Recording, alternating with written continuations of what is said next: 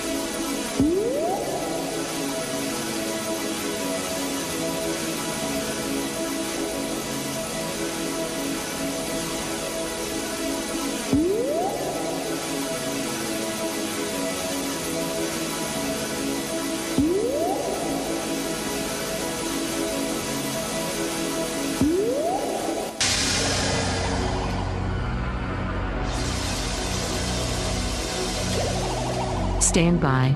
The BRN goes worldwide at 6 a.m. Eastern.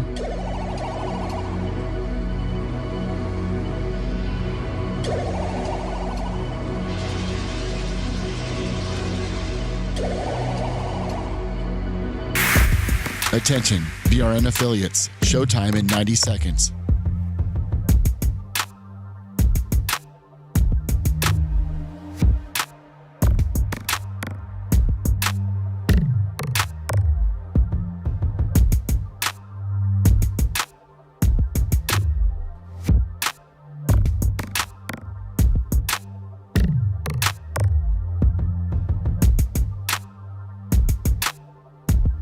Showtime in 60 seconds.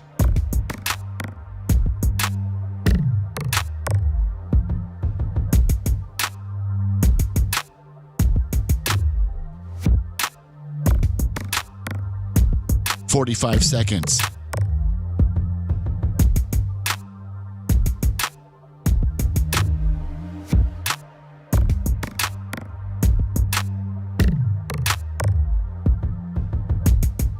"30 seconds.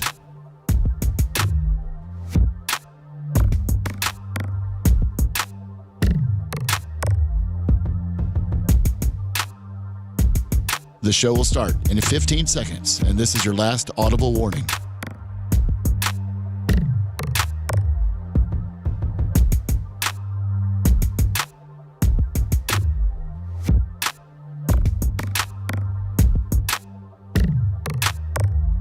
Previously.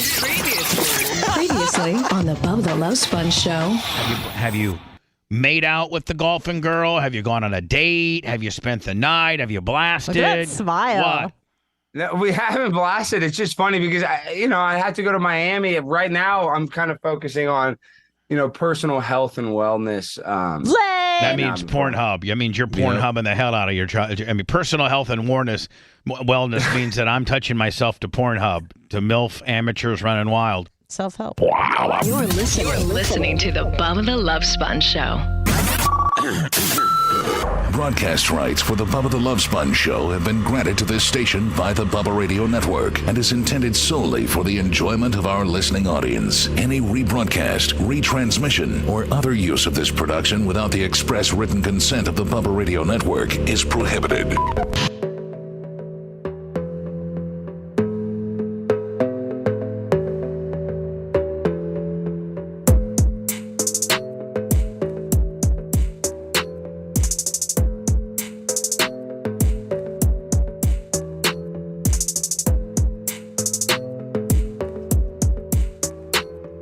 When I start the show, I feel like I'm double dutching in. I'm trying just to find the right vibe to get in. I don't know if I picked the right one or not today, but hello, everybody. It's the... Oh, hold on. I got to make a small adjustment.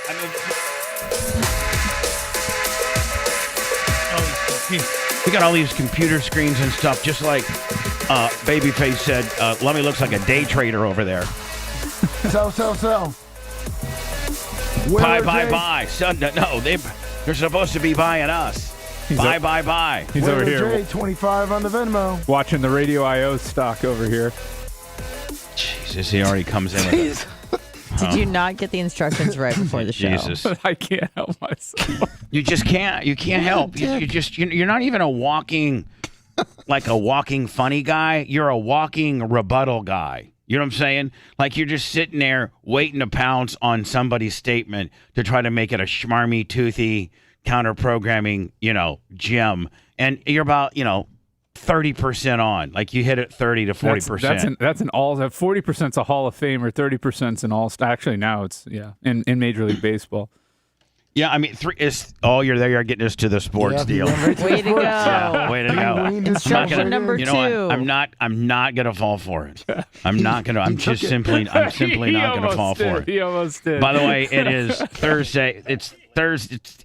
It's the Thursday, August 3, 2023 show, the Bubba the Love Sponge show.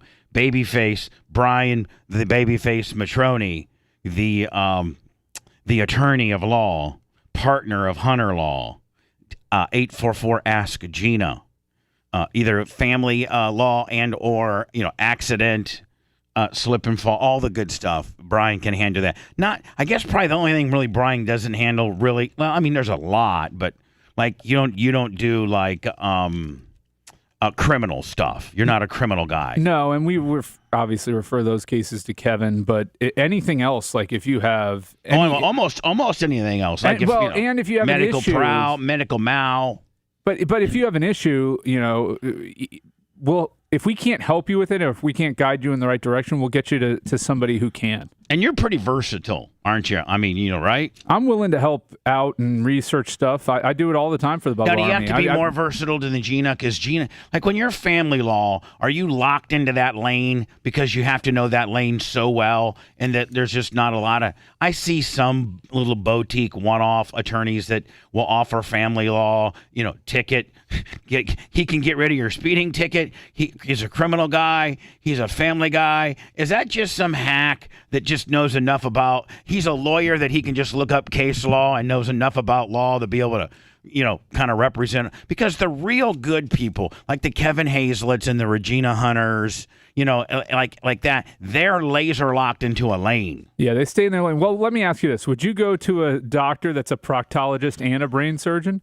No, you would want the guy who's the best proctologist or the guy who's the best brain surgeon. Right. But you sometimes I see these attorneys, they're one guy attorneys, and they'll say, traffic tickets, car crashes, criminal, immigration, family law, immigration, civil. That's like, come on, buddy, you can't. What do you just have a book on every one of them and you read up real fast when you got one of these guys coming in? Yeah, if you were in like a small town in the Midwest, right? Yes, like, of course. Then you don't have a choice because there may only be 3 lawyers in the whole for county. Instance, now hold on, like your prime example in my hometown, Warsaw, Indiana. There's only Mr. Valentine Law, and that was John Valentine's dad, but they did it all. And then there was a guy named Pinnock, and they did it all. And then there was like one other dude. Like there was like 3 attorneys. Yeah. Like I think they even had a law, or it was kind of a gentleman's code, Brian, that like if you were getting a divorce in Warsaw, that you wouldn't go get a consultation with all 3 because your wife wouldn't have anybody to go to. So I think they have like a gentleman's agreement where like if you're going, and this is in Warsaw, Indiana, and I'm sure that there's been more attorneys since I lived there, moved in. There's about 30 now, maybe a little more. Exactly. That's exactly what's wrong with our country. What used to be there used to be 3 lawyers in Warsaw. Now there's 30. But back in the day when there was 3, Brian, like if your wife went to Pinnock, then Pinnock would say, listen, you can only go to one other place in town for a consultation because we have to allow the person that you're divorcing an opportunity to be represented locally. Does that sound like something that not necessarily would be a law, but all 3 of them would have a gentleman's agreement? Yeah, especially in a small town where you're working with each other constantly. Right, and at the end of the day, you're costing a guy a gig. Because if she went and met with all 3 of them, then now, and she's only going to hire one, you're costing 2 dudes gigs, right? Yeah, no, absolutely. And, that's one of the things, Regina starts telling clients that are coming in now is, there's clients that are like, I'm going to take every single heavy hitter in town out of the picture. And she's like, yeah, that's a great idea, except now she's going to have to go get a lawyer down in Miami. And they are cutthroat, bill you out your butt killers down there. Oh, yeah. If they go make one copy of a file, $1,500. They charge you an hour, which costs the secretary 6 minutes.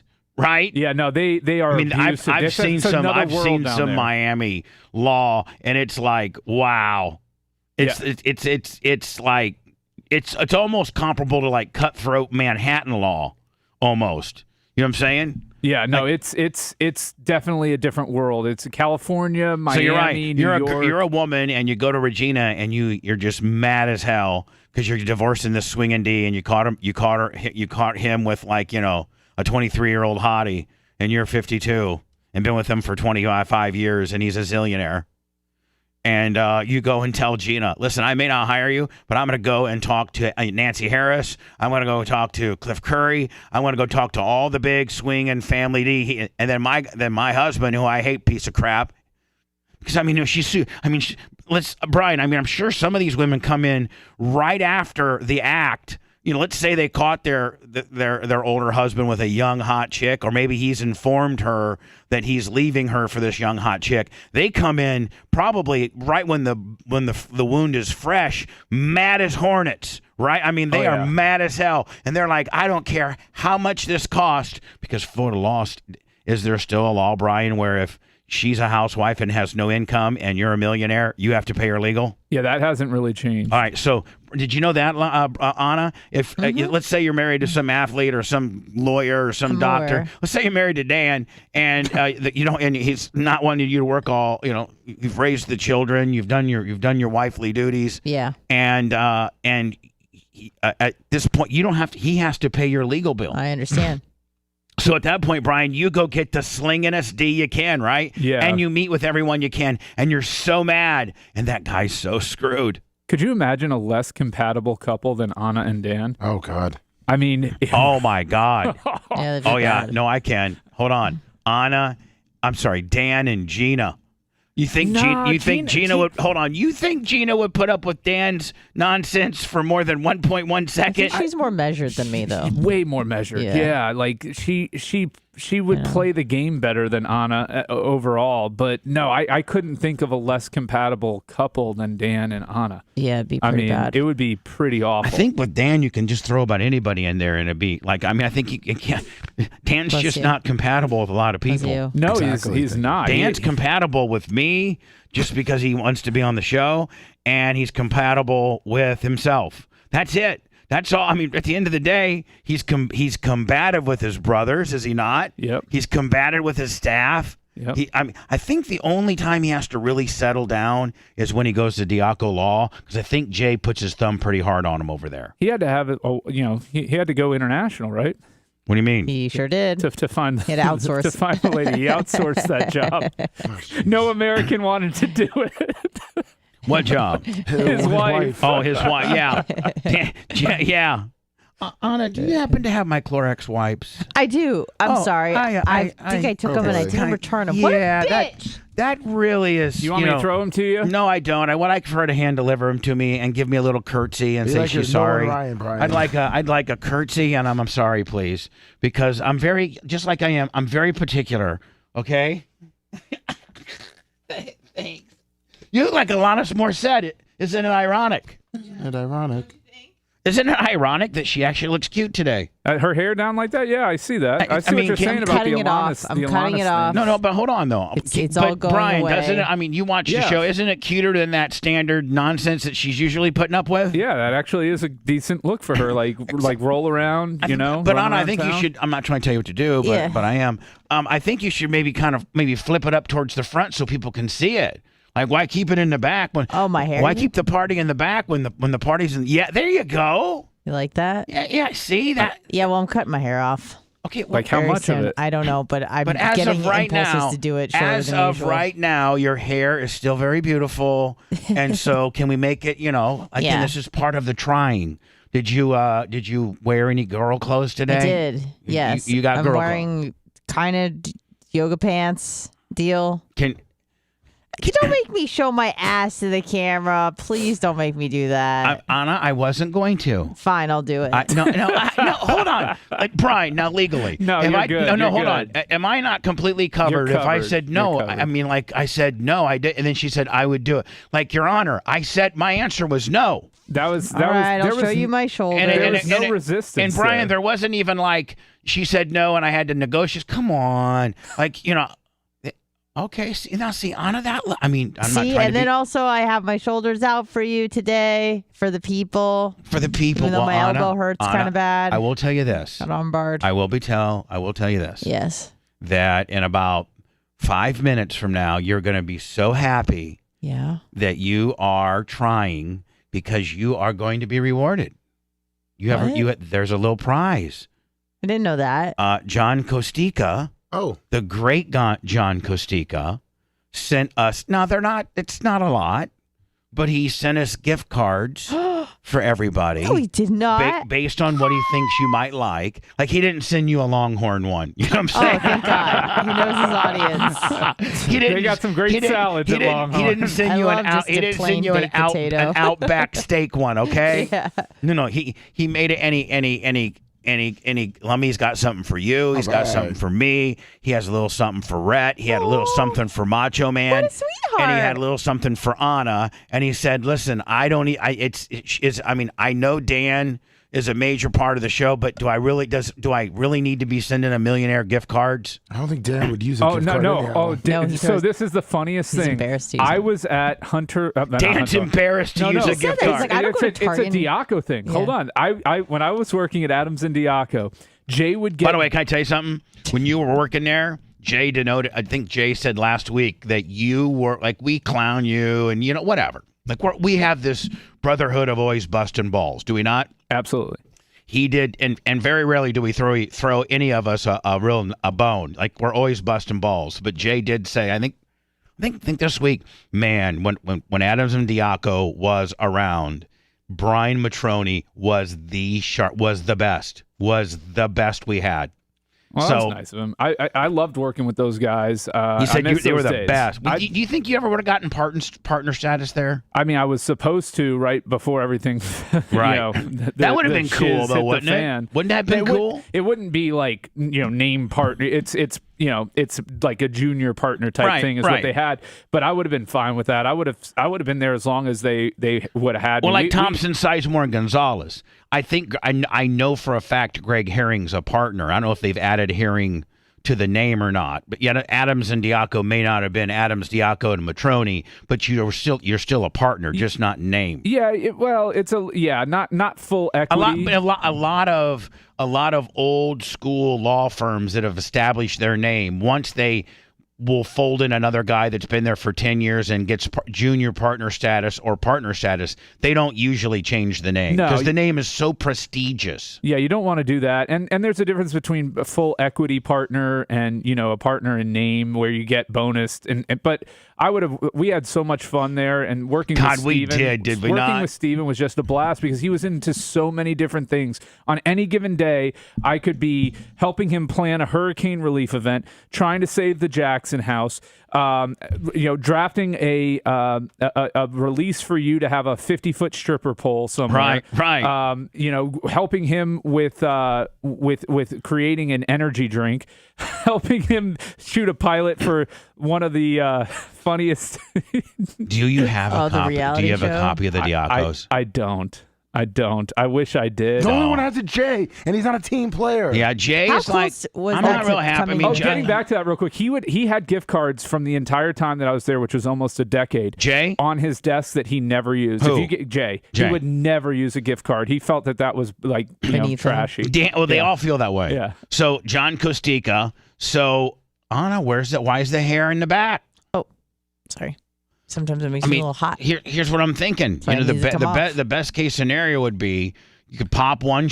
Both of your shoulders are fairly symmetric. I don't know that one's bigger than the other. But there's always a little asymmetry. All right, so maybe you when you do wear your hair up front, you prefer to wear over one shoulder over the other. I don't know, but we could accentuate one side of the delt shoulder combo, and then with a hair kicker on the other side. That sounds good. See, that's the best of both worlds. She does have quite the mane. She does, but guess what? She's cutting it off. I already contacted Nick the Gun Guy's girlfriend, who's a hairdresser, and she's in close to me. Right. And I was like, just take it off. Please just cut it off. honest to God. Pull it back to the front there and then kind of give us an idea. Yep. I was doing this last night. Give us a little bit of an idea of pick where you might go with it. I want to say a little bit, maybe a little bit longer than my shoulder, but not. I know, but show us, do the little fingers across the hair She's deal. got something going on in her life. Whenever a girl's changing her hair, there's something deeper going on there. No, take it all. I want you to take all of it. I want all of it on the front, and then I want you to say, okay, from here on down would be gone. So we can get a better idea, because we can see where it lays now on your body. Yeah. And then we can see all of that. That's probably what, 10 inches? Well, those last 2 inches have to go because they're just fried. No, it's 4 inches. Brian says those last 2 inches have to go. They're fried. That's split end Willy right there. Yeah, it's bad. And my hair goes so fast. There's not enough VO5 hot oil in the world to fix that. Anna, I think I'm going to be honest with you. I think I might even go more aggressive than that. Well, let's not get crazy. I'd almost go up to your clavicle bone. That's where I would cut it, right at your clavicle. I don't know. That's really doing it right. She's got to be careful. She's got to shape it right, or I'm gonna look like just a frizzy fuzzball. Yeah, it's gonna go out. More than I've done that before. Yeah. It's a younger person. I want her to go bob. My mom used to have a hair salon. I grew up around hair. I want her to go bob. I want the bob deal. But I don't have she can't white pull people it hair. off. Yeah. Number one, her hair is too frizzy and full. Number two, her face, the shape of her face, it wouldn't work. A peanut. Well. Little peanut head. I just need it. I need little longer. Peanut. Does it say bobs are cool except for little peanut heads? Peanut heads are the only ones that can really pull off the "Can I speak to the manager, Bob?" Oh, you're saying kind of the fat, fuller, bigger girl Bob doesn't look so. Yeah, I agree. Big girls don't look good in bobs. They don't. She's not a big girl. I'm not saying Anna. I'm not saying Anna is a big girl. I'm saying one specific group of women that I know for a fact that don't look good in bobs are big girls. Oh. I didn't say I want Anna to get a bob. Yeah, no. I think she could pull a bob off. You're the ones that are saying she can't pull a bob off. I'm saying the only ones that can't pull bobs off for the most part are fat girls, big girls. So the problem for her with the bob is her hair is too full and thick, and so it's going to go out as much as it goes down. Right. And it will Brian be gets it. a boxy look, number one. Number two, depending on how it's cut and trimmed, she's got a big nose. Yep. So Yep. it's the longer hair thins out Makes the face. nose bigger? No, it thins it out. It doesn't exaggerate. It This doesn't would be like accentuate it. accentuate the middle of her face. And Brian's a little bitch when he knows about it. Lummy, did you and I know any of this? Owned a hair salon. not at all. Lummy could tell you the fish prices, and I could tell you stupid stuff my dad was into. tracks, yeah. Lummy, your mom owned a hair salon, so did you go down there and cut hair and sweep hair? I was the sweeper. Yeah, that's really I would for earn, real. I would earn. So Lummy and I were outside working like with real men. Yep. You were sweeping hair at a hair salon. That explains everything. It does, right there. We now know our answer. Yep, we do. He worked at a hair salon, sweeping up hair and making sure about frizz ends and face features, and you and I are out mowing lawns and weed whacking and doing stuff with our dads. I mowed lawns too. I bought myself a lawnmower, started my own little side business in my neighborhood when I was 12 years old. I had a riding lawnmower. Okay, there you go. There you go. Once again, when us other boys had to have a push mower, he had went out himself and bought a rider. one myself. I bought a used zero turn. one. Hold on, but did you buy it with your own money, or did you buy it with money your mom and dad? That your rich mom and dad gave you? Oh, my rich mom and dad, my school teacher dad, and my hairdresser mom. We were just rolling in it. I mean, I gotta think your family was pretty upper class. Yeah, back in the day, that's upper middle class. No, what do you mean? We were lower middle class for sure. Must not have been a very good hairdresser. Wasn't. Wow. Ouch. Jeez, Red.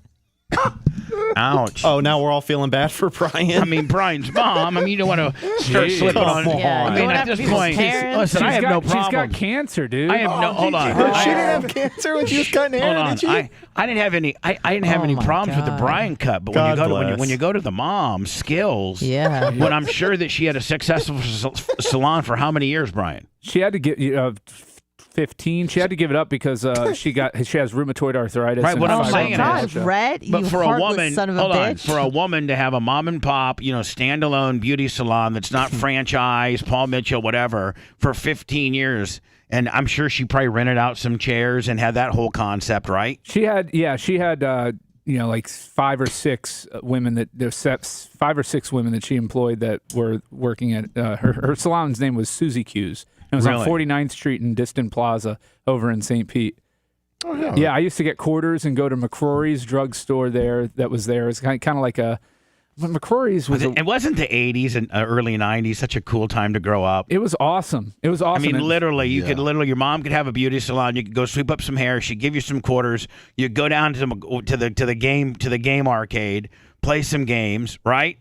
Yeah, absolutely. Oh, yeah, we would go Little Italy, Toby's Little Italy. That was one of the best pizza places in Tampa Bay In area. the same strip center as Susie Q's. Susie Toby's Q's. little. Back when you had little strip malls. And they were all like, it was Boggs Jewelry. It was Sue's Hallmark. Little independently owned family businesses. Right. Toby's Little Italy. There wasn't was a Starbucks. No. Next to a Chili's. Next to whatever. Yep. No. And yeah, I would. It's all mom and pop people. People non-corporate. Just mom and pop business people that started their own business in a little shopping and were able to make a living at it. Make 30, 40 grand a year. Toby's is still around. Toby's Little Italy is the only one still standing. I think Boggs. Toby's Little Italy. Now, is it badass? It is so good. The pizza there is so good. And they used to have. They've been in business 40 years? They have got to be. They've Think got about to this, be. man. In the day and age of corporate this and automation that, and just the way our mom and pop businesses being cannot compete with Amazon and Walmart and Sam's Club and all the home delivery. Mom and pop businesses mean you actually got to get in your car and drive and park in this little deer and then walk up to their front store and then go inside their store. Like when you don't have to. Basically, you could live life without having to go to another store. If you think other than having to pump gas, other than the pump gas, you can have your groceries delivered. You can have your food delivered. Right? You can have everything that you need. You can have delivered. You don't really have to go anywhere except the gas station. The difference Am is I right or wrong? 100% right. You can People bank. are so lazy. You can bank online. You can do. You can sign. Brian, you know this. You can even sign important documents online. Like you wouldn't you wouldn't even have to necessarily go to your lawyers to sign some big fancy deal. They would send you a signature page, an e-doc deal, e-sign thing, and you could sign it right. I did that for like 6 years when I would sign my lease. We've been doing it for a long time. Even before COVID, we had moved to that, and then COVID just But prior to that, advanced everything. Prior to that, you had to drive to your lawyer's office, go to their lobby, sit down, go to the conference room, sign these important papers, initial each page. Right now, they just send you an email and you sign it right there. Yep. Bam. You don't have to go anywhere except they've not. When will they start delivering gas? I mean, think about that, Lummy. Yeah. Think about that. Think about if I don't know if you maybe legally could do that, because I don't know. I don't know if the state or they have some kind of regulation on, these big tankers. But think about this. If Brian, if you could go to like a huge corporation, they had a bunch of workers and say, hey, how many of you guys want, my gas prices, what is it a gallon right now? It's disgusting. It's like $3.89. It went up to $3.90, $3.85, $3.90. $100 a gallon. All right. So it's $3.85 a gallon, right? Yep. In wherever you buy gas, at least locally here, right? Yes. Well, let's say that the mobile guy, it's $3.85. The mobile guy charges you $3.90 or 10 cents more or 5 cents more, but literally he pulls up into the parking lot and fills your car for you. Yeah, his margins are going to be razor thin, though, because he's got a gas to get around, and diesel ain't cheap. I'm saying if you had it's not a bad idea. I think you just have to charge more of a premium for that mobile gas because you're saving time for someone to have to stop. Right, well, ironically, that's the one thing you don't need if you don't leave your house. Yeah. You don't need gas if you never leave. Right, true. So you don't need to. You literally, I guess, right, Anna, if you go and fill your car up one time and you never really leave your house, you always got a full tank of gas. And if you're not leaving your house, you might as well go electric. Right. You might as well just not have a car. You're right. So at the end of the day, Brian, if you had a Tesla, you may never have to leave your house. Yeah, and then the rare times that you do, you wouldn't have to go anywhere anyways to get gas or maybe, nothing. the rare times that you do leave, it's because you're going somewhere that you really want to go to. You're not going somewhere because, hey, listen, there's a certain amount of places that you got to go just so that you can survive, like the grocery store for us normal people, right? To work. But if you did, a lot of people work from home and, like you said, do the Instacart deal. So right, no, you don't need to leave. Exactly. Hello. Making us so not social. We don't even know how to talk to each other. Hello. We either text or have it delivered. Hello. Bubba. Yeah.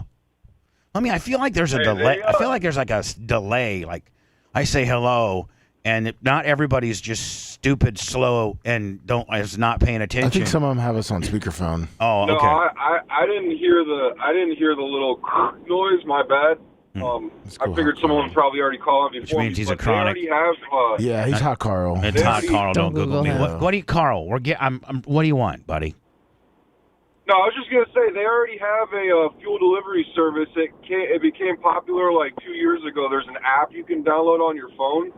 I don't know if they went out of business because of the pandemic, but you actually could work for them too. They drive around like F-350s, like big bodies, and they got like a little rig on the back where they go and they fill up, and then people like order it like Uber Eats, but it's like there's a premium price for it, but you can have your boat filled up, you can have your filled up like right in your driveway, so you don't have to go to gas in the morning. Oh, Lummy already said, okay, well, there you go. What I speculated would be a great business is already a business. What's the margins on it, though? I mean, I don't know what the No, that's margins. what I'm saying. It's like, are they charging an extra 50 cents, $1 Well, I mean, a gallon? if they're still in business, let's see. It's traded on the stock exchange.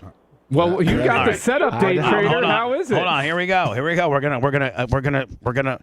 Carl, thank you for the heads up. Okay, buddy.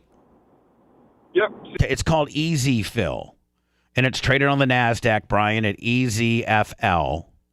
And so it's, fuel my ride. Let's just see. Whether you're at home or at work or on the water, we've got your fuel needs covered. Start Easy Fill. Like, is it going to make me fill out all this information? Yeah. It's making you get the app. Oof. Their stocks trading. It's down about 80% from its 52-week high. Nice. Yeah. Easy Fill was sitting pretty at 784. And it's down to $1.98. Seems like one of those ideas that's really cool on paper. I mean, but hold on, they really got it down too. I mean, look how professional that looks. When they went, and he goes and say, like for instance, let's say you are the Kroger fleet. No, that's a good idea. That's a great idea. Like how each one. I mean, but a lot of those places I think have their own fueling system from within their warehouse little world there. Some do, if they're big enough. Yeah, but the mid-sized ones, it can be a big cost. But so when this stock went public, it went for about $36.50 a share, and it's down to $1.98 a share. So what does that in 2 years? So I mean, Brian, they're going to. It's a great idea. They'll go to your construction site. They'll go to your fleet. Yep. They'll come to your residential condo. They'll come to your home. So, I mean, it's a great idea. So what's happened, Brian, in the fact that, I think they may have been killing it during the pandemic, but now that people are out and about, that, 50, 60, 70% of the audience that you had during the pandemic are not diva enough where they won't pump their own gas. Yeah, I think that was the issue. So the company was founded in 2009. That is a good-looking, professional-looking truck, though. Yeah, it is. Like, Brian, if that pulled over to Hunter Law to fill up all the cars, you'd be like, that's better than Jimmy Joe Bob with his F-350 and a rig kind of deal, right? Yeah. No, right. That's definitely better. It's just for these companies, I don't know. There's a little bit of loss of productivity, but I don't know if the margin, again, it's how do you make this profitable? That's an expensive truck to rig up. Yeah, but I'm saying, I think you got to know what the prices are. Like, is it $1 more a gallon? Is it 50 cents more a gallon? Is it, a $10 show up surcharge and, 50 cents more a gallon? Like, what is the cost? Yeah. That would probably be the first thing we should determine is like, I'm sure Kroger that are having them fill up, 45 tractor trailers are going to get a better deal than Hunter Law that has 9 vehicles, right? Yeah. I mean, or BRN. If I say, hey, can you come to the BRN and fill us all up? I mean, we have what?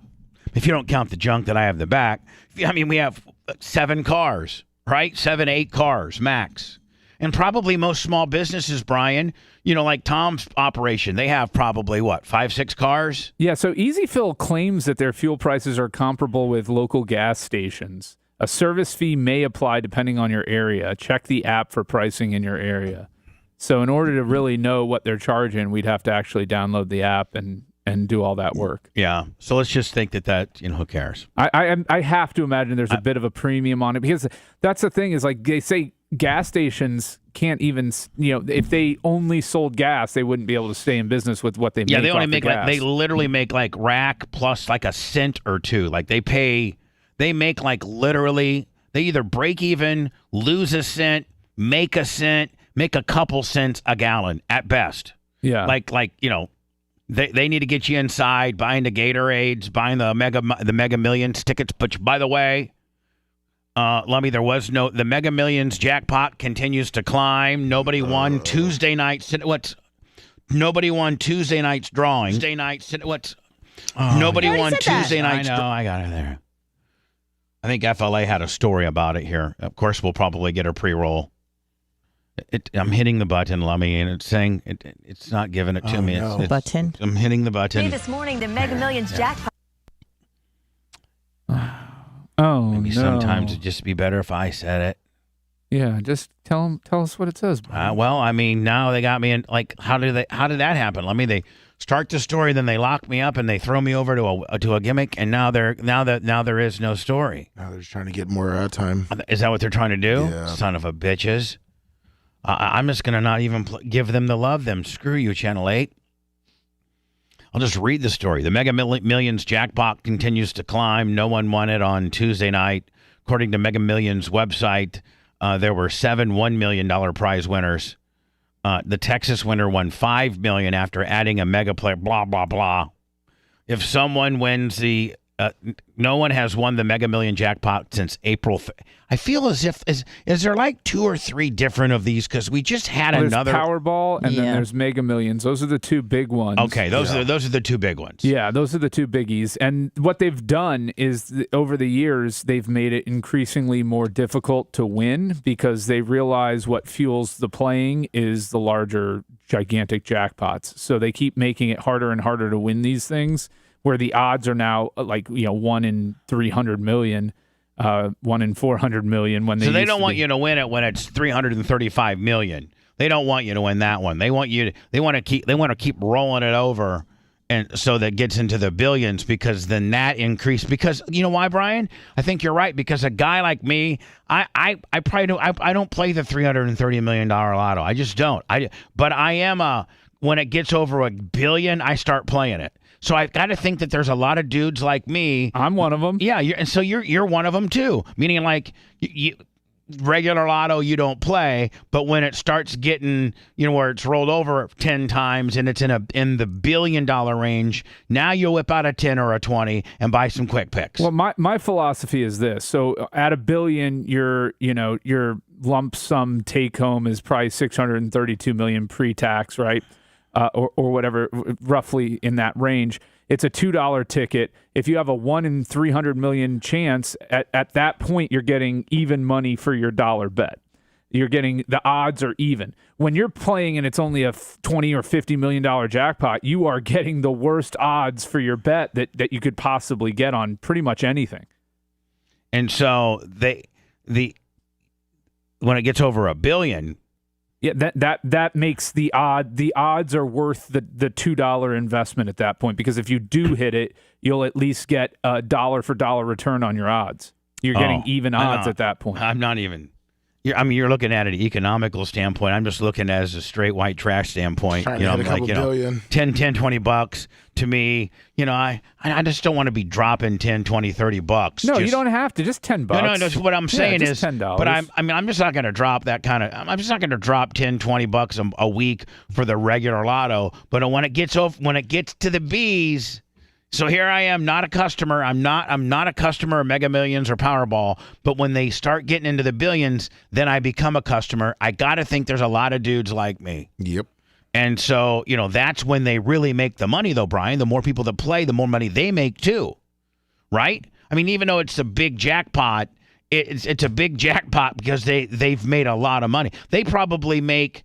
Would you say? I mean, do they make the same kind of money on like a $400 million jackpot on versus the amount of money that Mega Millions and Powerball make as a company? Not even close. When it gets up this high, they have to have like 2 of these a year now in order to really hit their numbers that they want to hit. They probably make 4 to 5 times more action when it gets up this high. Now, but who gets that money? Where does that money? Where does that money go? So it's a multi-state lottery system, and it's broken up amongst the states. So I think each state gets a cut of each ticket. So if there's like sold. 38 states. No, it's like 42. It's 45 with the District All of right. Columbia and Virgin Islands. All right, so it's 45. So that's who gets the money, is they cut it up 45 different ways, right?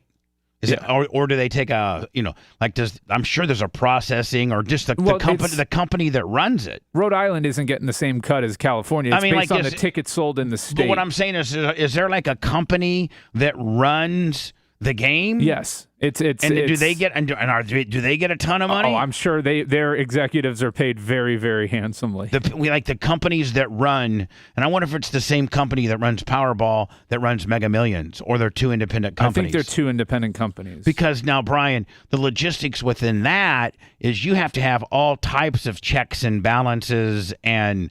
So here it is. Can you imagine how heavily regulatory? There's probably a lot of regulation in that. It's called the Multi-State Lottery Association, and they actually do manage Mega Millions as well. So they run them both. They run Powerball and Mega Millions. Yeah. And this one particular company called what? It's the Multi-State Lottery Association. Okay. Is that a private business? It's an association of. It's not really a. So they're saying that maybe the states fund that, and then that's all funneled by that's probably all paid for by by the profits. They're interregulatory, like they're policing themselves, right? Yeah, it's a large organization that they're all the states are part of. And so starting in 2015 is when they made it really, really difficult to win by increasing the numbers to 69, and then the Powerball. So it's 1 in 292 million. Oh, I didn't know that they changed. They put more. When did they put more balls in there? Well, they did a lot. How many ball? Well, if you were to look at the evolution or the timeline of Mega Millions and Powerball, like when the first Powerball started and the first Mega Millions started, one, what year was it? Two, I'm gonna go into commercials because I want you guys to do the following research for me. What was the first year of Mega Millions and Powerball? Probably will be two different numbers, and then how many balls did they start with, and how many different times have they changed the amount of balls? So, and how many states were there when they first started, and what are they now? Do you have the questions? Yes, I do. Did you write them down? I was writing down some, yes. You're writing down some of them. Well, Did you write down? I thought Brian was getting some too. Hold on, now he has to help you with notes? What if he wasn't here today?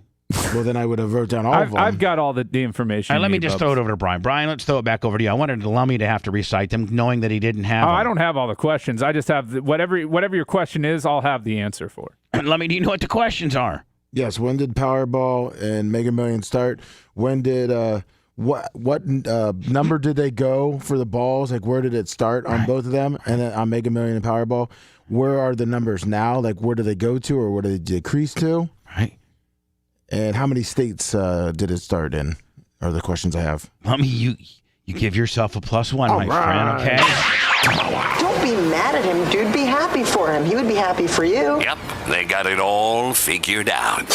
Oh, no, I'm happy for him. I'm so happy for him that I would like to beat him with my happiness. Bubba the Love Sponge returns after this.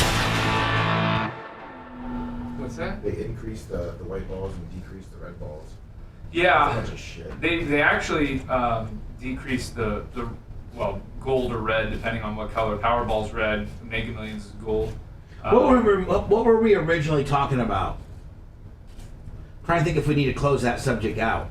Gas. We were talking about gas. You just brought up the Mega Millions. We were talking about gift cards. We were talking about lawyers in Warsaw. All right, we got to go back to gift cards.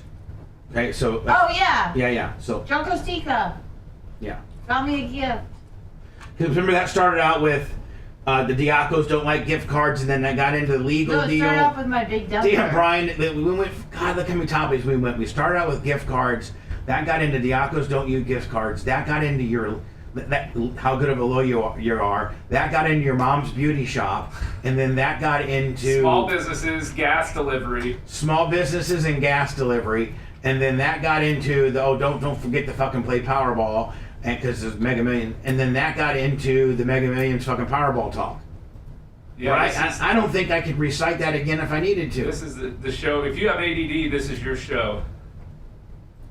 Yeah, and I don't know if that was good radio or it was horrible. Like, I'm gonna have to almost go to the fans.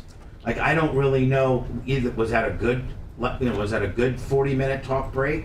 or were you just we just absolutely shot out of a cannon and you can't follow along and it's irritating? Or both? The jewelry store's still there too, Brian. I mean, what do you think they're gonna say?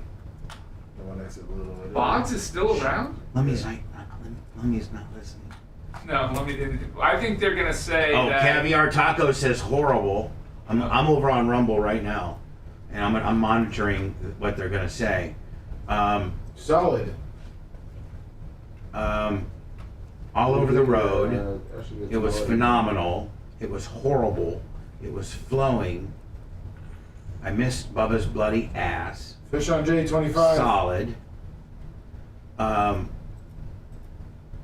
It was great. Joe the Supermarket says unpredictable. Great radio. Seamless. Topics mania. Good radio when you let somebody participate. Good morning. Toothy. Okay. All right. Now I need to stop looking at chat because I don't usually look at chat. I'll give you cancer. I got it. Yeah. I got it earlier. So that's why I'm because I know they say just horrible things about me. Same. They say horrible things about everybody. I know, but at least but see, you guys read them and I don't, so I don't know they're saying horrible things about me. But I know they are. So fuck it. Fuck it. I gotta write down my next break. I got it. Bubba, also, what, Lummy, what? Dark Match Steve, who? Dark Match Steve. What about it? He redid the cocaine parody. It's royalty free. It's up on the button bar. Is it the one that's up? Yes. Yeah, we need to talk to fucking Babyface about that bullshit. Read us. Oh man, my fucking elbow. But listen, we gotta close out these topics. Let's get back to the gift card. I gotta close out the gift card, so I'll close out the gift card, and then maybe play the parody, Lummy. Gift card. And then tease that, and then tease that with 3 minutes, 4 minutes. Then tease that with some fucking Hunter Biden talk, with Babyface. Hunter Biden with Hunter Law.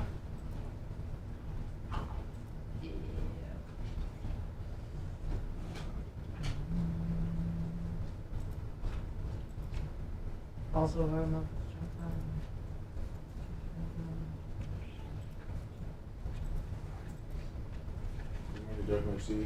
yeah, but your state's pretty stiff. My what? Your state's pretty stiff. My what? Your state of Indiana. Oh, I know. Place you love so fucking much. Yeah. Pretty stiff. Sketch. Stiff with the abortion deal. You had it up for a second. Oh yeah, I know, yeah. Morning buzz me. I am buzz me. You got a pen?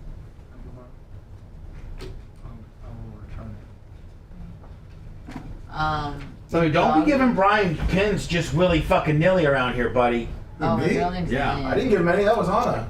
What the fuck? What the I, fuck? Bubba, I told him I don't have any pens. It's just to borrow, not to have. It's to write down the answers to the fucking questions you asked. Whoa.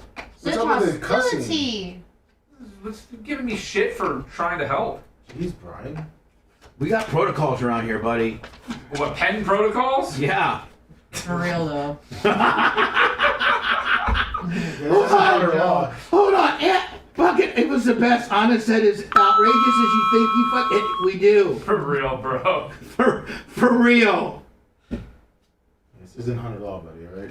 Don't get free. Yeah, like like really, you gotta work for that shit. You will be fucking. You gotta shake our raisins to get an extra Yeah, pen like around for here. real. Like we don't. You get Morning, shamed. Gator. You get shamed here at the BRN if you take a pen without asking or caught with a pen. If you're caught with one of my pens, I mean that's bad. Dude, I almost lost my job over some Clorox wipes. Come on, man. Get it together. Come over here and take your ass for Papa. She almost lost her job over fucking being a diva bitch about lighting. Okay, let's go. Let's get back to the gift cards. Right? Let me say it. What did she almost lose her job for? Being a diva bitch. No, I asked Lummy. Yeah, fucking Brian. Diva bitch. I wanted him to fuck it up, Brian. Brian, Viper, $100. All right, let's keep our eye on the prize. Venmo. Why is Alex Stein in Mississippi? Brain is the brain.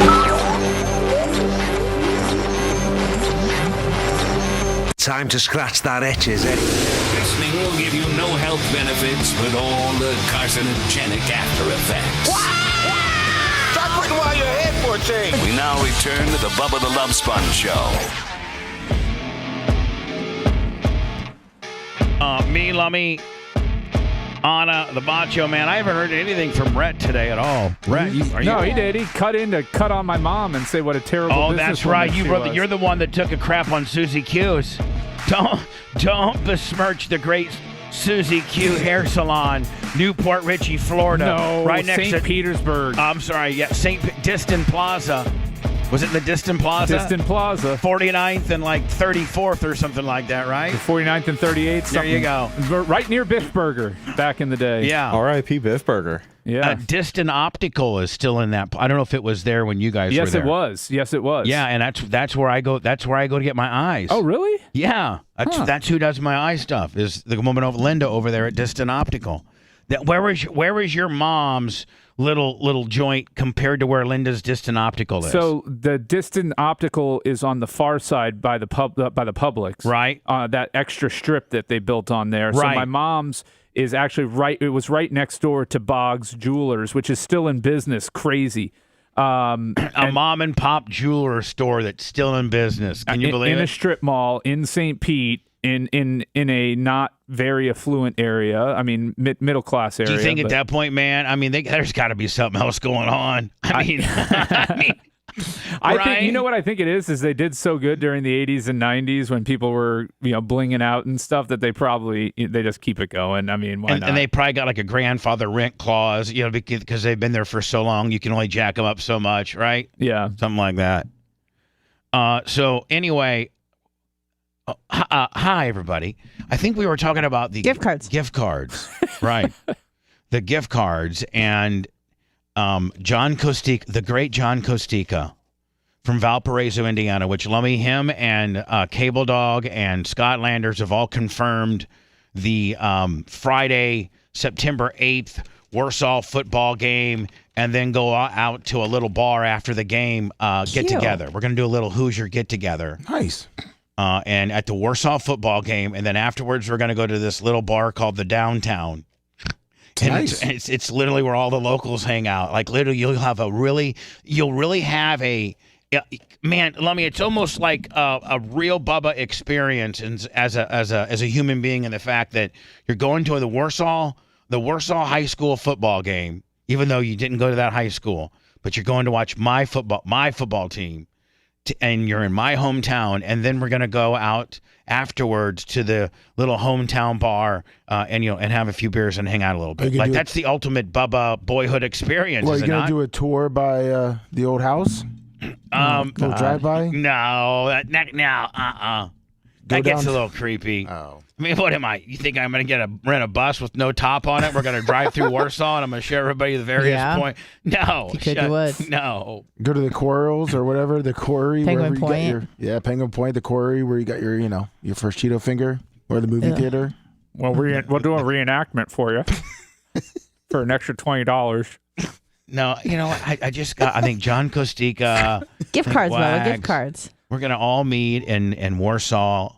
Little Bubba Army sleeper cell, a Bubba Army get together.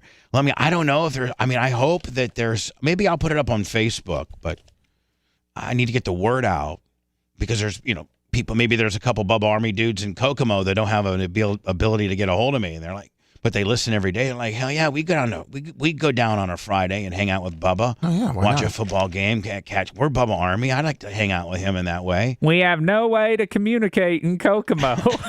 we love Bubba so much here in Kokomo, but we can't figure out how to get a message to him. We'd love to go to his football game and down to that little bar after the football game on Friday, September 8th. We'd love to. Hell, Kokomo's only about, I don't know, maybe an hour and 5 minutes from Warsaw. Hell yeah. All our pigeons keep dying. Well, yeah. Our smoke signals ain't working, and our pigeons are dying.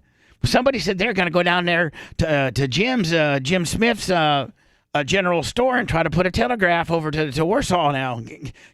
Send word via telegraph. We get there fast and then we take it slow. Hello. Shut the hell. Hey, Bubba, good morning. And it was going so well until his Don't shut sing that damn song in my head. What? Wayne Van Riper, $100 on the Venmo. Yes, sir. By the way, PayPal, Venmo, Cash App is the way that you keep this nonsense funded, and appreciate everybody. Thank you so very much. So, yes, sir. Go ahead. Hi, Bubba. Good morning. Radio Guy up here in Louisville listening to you on YouTube. Subscribed, by the way, and those who haven't subscribed, please do so. Just wanted to call and let you know I was listening to your last segment. Loved it, loved it, loved it. That is real radio, baby. I love it.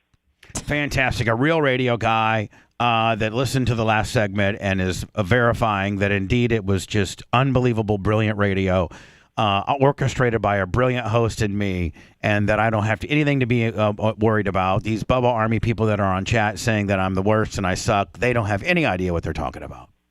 Well, yeah. Well, they can go listen to their little Bob and Tom. Listen to the real deal, Bubba the Love Sponge. They can listen to their little Bob and Tom. It's the noise you can't ignore. All right, my man. Well, listen. Thank you for being in my industry and knowing this industry and grading us fairly.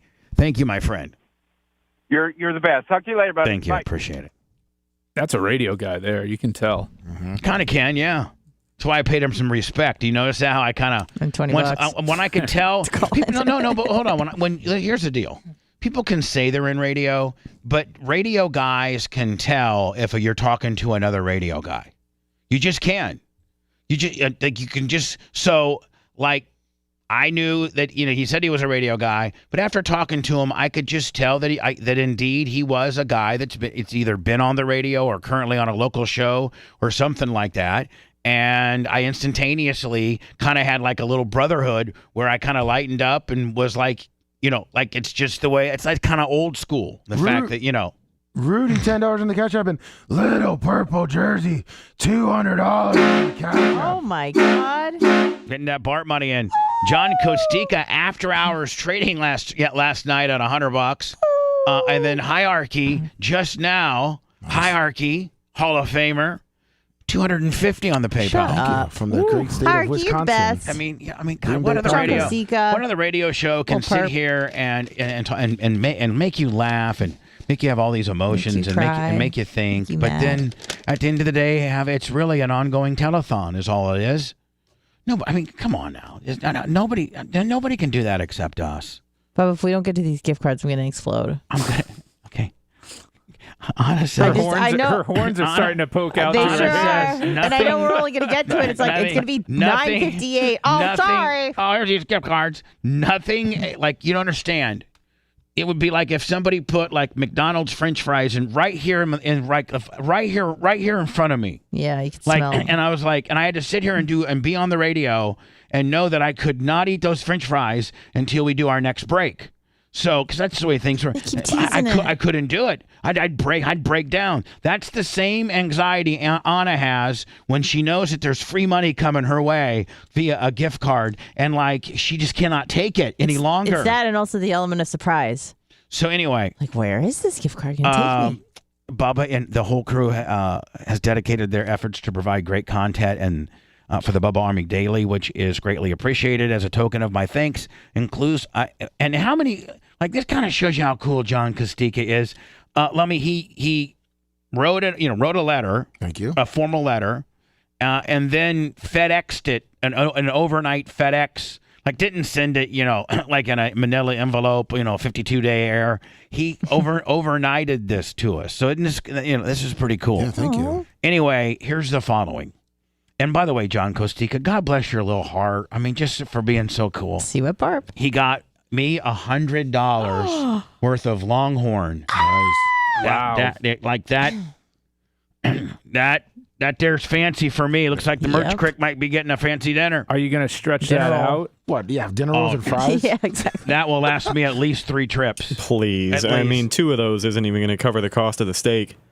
Parmesan crusted Longhorn. We get the same thing. My bill at Longhorn, honest to God, is about $35. Parmesan encrusted chicken. I forgot you get the chicken, not the steak. And no drinks. Yeah. Parmesan. You better not order a soda. And then I ain't paying $4 for some soda. Right. And then the Crick gets just the bread that they send with you. and then she gets their loaded cheese fries. Right. That's all we order. Well balanced meal. And that's like $31 to your door. Woo! So a $100 gift card from John Costica to Longhorn for me. Now let's not forget though, Longhorn's just not Longhorn. No, these are. I think it's all. I don't know. It's a Darden. It's a Darden. It's a Darden deal. So you can go to Bahama Breeze. You can go to Olive Garden. Yeah. Soup, Olive salad, Garden. breadsticks, man. Olive Lunch, Garden. $8.99 all day long. Then hold on now. Let me now. Who's Chris? Let me a. Wow. I don't know if he's $100 to you from out to Outback. All right. So brands. come up here. Come up here and got him. Oh, Anna, Saw the how are you bloomin' going to onion you can feel? eat. Hold on real quick. If I get like If you $20, get like 25 or 50. I will be grateful for anything that I get. But inside you will be I dying will hurt a little. A lot. It's okay. Okay, that's where the problem lies. And I've had to make an executive decision here too. And so that's where the next whodunit comes. So then John Costica sent 4 $15 Cold Stone gift cards. He sent 4 of them. Okay? And he said Cold Stone gift cards for Anna and Rhett. But I feel as if John may have left out a new important person in our deal. And so I gave, instead of having 4 of them for 2 people. You gave one of your Longhorn gift cards to Anna? No, I gave I gave Rhett one $15 Cold Stone, and I gave Macho Man one $15 Cold Stone. And then I saved the other 2 $15 for Anna. So Anna was only so basically she's getting the same amount that most likely you just gave 15 of Brett's to Mach. Yeah, basically, exactly. So Anna, you were scheduled to come get them. It's $30. All the Barbie ice cream you can eat. It's $30 from Cold Stone. She's a little dead inside right now. Now, huge ice cream fan on it. Hold on, there you go. She loves sweets. Thank you, John Costecco. Now, John again intended for 2 to go to Anna and 2 to go to Rhett. But I made an executive decision, felt, Rhett's good and all, but he still hadn't put his time in. He's still, he's still... Thank you very much. Yeah, it's only been 3 years. No, talking about the on-air portion. You're just getting your legs, with regards to you being on air, we're slowly working you in. Yeah, we're about ankle deep. Plus, does he really need more ice cream? Yeah. Oh, my God. Jeez, Brian. That was throwing shade. Let me mark Brian down for one immediately. Is that about See, Brian, that's a good Brian. That's a good cut. Okay. It wasn't at me. It wasn't at you. That was a good. See, I know. Yeah, Brian, just make fun of Red all day. You'll get shit ton of. Hold on. Sorry. Whoa. That's another Letting negative it one. fly. Hold on now. I don't. Cream. It's the first time you've had to dump me. I'm sorry. But hold on. Within the Bubba scorekeeping rules, having to dump should be like a -5. Oh, of course, yeah. I mean, why could it not be at this point? I mean, let's just, Because I'll tell you why. You now I might give because I just did it. I know. No, numbnuts. Open your mind, and Brian, I'd like you to be very impartial and be the judge Let me here. get impartial. No, for real. I'm serious. I'm getting it. Now, again, this is from the person that insulted your mother, so just be impartial about it. I don't care about that. The reason why I'm saying that of course, the argument here is, I'm saying if you do something so egregious that I have to hit the dump button, that is not just a standard minus. That is a big time situation because hold on, not only is it why is this only being established when I do it? Hold on, no, from here on time, here on, this would be from here on out. So he gets grandfathered in under the old -1. You know what? I'll give that to you. Okay, but moving forward, right? If I have to dump you, the reason why, because at that point, you actually are putting our livelihood in jeopardy. You really are. Like, I mean, if the dump button, there's been times the dump button didn't work. We certainly know that there's been times that, words that weren't supposed to get on the radio got on the radio with some huge consequences. Am I not correct? Yes, you are. So when I have to dump you, that means you've said a word that could potentially be, a problem in the FCC world we live in. Not on the streaming world, not on that, but within the FCC world. And we have 6 affiliates, and that's a part of our business. And so if you say something that I have to dump, that is very much a bad thing. There's a lot riding on that, and that's why I think it should be a -5. Now, you plead your point, Rhett, as to why you think something that egregious should only be a now. You listen. You're only getting a -1 now because your schmarmy ass lawyer, who's also the judge, made an interesting point. Had he not brought that up, you'd still be down a -5, bitch. But anyway, you're only down a -1, so you got lucky because I want to make it a -5. Now I argued to the judge. Now, judge, don't be a little schmarmy dick. And like be fair. You hear me? Yeah, no, your points are very well taken. Okay, now hold on. Now you Rat, argue why having to be dumped should only be worth -1 in the Bubba and the Bubba mess up Willie. Go ahead. That's not my argument. I'm all ears, bitch. That's not my argument. I just think it's funny how this is now being enforced because I'm not pointing fingers, but we may have some people on the show who come in a couple times a week who you have had to dump multiple times in a day before. Damn. And it was, I didn't say that. That's not you. I didn't say that. Okay, well, I'm just funny. now. And it's just funny how now it's being enforced and now it's a -5 because Red effed up. Let me clear something up. You start bringing an envelope with you once a month, and you get -1 instead. Your Honor, you cannot be impartial while parroting me, you son of a bitch. I mean, you know what? I want a new judge because how can you be impartial, Your Honor, when you're parroting me? Mark Ober up there. Yeah, I got Brian Ober up here, bitch. Now quit trying to. Again, I'm going to rely on you to be the judge. I'm being completely impartial. I agree with what he says because, in a sense, I have heard the show where you've had to dump Dan numerous times, sometimes twice within one show. Okay, So I just now thought of that. That could have been prior to our scoring system. No, it wasn't. Okay, but still, that being said, I was about -14 at that day. Hold on now. Hold on.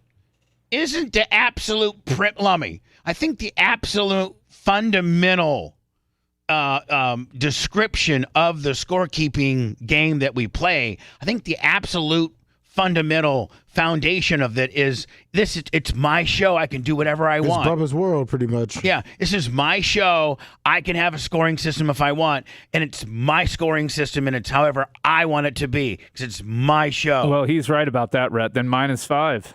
I mean, at the end of the day, -10. I mean, let's just. Oh, hold on. Whoa. Hold on, now that should get you another -1 for being a smart aleck. For real. A smart aleck. For real. And then then since an employee that was you know what? That would be a whistleblower. It's a -7.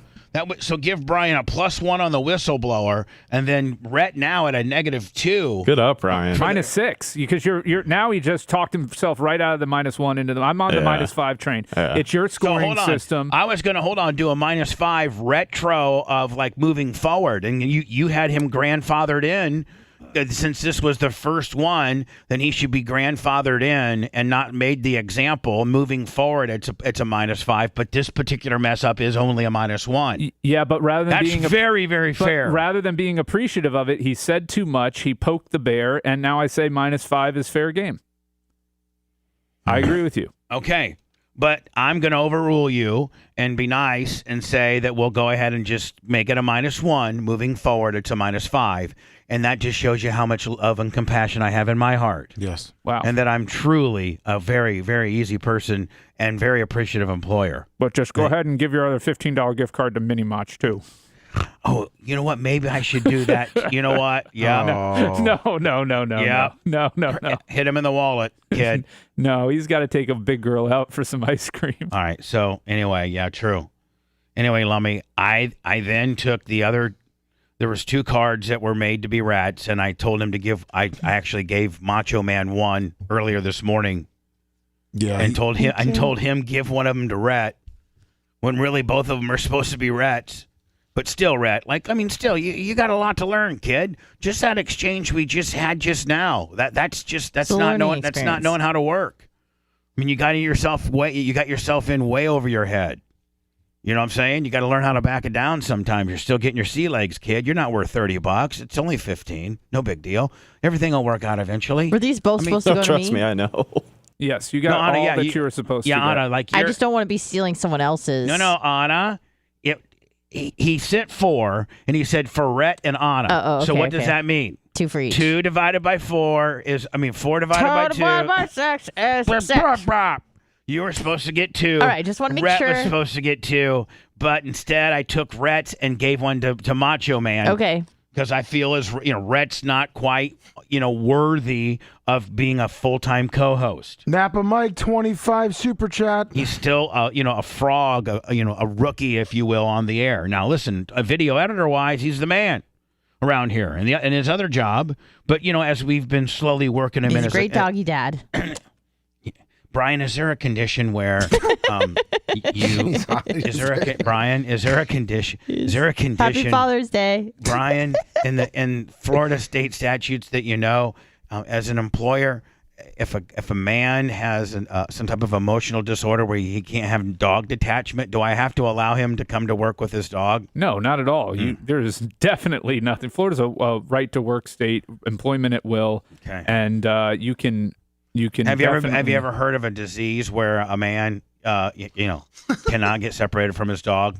I think it's I can't say what it's called, but yes. Bestiality. That's that what you would go that is what it's called. I did not say that. Why does Rhett always smell like peanut butter? And here's the whole bad thing about it is if I gave Brian a +1 for being funny, then that would screw with Rhett's head even more. Yeah. Why didn't you care about that? It's not like I got a lead to take care of. That was kind of funny. He's over there just dodging. Oh, man. So anyway, Rhett, let's go ahead and close out the gift card subject if we could. We have so many other things to talk about. Thank you, John Kostecka. You're the man. Yes, thank you so much. And Rhett, sorry for me halving your what was intended to. I felt as if Macho Man has. I can't wait till Mach goes to Cold Stone and asks them to put pre-workout in his ice cream. Oh yeah, listen, I'd like to get that sundae right there, but I brought my own whey protein. Can you make it with it? Can you mix it in? So I'm guessing they don't have those. Can you mix it in, brother? Man, I'd like to take some of my stuff and mix it in with your machine, and spit out like a protein sundae. Yeah, dig it. Ah! And I hope that's under $15. That's all I got.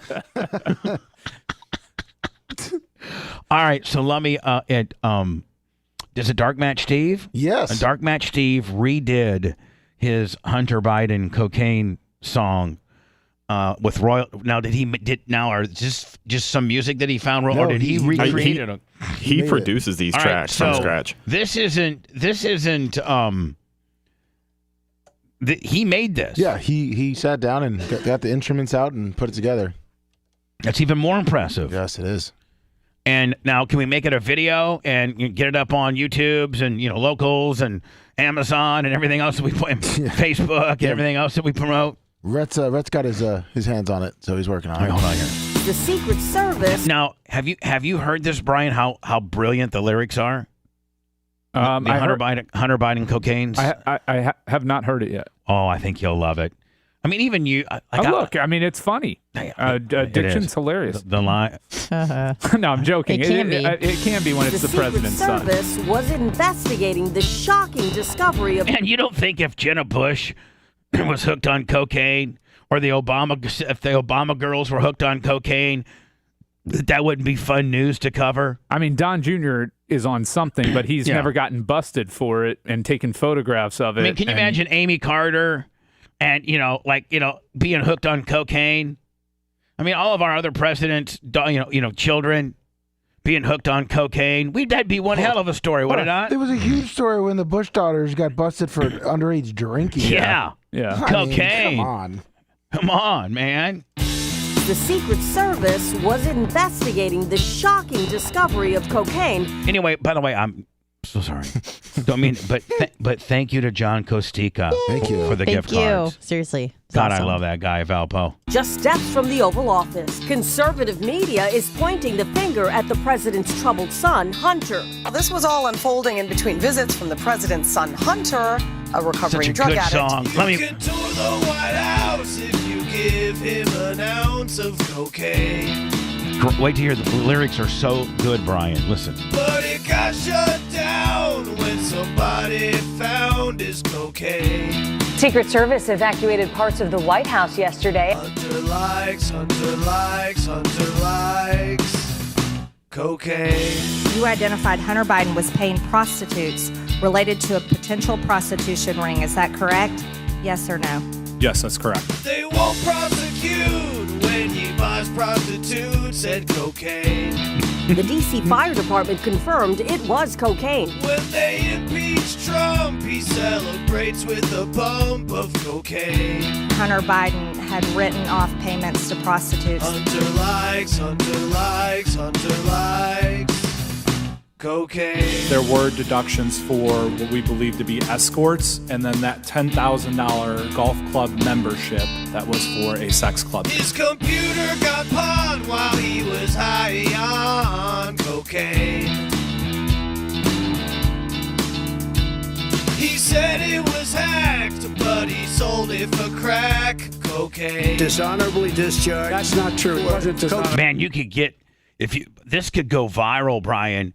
If you could get the MAGA people behind it, or like Fox to play it, or something like that, or right? Alex Stein to make it like you gotta have a good video of it, but yeah, right. But I'm just saying you can get all you put together this Hunter Biden stock footage, and Lemmy, that's what we're gonna do, aren't we, Lemmy? Yes, we are. Like have Gary Cantrell and all the video makers put together a cool, like the way they do. I'm doing it now. Yeah. Okay, thanks for the correction. All right, go to doing that. But what and I'm stop saying, getting us dumb. But Brian. But don't you think, man? Like the lyrics are so good by using various newscasts and stuff like that to tell the story, and that you could maybe get that played on Jesse Waters, or get that played on, the Gutfried show, or Glenn Beck, or you could maybe. Conservatives right now are clamoring for something to really a parody or something like that. On Hunter Biden, right? They need that right now. That's exactly what they need. Hunter likes cocaine. My son, like a lot of people we know at home, had a drug problem. He's overtaken it. He's fixed it.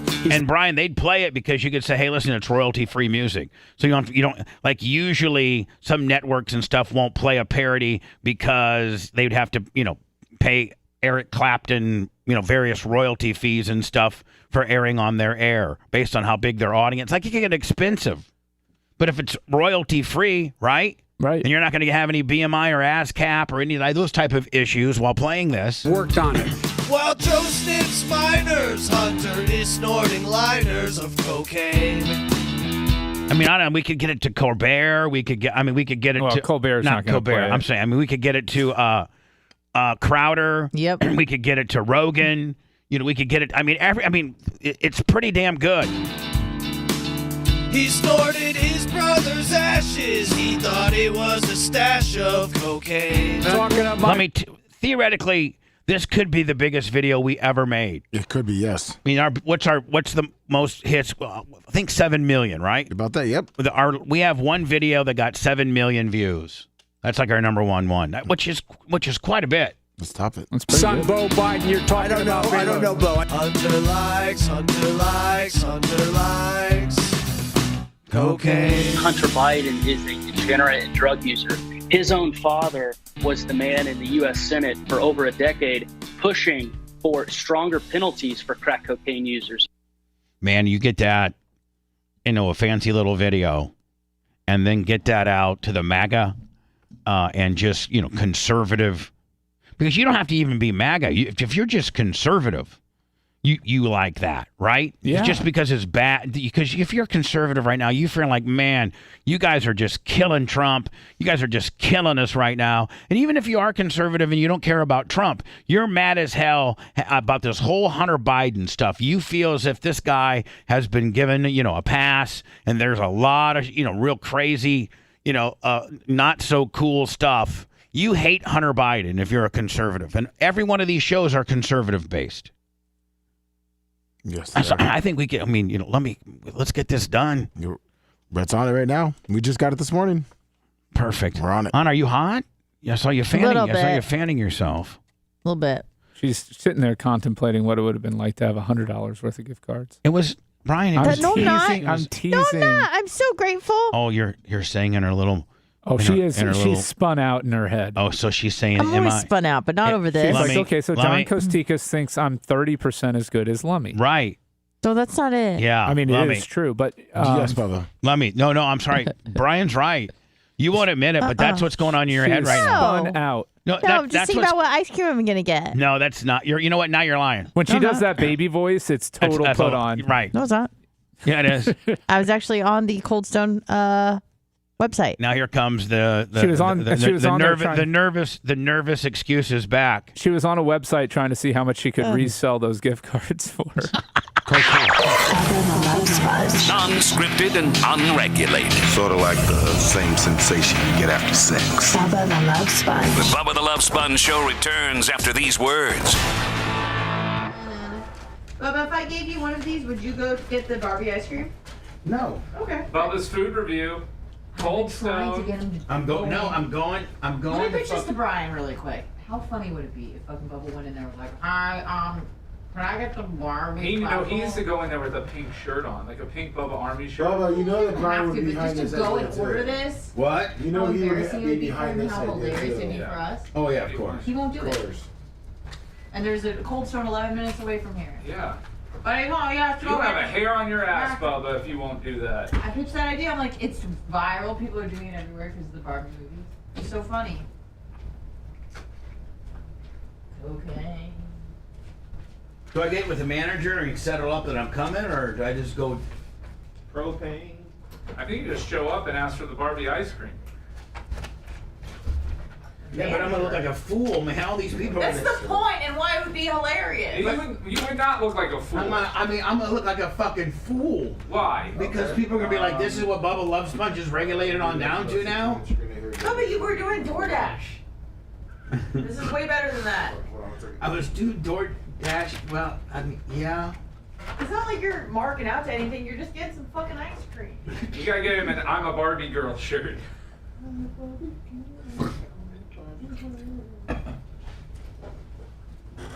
Do they make those in 3X? Do they make Barbie girl shirts in 3X? That's right.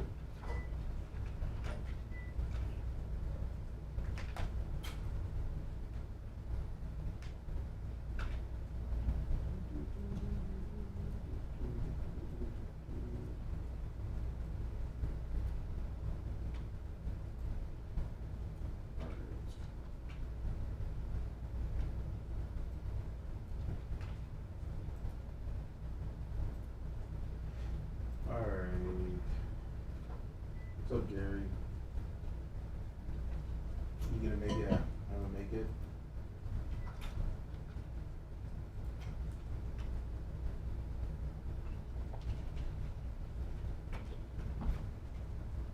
Drinking once again. Thank you, Mark. Thank you, Chris.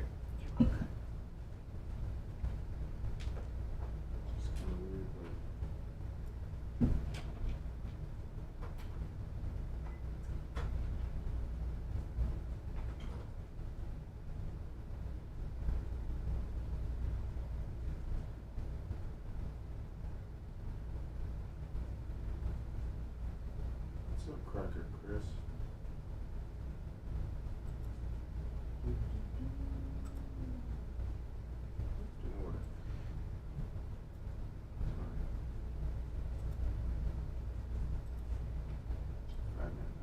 Not either. Damn it. What's up, Harry D?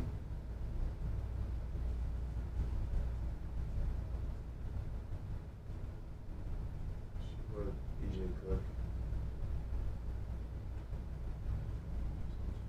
That's true caviar tacos. People serving that, right?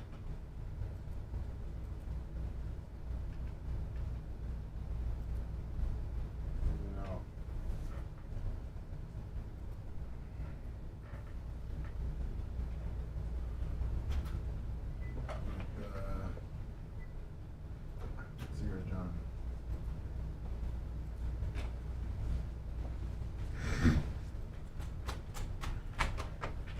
Yes, I do.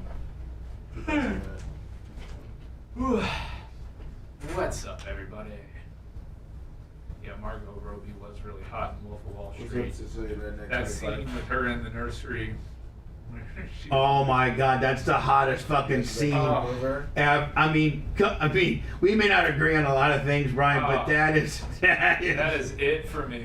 That's it for me too. That's Like, it for me. no, like for real, like that would just send me right over the fucking edge, wouldn't it? Oh God, you're gonna be seeing it, Brian?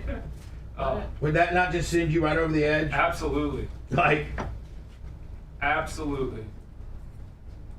I mean, we could probably. I don't think it's too dirty, is it? What you eating, Barry? I don't think so. I don't think she says anything bad. Find me the Margot Robbie, whatever the fuck her name is. Yeah, I'm saying. What's it called? Wolf of Wall Street? No, but the particular scene. Oh, she's in the nursery, or one of the Wolf of Wall rooms. Street. Yeah. Yeah, that scene where she like opens. Daddy the doesn't get to touch. She says. Right. Yeah. She was a bad bitch in that movie. Holy shit. Oh. With that fucking, what was it, like a New York, Long Island accent? Yeah. Mm-hmm. She's Australian. Yeah, she is. With her over-the-top nails and. Yeah. The Jersey.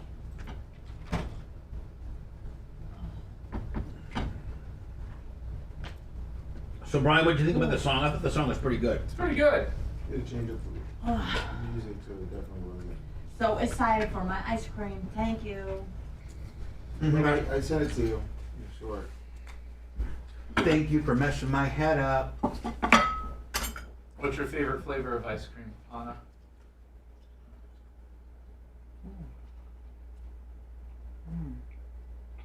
Probably like cookie dough. Yeah.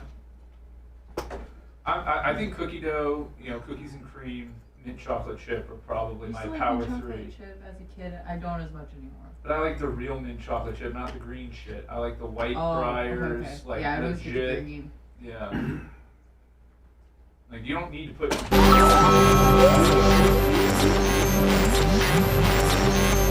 Spraying the ball again, stealing your radio innocence. How do you feel about frontal male nudity? Don't worry, he won't be gentled. Now back to the Bubba the Love Sponge Show.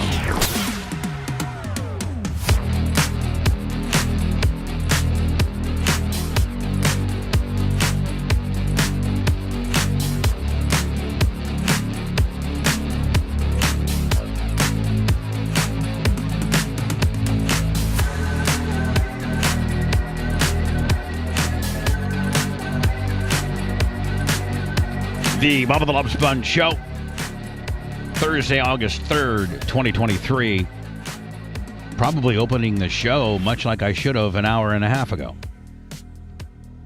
I don't even remember how he opened up. Oh, it was. You did. You stumbled through the August 3rd part, but you did it. Wow. If I recall.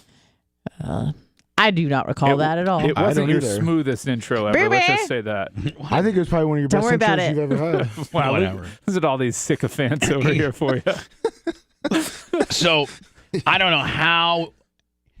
As we get ready for the next break, when we do the hot mic, when we're gone for 6 minutes and 20 seconds, and then people that watch us on Rumble and YouTube and Bubba Army Radio, and there's if you terrestrially, you're not going to get the hot mic, but if you listen to us by any other means, any other digital platform, you're going to get the hot mic, and that's kind of like just us talking off air, and it's it's a different dynamic than us being on air, because when we're off air, we can just be like real men. So a lot of people are attracted to that feature. And I'm hearing Brian, as I'm trying to get ready, I always kind of hear Brian. I hear what everybody's kind of talking about, and I don't really try to stay tuned in too much unless I'm interested in it. Or there's food. I didn't say that, so. Oh, Brian.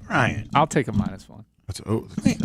That was a stiff violation. What was the first thing he said to you when you walked in the room today? It was actually pretty funny. Give him a +1. Oh, okay. I mean, he did imitate me, and it food would just, in full disclosure, food would distract me. So, I'm getting ready for the next break. I'm trying to figure out what I'm going to do. I'm looking at my phone. I'm returning text messages. I'm looking at my email. Just doing some business. The 6 minute and 20-second stuff that I do between. And so I listened to them, and I heard Brian bring up the Margot Robbie, Leonardo DiCaprio, Wolf of Wall Street nursery scene. And I don't know who you were talking to. Chat. Oh. Chat brought it up because of Barbie. the Barbie thing. She was hot. And... Oh, yeah. So anyway, I hear Brian say, oh my God, the Margot Robbie, nursery scene, that really does it for me. And then I just out of nowhere chimed, oh my God, it does it for me too. And so we're just organically talk. I mean, it. Yeah, this is. It's a classic scene. It's a boner. It's a boner every time. And I think, I think we can play it. There's no nudity or anything. Yeah, I mean, it's sexually suggestive, but that's it. And like, if I walked in and I was Leonardo DiCaprio and this happened to me, I don't know if I can control myself and I don't take it. Like, even if you don't want me to take it, like, no means yes. I'm sorry. I am just, you got me so raged out. Like, I mean, oh my God, is this not the sexiest scene ever? Hold on, I have it not ready to go. Here we go. I'm sick and tired of wearing panties. Yeah. In fact, she's decided to stroke them all away.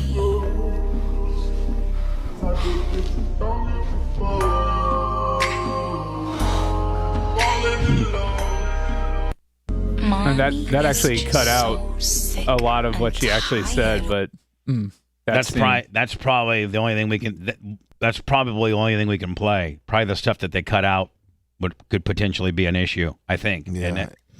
She was so damn hot in that movie. Yeah, what does she look? What does she look like nowadays? I mean, Barbie. She's still damn hot. Barbie. Like, not a lot's changed. She downgraded to Barbie. No, but I mean. Was she like 23 at that when she shot that? She's 33 now. Yeah. So yeah, it was about 10 years ago. She's probably hotter. She's a dime piece. She's probably even hotter. She's got another 2 good years left. Has she had any kids? That was a shot at on. I know. I think she's had one. Yeah, but sometimes a kid will tear you up. Has she? I don't think she's ever been pregnant. I thought she had one. Let's find out. If only we had a computer in front of us. I sent you pictures of 2023 Golden Globes and stuff like that. I'm just saying. They don't have children. No. That's as of July 19th. So unless she popped one out in the last 2 weeks. Now, let me, hold on. This is 4 days ago, right here. Who is she with? You said. She's with Tom somebody. I don't know. Tom somebody. I'll tell you who she's with. I'll tell you who she's with. Some real lucky dude, right? Like that's who the hell she's with. Tom Ackerley. Yeah. No idea. Who go that is. Tom, go. Changing my name to Tom Ackerley. My Lord. And this is 1 day ago. Yeah, still hot as hell. And she's Australian, which makes her even hotter. Because that accent. Will she talk that way too? Will she be like, yeah, oh, hey, yeah, I can't. Sound like she had a not like that. I can't do an Australian. That's Austrian. I can't. Get in the chopper. I can only do redneck. Good day, mate. Throw another shrimp on the barbie. Yeah, I can't do that. Welcome to Outback. She's a good Sheila, I'll tell you that much right there. Waltzing Matilda, waltzing Matilda. I don't know none of that. I mean, good evening, mate. How about the Outback and the Barbie? Yikes. I come from the land down under. He said, give me a bite of his Vegemite sandwich. That was closer. Ugh, Vegemite. Hold on. I had him in studio. He was a great guest. Yeah, that's one of the best in studio performances. I think. Oh my God, I'm such a fan of his. He was awesome. He was. That was one of the best live performances on your show. Him and then who's the other guy that you had on a bunch? Richard Marx. Richard Marx. Oh my God. What's the guy from In Without? What's his? Colin Hayes. Colin Hayes. Colin Hay. Is it Colin Hay? Colin Hay. Colin Hay. I think it's Colin Hay. Yeah. Oh my God. He's a great songwriter. I reached out to him. We should you did? Ages ago. Because you told me to, and I don't think I got a response. We are repurposing it. We repurposed some of that stuff for locals, like we did with the for the local page, and then you're also putting a lot of that stuff up on our podcasting world. Yep. As well. Yes. He's like a Peter Frampton doppelganger now in his old age. The two of them look a lot alike. Yeah, but I mean, like, I've seen more and more pop culturally popular shows and things start using that song a little bit more. Like, I mean, I'm hearing that song. The couple was it? He did what was it? Who Can It Be Now? Who Can It Be Now? Down Under. Overkill. It's a Mistake. Overkill. Right. I think it's Down Under is the big commercial one that I keep hearing. Yeah. Who Can It Be Now is a pretty good one too. But well, God bless them. And now that he's even gotten bigger. You know, man, when they have to sell out the Capitol Theater, they call us. But once they're playing at the amphitheater, then they no longer need us. No. Kind of seems. Remember at one time, man, we had Night Ranger in here. Sure did. Remember? Yeah, that was. We actually had Night Ranger in here. Another good performance. You haven't had Mindy A. Bear in here in a minute, right? No, I haven't. REO Speedwagon too came in. They were good. Well, not the band, but Kevin Cronin did. Yeah, but he was performing himself. God, we used to get all that. I don't know but I don't think a lot of those people do that thing. I don't think they do radio anymore. Colin Hay will be in Tampa September 26th with Ringo Starr. We should try to get him on. A lot of the bands now, because I've talked to a good amount of the managers, they don't like waking up early. Yeah, That's the problem. Yeah, they're like going to the studio is kind of like not the way entertainers do it anymore. Have you seen Colin Hay's wife? No. Whew. She's a dime piece. Send it to me. Cecilia Noel. Get it over to Lummy to get it over to me. Lummy, do your thing, buddy. Bing it. Yes, sir, Brian. We have an inner IM system. Yeah, I don't know he that said it's I'm not doing that. Lummy, bing it. I sent you some images of her. Thank you, Lummy. Yes, no problem. And thank you for not taking his head and popping. Those aren't even the good ones. I'm trying to give you direct orders. You know what I'm saying? Yeah. Where's his wife at? I was trying to give you something. The top one. Do a Google search for Cecilia Noel. Brian, I was trying to get him something to look at. Okay, Colin Hay wife. Yeah. Well, why don't you? Okay, I already typed in her name. I sent it over. All right, did you send the other one over? Yes, I did. All right. See, I mean, she's Peruvian. It just goes to show you, a man that has a little more intellect would know which one to search for and send to him. See, what Brian could have done in one step, it took you two. Well, no, because I already no, it did. Hold on, I already had that search in Colin Hayes' wife and said to you when Brian said her name. So I already sent it over before I got her name. Yeah, well, I don't know what you just said, but I think that Brian audibly suggested it before you got it to Well, me. he didn't get it to you. So you're trying to say I that don't have the inner show chat pulled up. I don't have it on here. Lummy, yes, you're trying to say that you had it on our inner chat system. You had it on it, ready for me to click on her before Brian audibly brought her name up. Correct. I had Colin Hayes' wife on there before. No. Not Colin Hayes' wife. Further, her name, because when you search Colin Hayes' wife, you get a bunch of bad stuff. You don't get this. Yes. You get here, I'll show you. I know what you get. I saw it. I mean, so you'll admit Brian fine-tuned your search. Yes, he did. Okay, It took me an admit extra it now. Admit it.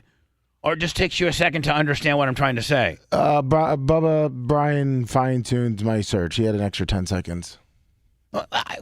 We don't got to put the last part. What's with the disclaimer there, buddy? I don't know. He knew her name, and he knew that you get a more thorough search of her I was by discombobulated. name rather than just doing some so vaguely as Colin Hay wife. He had to find out her name though by typing in Colin Hayes' wife, which I was trying to get it because I got it from Colin Hayes' Wikipedia page and clicked right on her link. Right. I didn't even have to search for her name. But you still had to look it up. But Lummy, what I'm trying to say, I didn't know it off the top of my head. What I'm saying, Lummy, is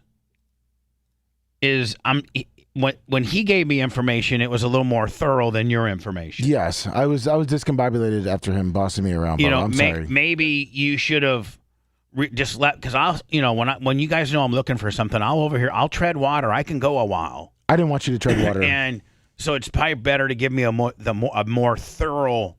When you send something to me, it's a little more thorough than just sending me a bunch of crap that we have to wade through. And just let me over here and tread water a little bit. Hold on, what are you writing down? I'm writing down this disclaimer. Oh, what? I've been yelled at before by letting you tread water for when I was looking up something. Sorry, his swarminess is rubbing off on me, Bubba. I'm sorry. It is infectious. It is infectious. He is like a disease. It's like a tumor. I can't believe I said that. I'm sorry, Bubba. But now you're coming back with comebacks. I know. So, as you're apologizing to me, you're then re-zinging me like rather than just be a genuinely I'm sorry deal. Then you zing it. I'm sorry. You put a condescending, schmarmy, toothy type spin on it. I know. Like, what's your problem? Him. He's rubbing off. That's what he does. It's a babyface rub. Red, everyone. Macho's probably going to start zinging soon. Anna's being Anna. I'm staying out of this. She didn't have an effect. Brian doesn't seem to affect her. Oh no, he does. I have no effect on Anna. So Brian brings an interesting energy in here, does he not? Yes, he does. Is it one? Is it? It's the shirts. Is it good energy or is it bad? Everybody step up. I mean, let's just talk like men's. Let's talk amongst us men's here. Let's. I sent you some good pictures of her, Bubba. I got into Lummy's Trillion. So are they on Lummy's? Are you BRN master? Yes. That's slave driver. That's the name I have for him. He's my master. That's what it says. BRN master. You're on. Is it on Lumix's? Yeah, it's from Lummy.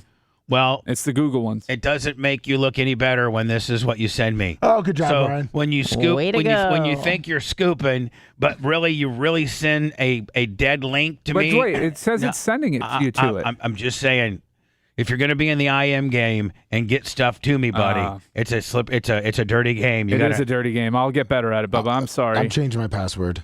I'm not going to get blamed for this. Lummy, you're so stupid that you let him infiltrate your IM system. Well, no, I left it up there because Dr. Dan needed to send me something, so I logged I know, in but real quick. so now he has access in here. You better. I mean, he could start sending me stuff. He is. He's typing. That I'm thinking you're sending me, and then I open it up and it's stupid stuff. Now, by the way, I hate Brian. By the way, I hate Brian. By the way, I only pretend that I like him. Damn, Lummy. Is that the message when we send each other little messages? Yeah, I hate Brian, by the way. I only pretend to like him. No, Lummy, listen. Yes. Only me and you can see these, okay? Yes. Nobody else can see these. So I want you to answer. I'm gonna ask you questions. And I want you to be honest, okay? Okay. Only me. This enter IM is just me and you, right? Yes, it is. Okay. If you had your chance, would you get rid of Brian or keep him? These little bubbles were going fired. I'm not supposed to talk. I guess I'm. No, you're not reading it out loud. I'm sorry. I'm not supposed to read that out loud, am I? It's supposed to be a secret, right? Yeah, that's right. Lummy, if you could smash his face in, would you? Yes, I would. We're not supposed to answer this, but Brian, sorry, buddy. I think I have to go to Word so we can regroup. I don't know if we're behind. Sign out. I don't know if we're behind, we're ahead. I don't know what, but I think we need to burn a timeout. We're right on time. This is what hell sounds like. You're listening to the Bubba the Love Sponge Show. My messenger even answering questions about himself. Yeah, but I knew that my questions were being answered by him because he was being extra stiff. Exactly. Actually, I would smash his face first and then get rid of him was me. I know. And then the trail of teeth and blood would be amazing because I realized Lummy chats in all caps like a caveman. It's like Bubba can read it. It's like Bubba's emails. Oh, Bubba's eyes are fine. He goes to distant optical. He's saying you have bad eyes, Bubba, and I don't believe it for a second. The trail of teeth and blood would be amazing.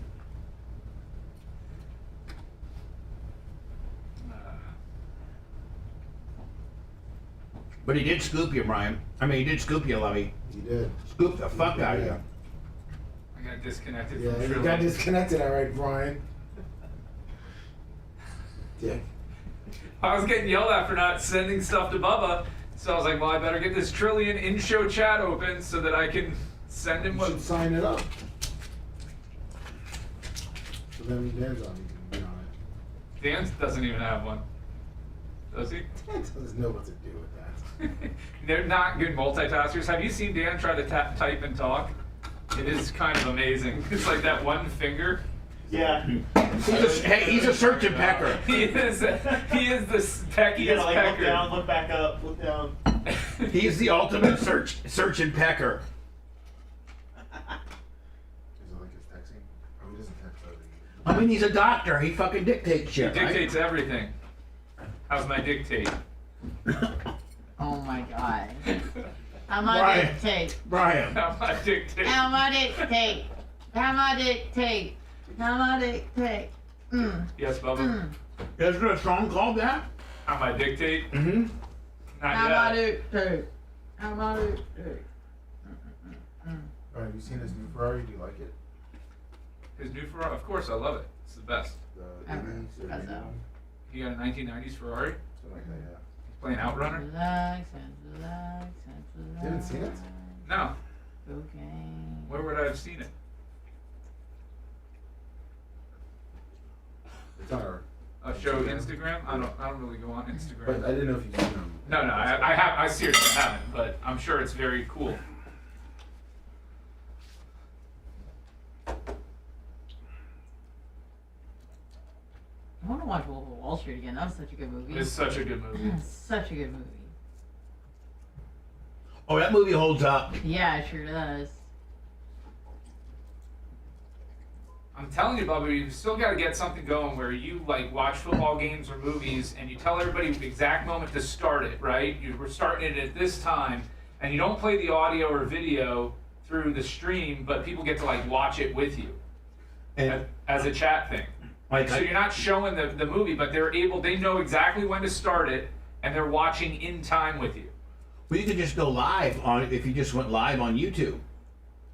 Yeah, no, I'm saying that, but what I'm saying is that, like, let's say you're watching, because with a football game, it's easy, right? We're all watching the same thing. But with like something like movie night with Bubba, you would tell them when to start the movie on whatever they're watching it on, and then they would be literally watching the movie with you while you're cracking jokes or talking about the movie. At least, like, part of it? Live? On local? Yeah. On like NFL? We could, or we could potentially get in trouble. If it like wasn't as big of an entity as the NFL, we'd probably be fine. But Yeah, they're going to copyright violate. if it's like if it's behind a paywall and we're showing NFL clips that we don't have access to, it's illegal. I still think the football thing would be good. Yeah. Like what Peyton and his brother does? Exactly like that, except you don't even have to show the game. They know. Yeah, I got buddies. You're watching. I got buddies that do that on YouTube for the Bucks games, and like they get a considerable amount of viewership and money, and people that tune in. Well, I mean, can you show me, privately show me their channel how they do it, okay? Yeah. Okay. I would love to do that. Yeah. I've been saying it for 2 years now. Yeah, it's fun. But I have to have somebody to play off of. Yeah, you get a couple people in here for each show, and you mix it up so it's not the same dudes talking every week. You know Dan would be here every week. Well, maybe once every month with him would be good. That's enough. With And we watch a game. With his limited sports And we watch knowledge. a game, right? Oh my god. And we watch a game. This number 13 for the Bucks is pretty good. When did they get him? I like that number 12 guy. Where's he at? What happened to Tom Brady? Is he hurt? Then we can say, like, man, that fucking cheerleader, that bitch is hot.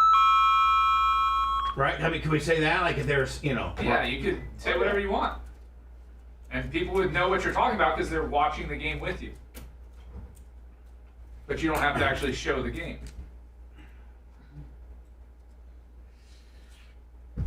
But I almost might have to have you in here as my kind of like my straight guy /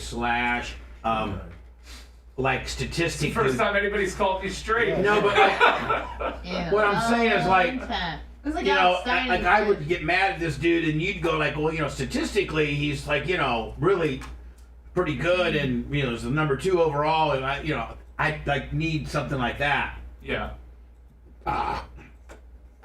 Like a stats guy. And when I imagine the Seminoles are A going to have smart ass stats guy. I imagine the Seminoles will have their sports book up by the fall again, since it's been deemed to be legal by a judge.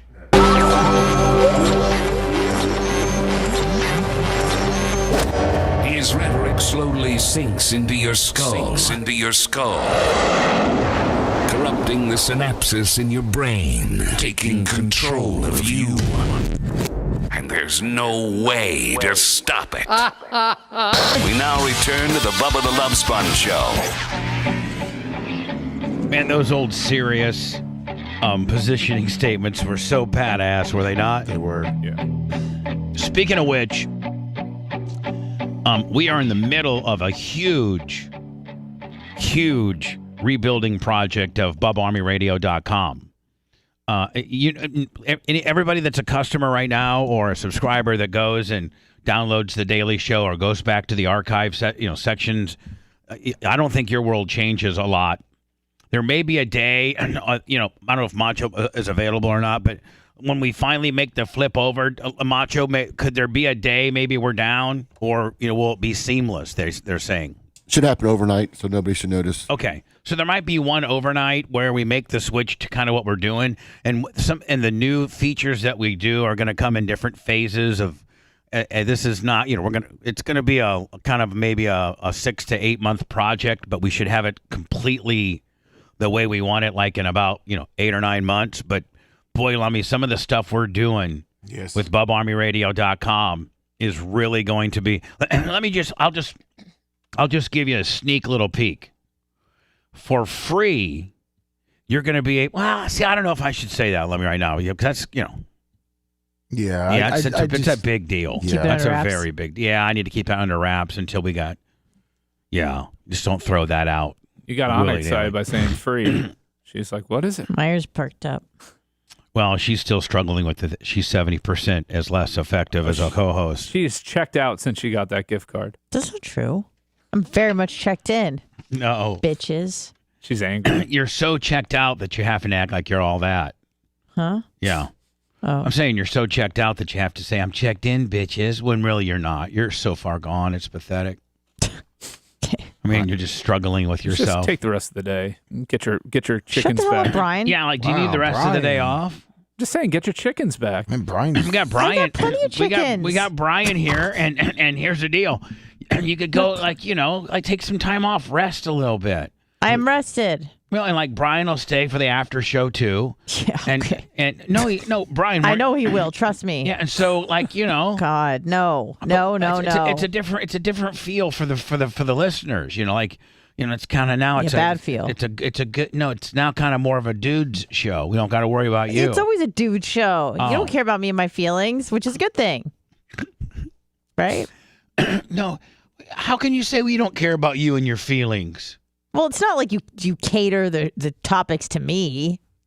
No, but you're the ones that give me the topics. Exactly. So don't act like you don't have clean hands in this, bitch. You're right. Don't act like, hold on, bitch, you're going to have to say I busted you, because I can see, like, you get your own agenda in there. You have your own, the stuff I like, but you also have the stuff that you like. That And you make you don't sure talk about those things. That's okay. No, sometimes I do. Sometimes I do. She was really hoping for that Lizzo story. I sure was, man. I tried to drop it in like 4 times the conversation yesterday, and you didn't bite at all. And the thing about it is I find it an interesting story, and I want to talk about it. It was so insane and crazy and hilarious, and it didn't even touch it. There's some pretty good details. All right, Bubba, such good details. Okay, then tell me that. She's getting sued for calling a girl fat. By It's like the irony is just it's beautiful. It's chef's kiss. All the sex shows. Yes, the banana out of the vagina. Everybody can shut up. I got a new rule. I'm getting ready to lay down. Jesus, God, everybody hush your mouth up. God, everybody slow down. Lummy, get your Bible out. I'm getting ready to make a new constitutional act. All right. An amendment, if you will. Within the Bubba world. let me from time to time, like, we got a score call, we got a scoring system, and we just, it just got certain rules. That's 2 rules for the day. Uh-oh. What was the first rule? When getting dumped, -5 for the score. No, that was a rule within an already rule. That was a clarification with an already rule. That wasn't a standalone new thing. That was an editing of a current system we have in place, correct? Correct. Yes, correct. God, because I don't know. I didn't know that we. He's slow. He was processing. I tried to give him a chance, and it was dead air. I know. I mean, you gave him the gentleman's time, and then to save the bit, you had to come in and do it. I mean, technically, perfect, good, great timing for Brian. Give him 1 and give you a -1 for slow response. I wasn't slow response. I was going to say it was technically we've never had a rule that said you get -1 if you get dumped. That was never a rule. So but don't you understand that ruling is within a new thing we're doing? Like it's like, like the -5 is we're talking about a -5 on a current little game that we're playing on our show, right? Yes. It's already been established, right? Yes. Okay. Well, that's so. This new rule you're saying has nothing to do with anything else. Yeah, this new rule that I want to make right now has nothing to do with anything. Has nothing to do with that at all, or anything. No, it's brand new. It's a brand new idea. Okay. It's a brand new idea. And the new rule is this: Anna, if by 9 o'clock, I've missed what you feel pop culturally is something we need to talk about by the end of the program, then you just can blurt out, like you just said. I did. I want to talk about the Lizzo deal. It's really exciting. She threw a mic at a person, and it was that's the other black Cardi person. B. Oh, sorry. That's the other black girl. Well, there's more than 2. I'll tell you that. Don't we have 2 famous black girls in the news right do. now? We got Cardi B, Maybe and then even we got 3 if you count Kamala. And Beyonce commenting on Lizzo. Or not commenting. I'm sorry, I'm not. I'm trying to get you big on African American Black Girl female News. Okay, Black Girl News. There we go. That's what we're gonna start calling it. How about we start having a segment called Black Girl News? Oh, How about not? Favorite. No, let's not do that at all. Oh, man. That sounds like I'm going to step up in here as your attorney, Bubba, and advise you strongly against doing that until the day you get a black girl on your staff.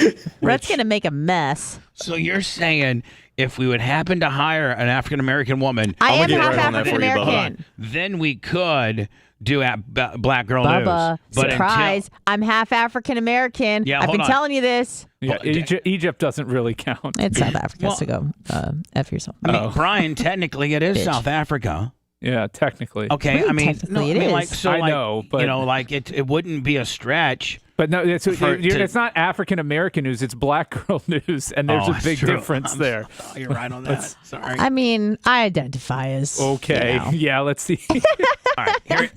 Canceled. This doesn't have anything to do with Black Girl News. Sister Girl News would work. Although I do like that concept. Let's just that's a whole different deal. That's another day. Okay. But if by 9 o'clock I've not touched on something that you pop culturally think is something we need to talk about, or just even something we need to talk about, like it's a political issue or whatever. If you feel as if I've not gotten to it, then you let me. I'm writing this down. She has the okay just to blurt out, Don't forget we need to, or however. I'm not even telling her how to blurt it out. Okay. Just blurt it out that we need to get to it. Should I say, Bubba, we need to talk about this? Yeah, Bubba. I did that yesterday. It didn't work. Yeah, but did you make it all? First of all, the rule wasn't there yesterday, and secondly, that's true. And secondly, did you just bitchy say it, or did you it's all about your delivery. Her and Rhett were sister growing about it, so yeah, we're like, dang, isn't that funny that Lizzo is getting sued for sexual assault and harassment, battery, whatever she did. She was firing backup dancers because they quote got too fat. Bubba, someone S themselves on stage because they were too scared to excuse themselves to go to the restroom. That's hilarious. Real quick, sidebar here. Okay, Red, you guys got would me. you smash Lizzo? You asked me that? Yeah. No. That's the bridge too far for you. Yeah, that's above my pay grade. Hold on, no. Not would you bust a girl that looks from Tampa that's broke that looks like Lizzo. I'm talking about blasting Lizzo. No, I wouldn't. Why not? I would. I don't know. She's just annoying. I mean, can you imagine? Man, that just shows you how much street cred you ain't got. Because I don't want to blast Lizzo. Yeah, I mean, do you know how cool that would be? Racist. Oh, clearly. Lummy, do you know how cool it would be? Be like, Lummy, guess what? What? I did sleep with that one famous girl in Chicago back in 1989 that nobody knows. Yeah. But she was only famous for a minute. Oprah? She had one hit. That's my big celebrity. I don't have any other than that. Yeah, but if I was like, hey, Lummy, I blasted Lizzo too. Whoa. For Wow. real. That's Like, street for cred real. right there. Yeah, and then you like, man, well, tell me, like, she's a little bit big. A little bit. And it got, I'm big and she's big, but we were rolling around, and How was it? Was it good? I think, well, She can play the skin flute as well as she can play the president's flute. she's got good oral. Oh God. She gave me good oral, and She has good embouchure. and she was mouthy and talked naughty and everything. Hell yeah. That's hot. I mean, yeah, Anna. I mean, Did she jet ski? did she jet ski? She tsunami'd. Mm-hmm. Yeah. My Lord. It was like a tidal wave. You felt like a Thai villager being swept away? Yeah, it was unbelievable. So you're saying, for real, Rhett, you wouldn't blast Lizzo? I would. No, I don't think so. Lummy, if you were a single man, if you were single and you had a chance to blast Lizzo, just so you had a story for the boys, right? Like if Thursday Bowling League, Sweet Lou Lip says, "So, Lummy, what'd you do this weekend?" I blasted Lizzo. No, the Lizzo? The Lizzo. No, like the big fat girl on TV. Was it good as hell? Oh, it was good. Oh, No, yeah. for real. No, Lummy, I took you off 400 pounds. really? Where's it? I took her to Pound Town, put in the gorilla position. It was You hard, did- but I got it. What was hard? You were trying to accomplish easy. the mission. Easy. Sorry. See, Rhett, like I'd scissor her too. Even Brian, if you were single, oh God, that'd be cute. if you were 100, I'm talking about Las Vegas, Brian, when you were running hard. Yeah. You could have a threesome with just her. Right after your divorce, man, there was a period of I don't know how many years that you were running pretty hard. Yeah. Right? Mm-hmm. That Brian, if you were in Vegas and Lizzo was doing an act and you had a chance to blast her, I mean, would you? Hell yeah, I mean, that's a story. I'd have to have a bag of flour by the bedside. I don't need to hear the high spot on that. I know what it is. You got to roll in the flour to find the wet spot. Yeah, that was my grandpa told me that one. That was funny back in '82.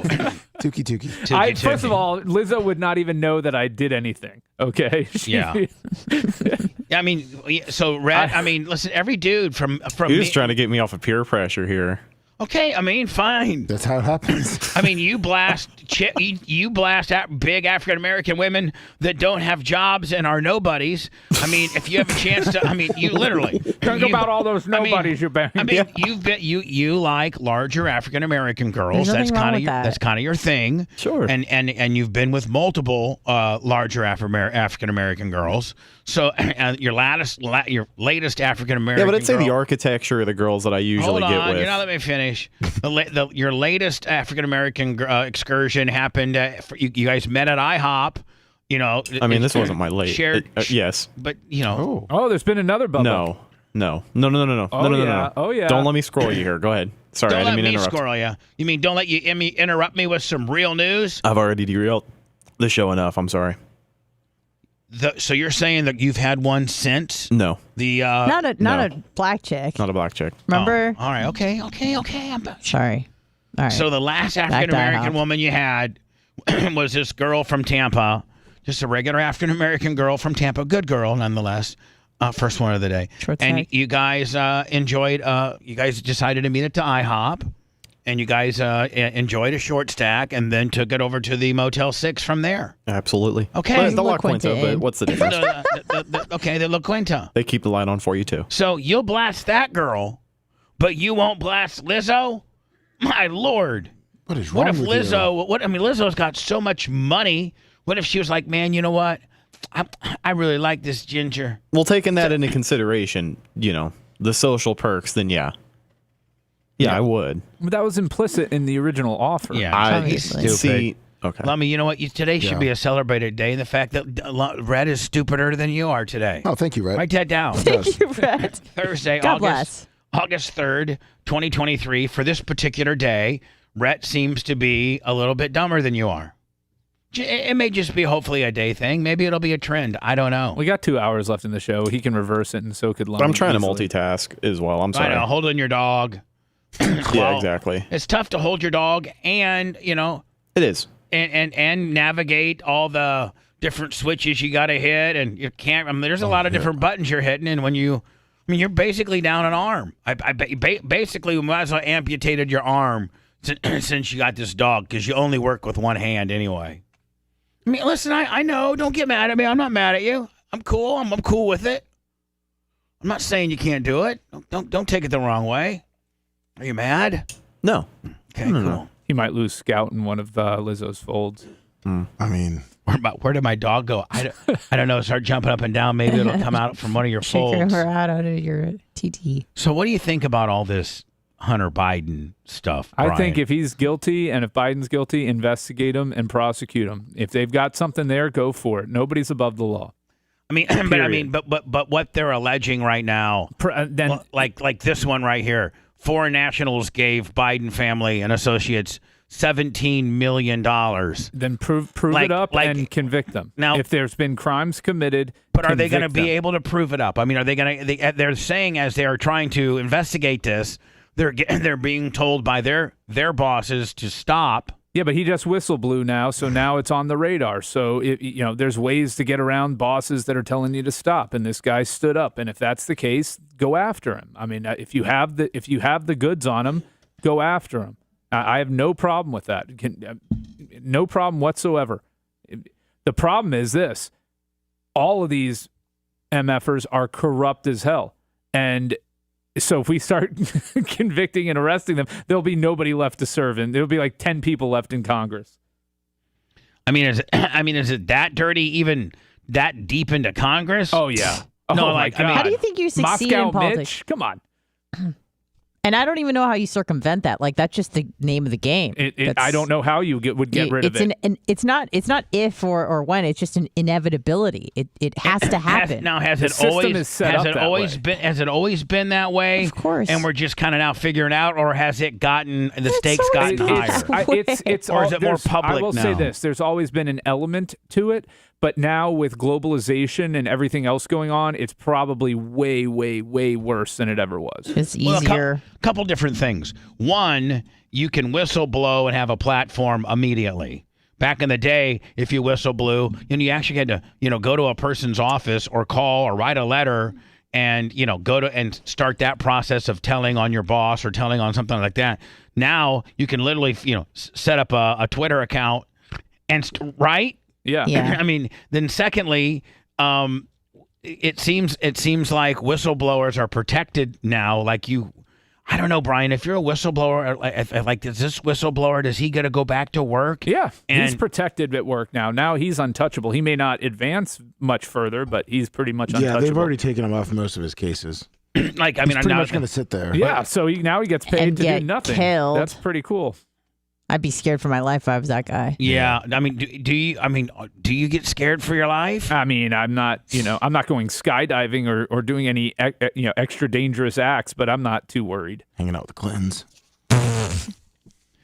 All right, so Anthony Weiner. Now, aren't they saying that if indeed the Biden family took $17 million, I just don't think that you as the Biden family would do something that stupid in public, would you? They didn't do it in public. They don't do it caught. in public. They were drunk in a bar. They put them in public. No, what they did is create shell companies and pay family members through shell companies is the allegation. And it makes it a lot. You can make it really hard to track and follow money. Forensic accountants and forensic people within the IRS are able to do that, but it can take a lot of discovery, a lot of paperwork, a lot of unwinding of things, looking at tax records, documents, bank statements, foreign bank statements. It can become very complicated. Didn't one of the whistleblowers, Hunter, told that it would take like 5 to 7 years for them to 10 years. 10 years. 10 years. I mean, that's one of the allegations of what he said. Now, part of the problem is this, and this is part of the problem when you have this is a lot of these quote unquote whistleblowers or these people that are going to come forward with stuff. and then nobody delivers on it. It makes it a lot harder to run with the story when they say, this person's going to say this person's going to say that, or we have proof of this, proof of that, and then you never come with the goods. But that's part of the issue. Didn't it also help that Hunter left his laptop somewhere that had some for like evidence 2 against him? years? Yeah, I mean, 2 laptops. You know, he's clearly he's not a good person. He's a troubled human being. And, do you think Joe ever tells him like, "Man, I wish you died instead of Bo"? I mean, I think he thinks that for sure. God Now, damn it! how much? Sorry, Dad. How much? Sorry, Dad. We see the headlines that they got this and they got that. Well, how much do they really got on him? Like, based on what your investigation? Oh, they've got enough to pop him for the tax crimes and fraud easily. I mean, that plea deal fell through. So was that plea deal really a sweetheart deal? It was a super sweetheart deal. I mean, was it so sweetheart that it got? Was it so over the top sweetheart that they should have made it maybe just a tad stiffer so that it didn't get this much blowback? Yeah. When you get this deal, hopefully if they would have had a schmarmy ass Brian Matroni that said, "Hey, listen. If I can put my 2 cents in as counsel, this is such a sweetheart deal, and I'm glad. I'm glad we were able to get it done. But we might want to make it just throw some type of stiff kicker in here where he does a little bit of time. Well, house arrest. Put him on house arrest. Something. Yeah, I mean, something. Which would probably benefit him in his addiction. What was the plea deal? Was it just like probation? Yeah, it was probation. Just a straight fine and probation. I mean, like even like honest to God, Brian, even if it's 30 days in jail, even if it's 10 days in jail, and then house arrest for a year, that's more. I mean, he got probation, which means you got to show up to a probation officer once every 30 days, right? That's all that matters. That's all you got to do. Yeah, pass drug tests while you're on probation. Yeah, I understand which would that. probably be a problem for him, Not which is really. probably why the deal fell through. But I mean, Brian, part of being a lawyer is being counsel. And you're supposed, to give good counsel and good and maybe and good throw in information. a few prank calls. Nobody, Trying to take things out. Brian, nobody would have blinked an eye at this, or it would have been near, this on the radar if this would have been, 30 days in jail, and then a 1 year or 18 months of house arrest, and then probation for 5 years. Nobody would have the best thing for Biden's campaign. And nobody would have, right? I'd be like, what? Hey, the guy's going to go do some time. Yeah. The guy's going to be on house arrest. And kind of like with the Orlando deal, you go, my son's got a problem. He's got an addiction. He's trying to kick it. We need to get him some help. Right. Like, keep reiterating that. Right. Yeah, make it something that the middle of America can relate to. Right. Everybody's got a An junkie opioid family crisis. member who can't kick the habit. Right. Everybody's got a family F up. Yep. Right. Yep. I mean, Raise your hand if you're the family F up. It's just Bubba. Am I the only one? Oh, I'll be there with you, Bubba. No, I guess I'm the only one.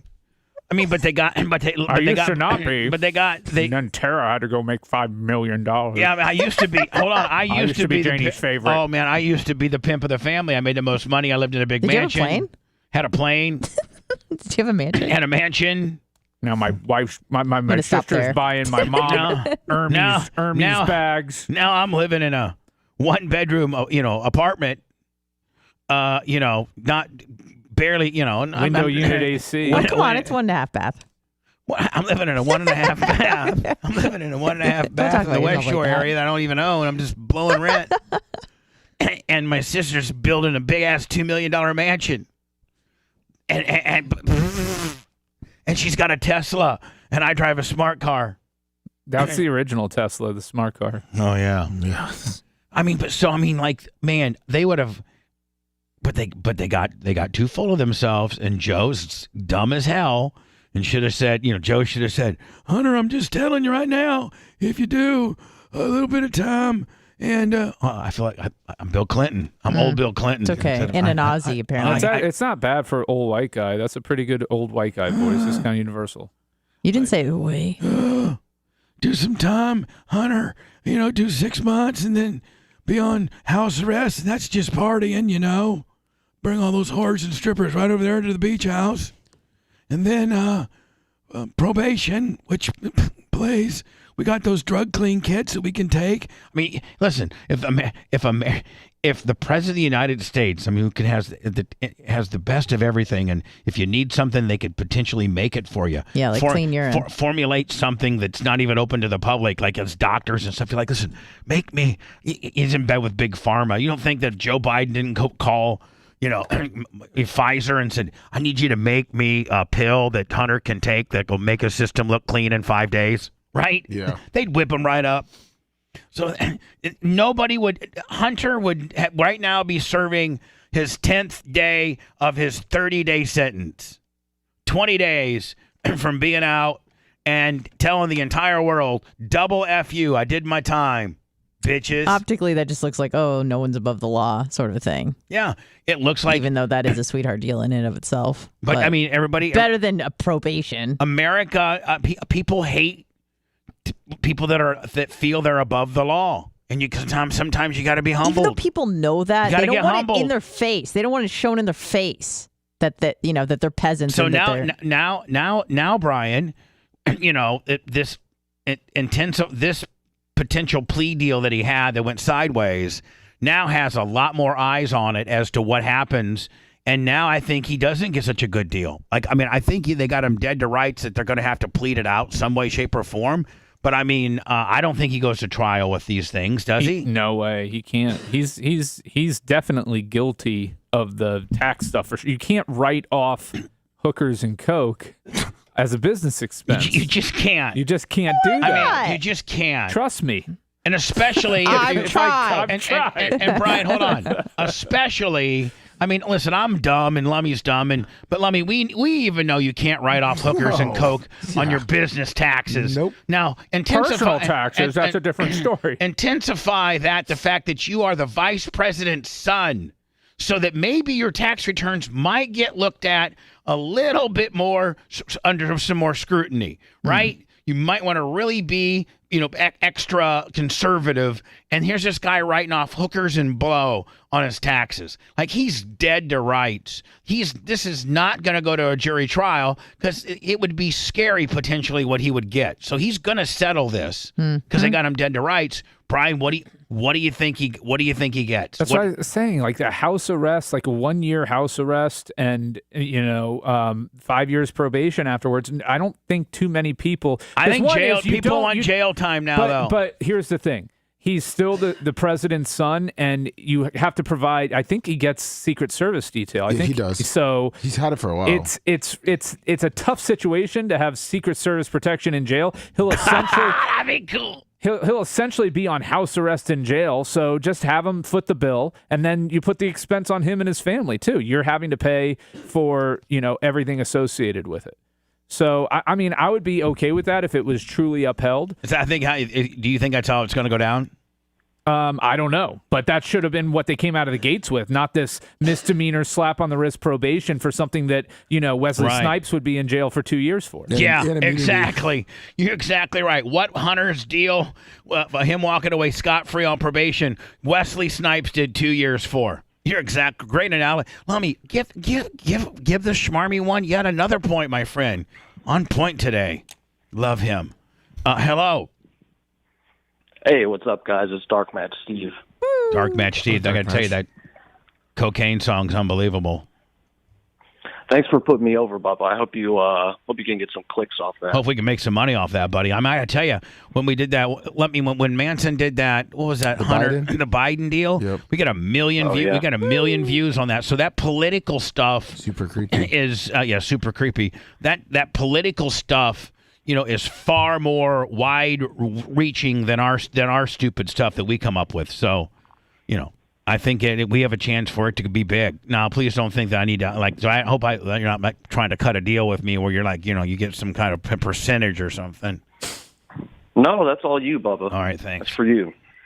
I love you guys. No, but if it would go viral and we would make some money, I think 10% would be. Let's cut a deal right now that I'll give you 10%. I got my lawyer here too to let's validate think this through before you verbalize things, Bubba.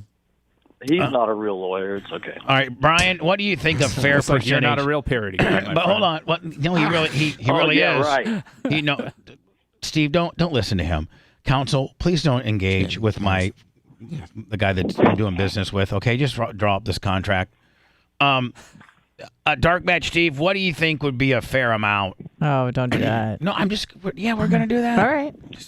Right? I mean, Brian, asking you a guy. No, here's the thing about negotiating. You make them come out of the gate with what they want. Oh. And what he came out of the gate with was nothing, Bubba. I understand. He loves you guys. I'm going to ask him again. Anna, don't tell me how to negotiate, okay? Yep. Or you'll negotiate yourself right off the show. Yep. Appreciate it. I know how to negotiate. Watch. So, Dark Match Steve, if I can track how much money this song could potentially make, what would you like? Like, I think I need to pay you something. I just really do. It's the only fair way to go. That way nobody can say I'm not a fair person. So what would you ask for compensation? And please, no amount will insult me. Yeah, right. Okay, let's start at 62% for me. What? 62. I'm insulted. I am insulted that you wouldn't even give at least the majority of it, to your favorite show that you know is going to use that money to continue this brilliance of a program. I can't believe I'm insulted that you think that, Without me, you got zero. God dang. Parody guys are going to union up. I was just saying 62 for Chad, okay, Bubba. 10% is cool for me, honestly. I did the song for you guys, so you can for get chat. 62 for chat. What does that mean? Am I gotta pay them? No, everyone uses 62. 62 for IQ. And Chad. Come on. Yeah. Everybody knows this. Yeah, I mean, Brian even Do you knows even it. watch the show, Bubba? Yeah, I know. God. 62. I know. I get it. But outside of the 62 caper on chat that I know about that you don't think I know about, but I really know about, bitches. It's my show. 62 wouldn't even be a thing if I hadn't made it a thing. Don't think I don't know about the thing that I made up. Jesus, ignoranuses. Yes, 60. Brian. Talk about 62. Ignoramus. 62 on you. That's reworking it and throwing it right back at you, kid. That's a true hand right there, buddy. It's a reverse double zombie dub reverse Blue Jay gimmick. And with an end around. Missed it. So, And a Dark Match 62 Steve. Willie. So we're not 62 in it. Yippee-yo. Everybody got the 62 high spot. Thanks. So what do you, honest to God, think, what would be a fair value for your services on this particular song? I don't even know, Bubba. 10% or, something like that sounds good. I have no idea how many clicks this could get or whatever. All right, so 10%. Like I said, I made it for you guys. I think it's fair for this reason, Bubba. Number one. No, hold on. I want to lock in. Yeah, I think I want to lock in saying that I agree 10% is fair, and I'd like to agree upon, me and you agree that you get 10% of everything that this particular song, Cocaine, that you redid with your own instruments and all that. First of all, you have to verbally now give me I own the 100% of the rights to this song. I own this song. Got to make sure you got to verbally to say that you own this song. I do. You're giving this song to me. You're giving ownership of this song to me. Publishing rights. Yeah, say that, please, right now. Bubba owns the rights to this song for this radio gimmick. Okay, whatever. It's far more than I think. Anyway, make a long story short, 90% for me, 10% for you of all proceeds this particular song makes. Okay? Deal? Yeah, that's cool, Bubba. All right, verbally sign it. Dark Match Steve, the songwriter. Go ahead and give me that verbal signature, please. Dark Match Steve. Perfect. We'll let you have your way of Brandon the Quad at BARP too. Yeah, you can be one of. You can be part of the brand. You can be part of. Brian. You can be part of the Brand of the Quad gangbang. Let's just turn Brand of the Quad's thing into a gangbang. Jesus. Any Bubba Harmony that wants to join in. Yeah, let's hold on. No. It's based on an extra $1,000. No, it's not that. It's based on Brand of the Quad and Caitlin's approval. Right? Now, see, Brian, that would be, we can turn it into a gangbang based on if Brandon the Quad and Caitlin both say, yeah, I don't mind that person or those people joining, but they have the first. Consent makes it less fun. Well, it also makes it less legal. Oh, Lord. It also makes it less legal, you dumb bitch. Jeez. I mean, Brian, would we not be more legaled up if we said, hey, listen, we're having a gangbang, but Brandon the Quad and Caitlin have to approve of those that participate. Yeah, that buttons of is us. course. Yeah, of course. Yeah, of Anna, course. shut up. It's not just anybody who wants I'm to do kidding. it.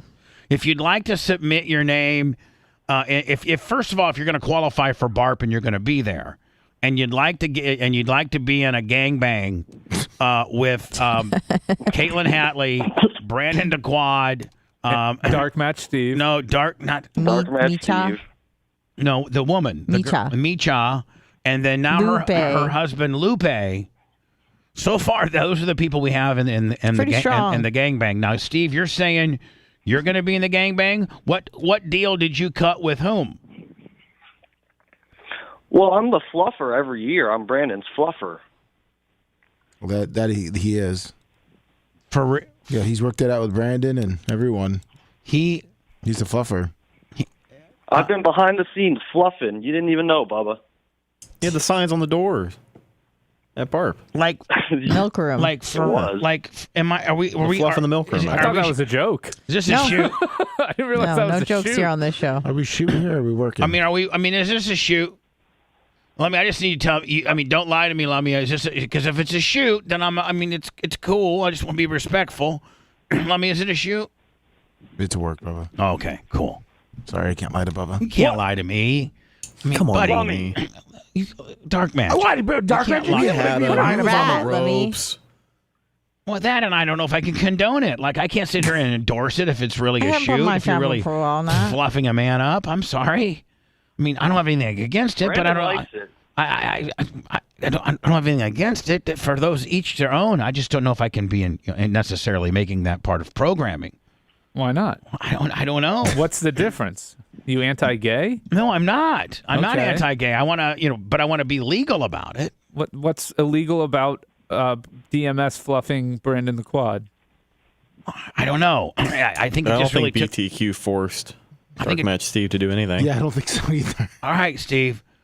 Wow. Okay. Well, 10%. Okay, buddy. Okay. Hey, but I wanted just got blown away. You guys go, literally blew me away. No pun intended. Guess who told me to say hi to you for them? A comedian. Guess who? Who? Pauly Shore. Nice. Oh, was Pauly down your way? He was at Side Splitters in at Tampa. Side Splitters, and I talked to him for a little bit after the show. He said to say hi to you, and he misses you. Yeah. Next time he comes back, let's have him on. Yeah. You can be chilling with the Wees. Yeah, that'd be awesome. All right, bud. 90-10. All right, sounds say good. it. Y'all have a Say good it. one. 90-10. Say it. 90-10. All right, Hell buddy. yeah, Bubba. Thanks, here. Brian, I really think that's a really strong binding contract. It absolutely is, really and think you it own the rights to it. He gave you the rights to it in perpetuity for all uses, not just the radio. And here's the real thing, Bubba. You guys are setting up the video. You guys are going to get it distributed. You're going to get it viewed on your platforms. He doesn't have those mechanisms available to him. Right. So 10% probably is double of what he should get. But I think it's fair ultimately for his overall contributions to the show. We'll see when he wants to be a real good-ass lawyer. He can be. He can be. Anna, I see you waving your $30 gift certificates. What? Again, acting like you're happy. I think that was in the past. Oh. Bubba, I think you're delayed a little bit on that. I think you need to refresh Willie, Boo Bear. He's like, why am I looking at Colin Hayer's wife again? Is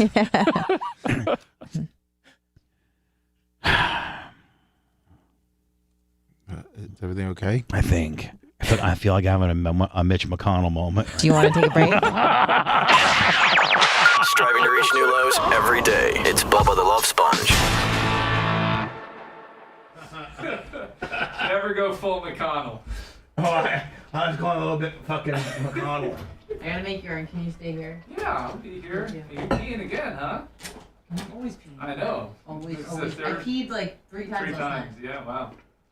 Yeah, you're in there for a while, too. night. Uh-huh.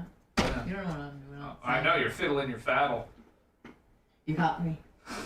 I'm flicking all the beans. Flicking the beans, looking for that little man in the boat. Yep. He's thinking. Bubba McConnell. Yeah, we heard it, Dark Match Steve. We're all listening to the show in here. How's everybody doing? Everybody got big plans for the weekend? Going out to Bubba Raceway Park? No, that's not open. You Still go. You should do tours on the weekend. No, shut. Would you just Ride the grader with Bubba. Will you just? Can you do me a favor and just back it down? The BRP experience. Can we? VIP at the BRP. Can we just? Jesus. That sounds healthy. That sounded wet.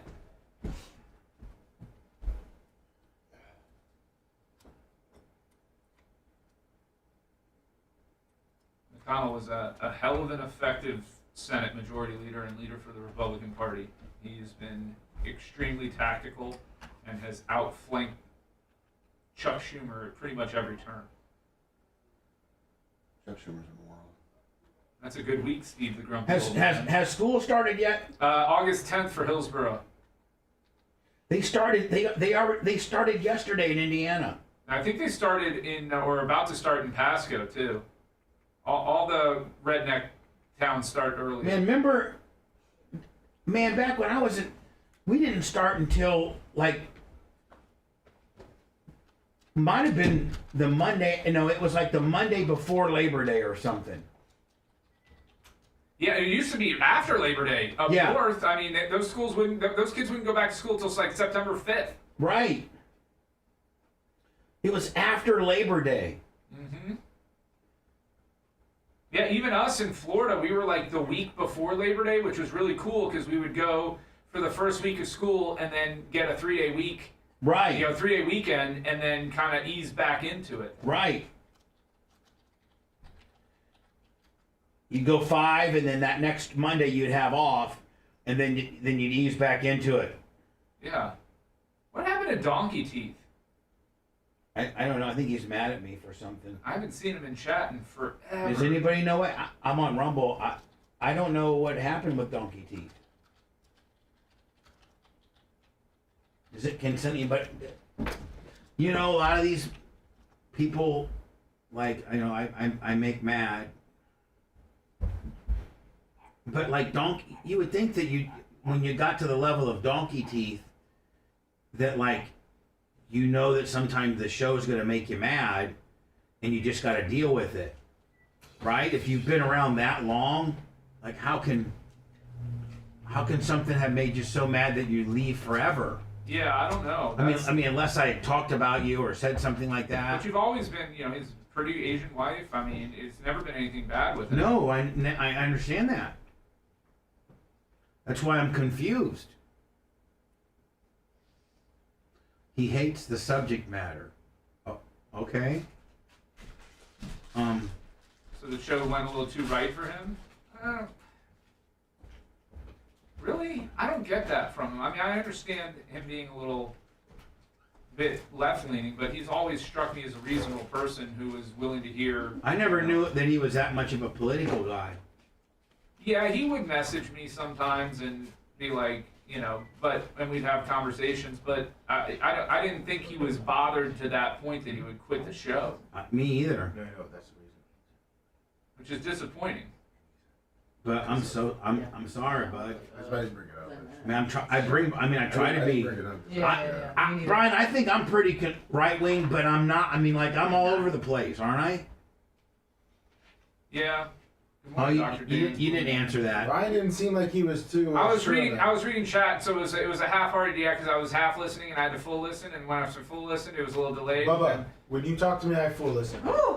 But Brian, which is about as good as me half listening.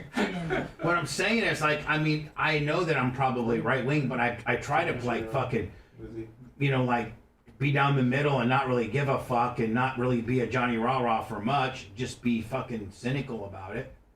Like, I don't know. Am I Johnny fucking conservative Willie Joe's? No. You're just not like super left, so everyone that's like a little right of that is fucking fascist. I like racing. Okay, I don't know what that means. What's his favorite race car driver? Bubba Wallace.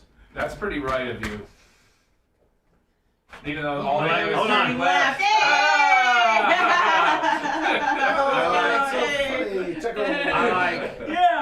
I like abortions. Okay, that sounds weird. I love abortions. I love watching abortions. Babies. I like having a gun, but I like going to an abortion clinic. I wish I could shoot that baby right We know in your the belly. positioning statement, Bubba, about what you feel people should be able to do. I know. So how does that make me Mr. Johnny fucking conservative tard? I don't know. I'm not the one saying you are. No, but I lost. They're saying I lost. I lost a listener. They're saying that not just a listener. I know, it's a pretty a big fucking pretty significant 5, listener. 4, 3, 2. I mean, one of the.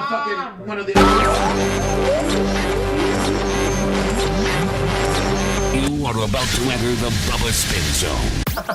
Are you sure you want to do this? Toss the salad. We now return to the Bubba the Love Sponge Show.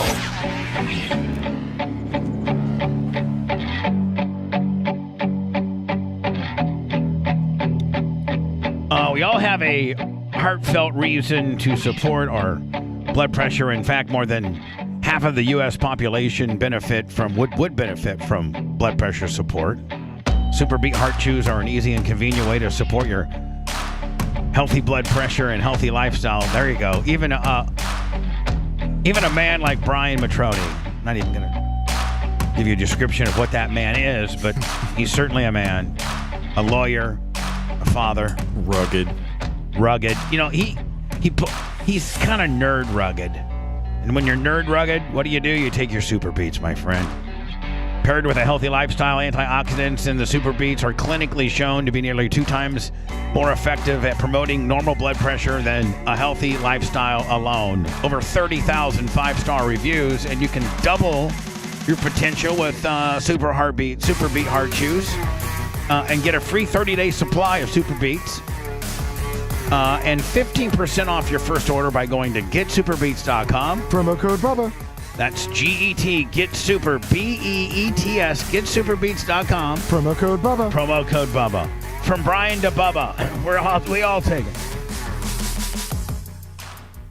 Lummy, never would I want Anna to have 1888 admitted on speed dial, but I got gambling got a little away from me yesterday, and we got today and tomorrow. Yes. And down to $20,000 Fake money. And 19 cents. Don't forget the 19 cents. So anyway, go to mybookie.com, and you can always use promo code Bubba. That gets you an extra on your first deposit. And I got like 2 more days that I'm endorsing these guys. And then we're taking some time off. And then when the NFL starts back up, they're going to run again. Sweet. Well, the NFL, look at that. Hall of Fame game tonight. Yeah. Bet on the Jets versus Browns. Oh, tonight's Aaron Rodgers' debut? Yep. Wow. But will he play? No. I doubt it. I don't know, man. The old Aaron Rodgers wouldn't have played. The new Aaron Rodgers taking pay cuts. Might just you know what? I'm telling you right now, Brian. The new Aaron Rodgers might go out for the first 2 series, and they have it already scripted. Him and Hackett are best friends, and they're surefire, high percentile passages. Well, you know what I'm saying? They're not all bombs that are only complete 15% of those. They're like really, really, really already pre-scripted plays, and he looks like $1 million.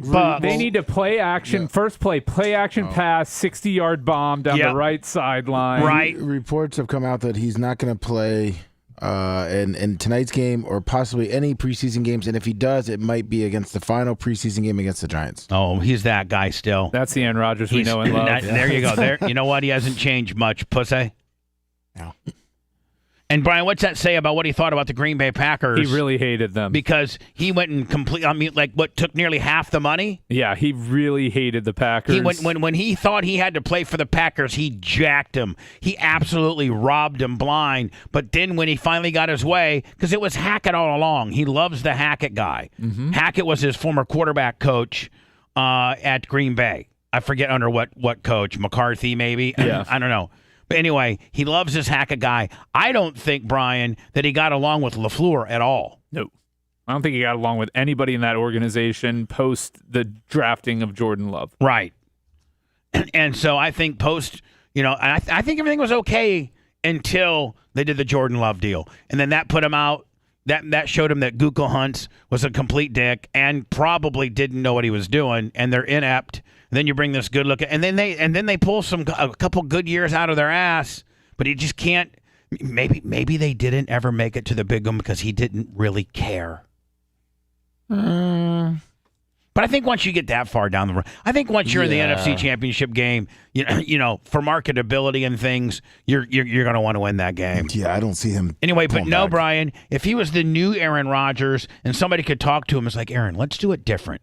Let's have you play, you know, a couple series each preseason game on just really, you know, play action packs, handoff, nothing, you know, Brian, nothing that would get him hurt. We're not having him go back in the pocket for a 5-step drop, you know, scanning all of your receipt. Like nothing that's going to get him crushed, but all just quick hitter stuff. And you can do that. Just one play. I would just have him go out there for literally one play. Not one series. No, just one play. Just have him throw a bomb and then get him off the field. Whatever. Yeah, anyway, you get him on the field every game. And it just, I mean, I don't think he could have handled this any worse as far as class. Right? I mean, it's classy to take a pay cut with the Jets. Yeah, the Jets love him. New York people love him. Yeah. I hope. I wasn't rooting for Jordan Love. Now I am. Have you seen the latest training camp clips? No. He's looking good. He's throwing bombs, man. Just kind of out of nowhere. I know everybody looks good in shorts and T-shirt, but it's a lot better than when he was missing the target net. I saw you in here earlier. You don't. A couple of years earlier. So anyway, Brian. let me mybookie.com. Promo code Bubba. If you wanted to, you know, you can bet on all that stuff. Major League Baseball, NFL, NHL, WNBA. I mean, you name it, they got it. They got all the sports booking, and then within the sports booking world, they got every type of prop bet within that game. It's like, it's unbelievable. It's the most complete gambling site there is. Then, Lummy, so we've been doing a little bit of that. Well, first of all, they put $20,000 in my account. Yes. Now they paid me, you know, my endorsement fee, and $20,000. They just basically told me, we'll set you up an account. Well, they put $20,000 in there, and then I started thinking, well, maybe this is real. But it's not been Have you real. tried to cash it out? Yeah. How many times every day you try? Maybe it'll work this time. So anyway, within mybookie.com, when we started, you know, being their spokesperson and doing an endorsement, they put $20,000 in this account. Make the check payable to the IRS. And we play single deck blackjack. And me and Lummy, you can go to live casino, you can go to lotto, you can go to racing, you can go to live betting, you can go to the sports book, you can go all kind of. Me and Lummy seem the little niche that we've gotten ourselves into is the casino, not live casino, but regular casino, and then we go to blackjack. Yep. Boom. Now and then the second one in single deck blackjack. Lummy, that's the game that we play. Yes. Now we've made a lot of money. Yes, we have. We've made a lot of money. But, Lummy, we've also lost a lot of money. As you can see, I went crazy this morning before you got here. Yeah, we're back to 18. Now we're down $2,000. At one time, Brian, I was I was at $50,000. You lost like $20,000 yesterday alone. So I figured Today's we'd play. the day. I'd figured. Now listen, we got $16,000 to last us for 2 days. We could do that. And we got Brian here, and he, you know, each person has their different ways of betting. So we're going to lean on Brian's betting knowledge, so there we go. Let's go 2,700. There you go. You ready? Yeah. All right. So Brian, you're helping. Yep. You're helping us. Okay. Here we go. Oh man, that hurts. That's a loser. That's just straight. No, that's what you call a loser. Hold on. They're gonna have an 8 under there. They're gonna have pocket 8s. Here we go. I think it's gonna be an 8 and a 4. Let's go. 8-8. Stand. Yeah, you have to. 10, 20, 15, 25. Oh. That's nice. Thank God for that 5. Yeah. Oh my God, right? Yeah. Thank God for that 5. If it's one card. No, but we have 17. Yeah, no, 6 would have been okay too. We would have pushed. No, we would have won. No, you would have won still. And they had to hit on a soft 17, which that's what it would have been a soft 17. Nice. Okay, so what do we? Let's talk about response. Now, by the way, if you ever have a problem with gambling, you can call 1-888-ADMIT-IT. Anna, I have before, and I will again. Being the concerned. Honest to God, there's been a few times that we've gotten too crazy into this gambling and start having a party, and Karen over there has called 1-888-ADMIT-IT and actually got a woman on the phone, and then we hit for $20,000, and she had to hang up on her because we're like, bitch, we ain't got no problem. It's not a problem if you're winning. When you're up $20,000, let me. I mean, Brian, if you you've never gambled. You don't have a history of it. You're not down $200,000 in life. You're just kind of a casual gambler. You're not Brian from Philly. And you're Brian Matroni, and you stop by the Hard Rock today on the way home, and you win $20,000. Yeah. When you walk in and you tell your wife, honey, I'm an hour. I texted you, and you knew I was going to be at the Hard Rock for just a few little bit, and you said okay. Do you know, honey, I won $20,000? Do you think the first words out of her mouth would be, "You have a problem"? No. If you said I lost $20,000, then you have a problem. I know. So Anna, I want a divorce. when the counselor on the other end goes, "So ma'am, how bad is the gambling?" And you go, "Well, my boss and my coworker just won $20,000.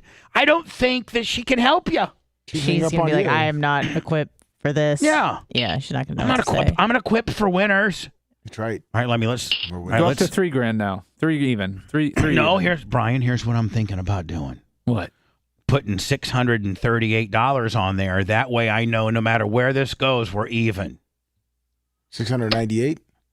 Well, I mean, see if I'm trying to get it down to, I'm trying to get it down to 20,000. You know what I'm saying? No, we're trying to get it up. No, down. No, if we lose, then we're even. Okay, We're so not right there. gonna lose. So if we lose, you'll be slightly we're down $1.81. If we lose this hand, we're down $1.81. But if we win, Lummy, whoa! All right, here we go. By the way, we're at mybookie.com and use promo code Bubba. This is actually one of my most favorite endorsements. Here we go.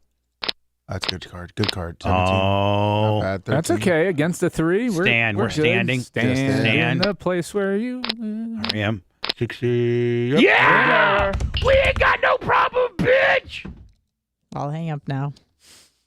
There we go. Man, Lummy, look at that. We're getting it back. Now, Lummy. Winning with 17s, All right, man. now, but hold on. Do we just... So now you bump it up to 3. No, what I'm saying, Brian, is like, do we burn a timeout and just say, okay, that's great for the day? No. Or You've got to lose all this by tomorrow. Or do we hog it up? You've got to lose all this by tomorrow. Hog it up. Hog it up.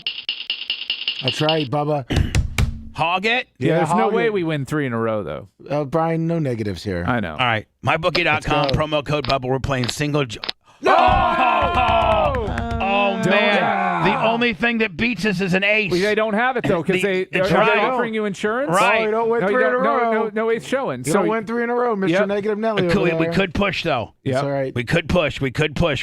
No, have a 9. Now, do we pimp out and split? No. Are you out of your mind? All right, here we go. Hold on. Here we go. Push. Told you we don't win 3 in a row. A push is a win. No, it's not. No, it's not. A push is a push is a push. A push is statistically a chance, and when enough chances go against you, it avalanches you. Yep. Oh, we didn't lose. That's not good. Oh, that's horrible. Oof. 15. You got to hit it, and we're going to get a 4. Hit it for the 4. I know, but the 4. No, we're good. You always ask for one less. I know, than but you hold actually on. need. There's only 2 cards, a 4 and a 5 that you win with. A 6. Okay, you got 3 cards in the deck that you win with, and you got I don't know how many other But cards. they could have 9 they cards. could have a 5 under that in that hole. Lummy, Lummy, I need you. I need you, Lummy. Lummy, I need you. I have a feeling they're going to have a 16, 17 have to hit. I mean, I would say, but Brian's the lawyer and he's the guest, so if we lose... This is on you, Brian, and you got to like your smart guy statistics, and when you were a degenerate and you used to go to gambling all the time. And the book says that throw you hit the book here. Out. If you want to go against the book, you stand. Yep. All right, what do you do? What do you do? You're honest to God. This is your $5,000. This is your $5,000. Well, what is the shoe at? Are we plus or minus on the shoe? We don't. We don't. We're know. not card counting here. No, we're just. You know what we're doing? We're having fun. Yeah. Just hit it. Hit it. Oh, are you saying your final answer is to hit it? Hit it. Oh man. 22. So close. But we had to. Still. We had to hit it. We don't know what was. Well, no, but we do now, and we had to have any chance of winning that hand. I mean, you're right. Yeah, you're right. Okay, this is. Lummy, this is it. This is. Yeah, we're down to 13,000. Like Anna, you would legitimately be able to call it. How crazy are you going to be if you find out tomorrow that you do get to cash out and it's only $1.98? I'm going to be bad, and I'm going to never deal with these people again. Oh, 6 versus a 5, you stand. Yeah, stand. Yeah, you have to. You got to hope for that he busts. Yep. Oh, boy. Well, Brian. That's brutal. Excitement is. Oh, my God. Okay, now here's the deal. Do we just put this away, go into commercials? Let's play the 3,000. You started with 20 today. Let's play that 3. We'll get it right back up. Or no, let's just there's no way we lose 3 in a row.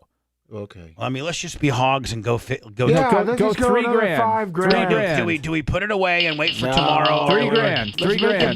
No, just 3. Just 3. Do we stop now or just hog it? It. Let's get closer just say to we 20. got this. Okay, now we will agree though. This is the last hand. This is the last one. This is the last hand. No, if we win this one, we got to play one more. Well, no, we cannot say that. No, it's the last one. Well, hold on. Let's just see here. Actually, yeah. We play until we push. Oh, no.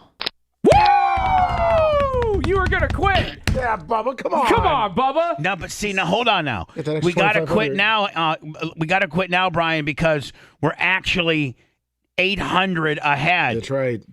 You got to quit now. Just go down to 3 on this next hand. Or play the 2,500 that we won bonus with the blackjack. How about we play 2,500 because that's what you won extra with the blackjack there. No. How about we play to make it an even 20,000? Yeah.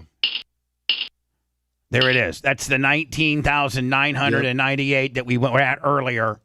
All right. So now we have to agree, though, Brian. This is the last hand. No, if we win, we keep letting it run. No, we cannot. We have to stop for time constraint reasons and for mental health issues. Okay, this is it. Like that 9. I don't like that ace. Oh. No insurance. Oh. Sure got insurance. Geico. If you're looking for that non-offensive broadcast, You're in for a surprise. You're listening to the Bubba the Love Sponge Show. I love the sponge. It's not that kind of love sponge. Because insurance pays 2 to 1, right? Yeah. Yeah.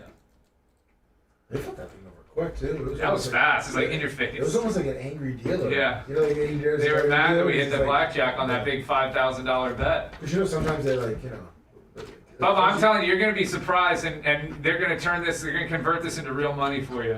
Yeah. We'll shoot ourselves. You know, like the dealers that you have like a good relationship with, they kind of like put you in there and they look at you and you're just like, and that guy was like, So I was at the Hard Rock once, and the dealer, we always play for the dealers. We're very generous. Yeah. We're just there to have fun.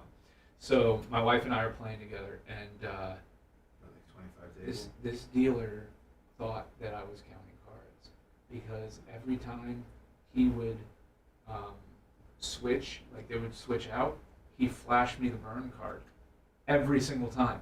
He'd show me what the burn was, because you know how they have the burn when they come in off the ship. He'd show me the fucking burn. He thought that's how well we were doing.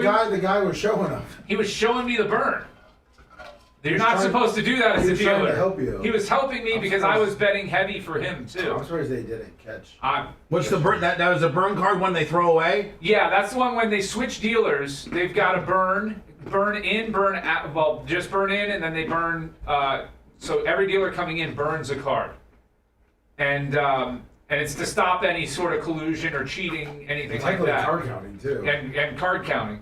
But every time he would come back on, the Yeah, but I mean, you only know one card. No, because you know the rest of the deck. if you're counting the cards. If you're counting the shoe, let's say, and you're betting, because I was betting erratically, because that's what I do when I play blackjack. I don't bet consistently. It's all a feel thing, right? So he was flashing me the burn card when he came back. So then you could add it to your shoe. So you can add it to your count, and have a better idea of what your odds are.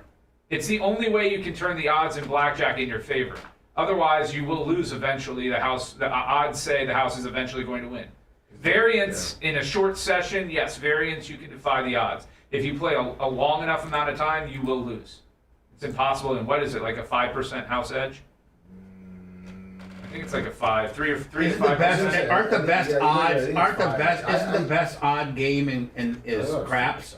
Yeah, craps on the don't pass line is your best odds in the casino. I think it was 3. Yeah, you went very though. 5. Isn't it almost 50-50? It's like 51 or 52%. If you just play the don't pass line. Theory?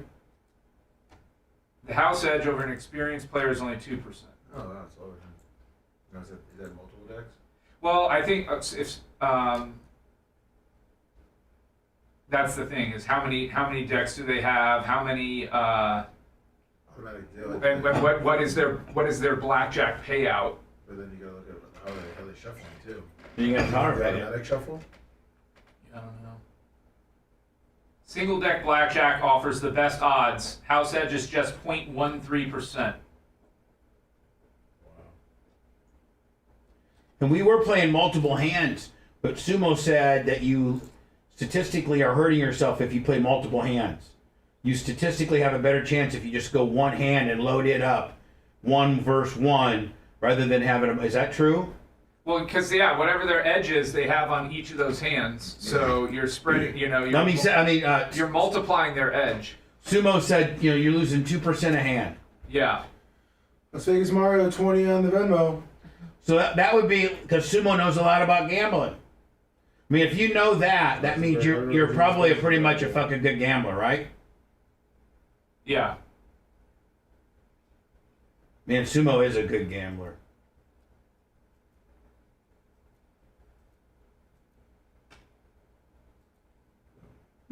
I love craps though. It's the most fun in the casino. It is. It really is. It absolutely is. Never have I had so much fun losing so much money. Yeah, but it's especially when you get the energy, when you get a good roll going. Yep, you get a heater, and you get like a guy that rolls. And legitimately, people embellish and shit. But if you could get a guy to fucking roll for like 15 or 20 minutes, you can really, and that's it. Just I've been a part of 3 insane heaters at craps. No, 4 times. Twice was my wife and I. We cleaned up at New York. We hit all tall, small twice. Wow. Yeah.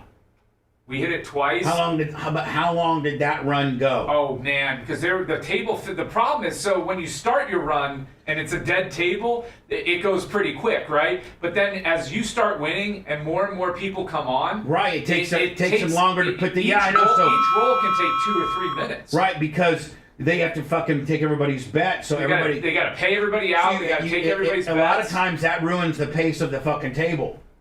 Or if the table's getting crushed, they'll bring in a new fucking crew and a new stick guy to try to fucking throw you off. So I was we were at Foxwoods in Connecticut one time, and somebody started rolling at midnight, and I kid you not, it was 2 a.m. The same guy was rolling 2 hours. Each roll was taking 10 minutes because everybody had so much money on the table. Oh my God. Bubba, I started out with $200 on the table. That's it. I walked away with $8,000. And you were probably... And I was conservative in my betting. Right. There were people that won $50,000, $100,000 on that table. And they shut it down. They said this is going to be the last roll. They go, the rest of that wing of the casino had completely closed.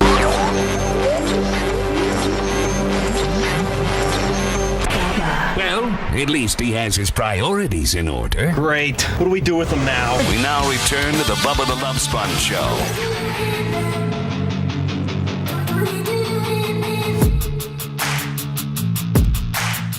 We were talking. Brian and I were talking about during the hot mic segment that. Lummy, have you ever been part of a craps table that got super hot and people made a ton of money and just the excitement and just. Oh yeah, it's super exciting. Yeah, like 2 a.m. at the MGM a couple times. It's fun. I've only experienced it twice. Once was at the at Vegas with Fabrizi at the Mandalay Bay, and there was this woman, and she was older, and she was with this guy. They were kind of like an older, distinguished, like they had been to like somebody's wedding or something like that because they were, he had a suit and she had like a cocktail dress on. So, they, for lack of a better term, they were kind of old money, but they could have went to a show or dinner and right. But they were affluent. You could just tell by their jewelry and that they were affluent. And so but she, Brian, had never thrown dice before. Oh, you immediately bet, and you bet yo hard with them. They will throw 11s like crazy. So she'd never been, but they're very classy, and so she gets the die. And Fabrizi goes, this is either going to be bad, fast, or good, long. Yep. And I go, what? And he goes, it's either going to be bad, real fast, or this is going to be female rookie throwers are sometimes the best because they don't know what they don't know what they're doing. They're not overthinking the process. They're just kind of and it really can sometimes be an unbelievable blessing. And she went for, I think, 41 or 42 minutes. And after it was all said and done, Brian, I was like you. I think I started with $200 and I made like $12,000.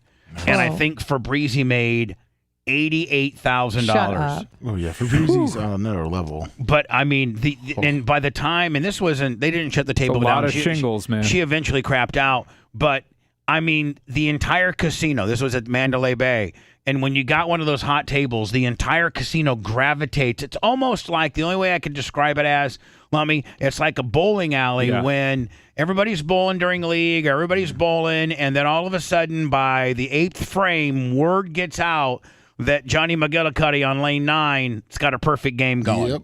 And everybody kind of abandons their game and kind of walks over, and by the 9th frame, the entire bowling alley is now gathered around this particular lane to see if he can go straight turkey on the deal. Yep. I bet you it was even longer than 42 minutes, Bubba. It seems like it's not long, but you can be there. An hour and a half on a heater can go by. I mean, an hour can go by in an instant. Lummy, have you ever witnessed a perfect game? No, I have not. I mean, a perfect bowling game? No, I have not. I have. You have? I have. I've seen two. Yeah, I've had a couple guys on my team get close, but Brian, are you much of a bowler?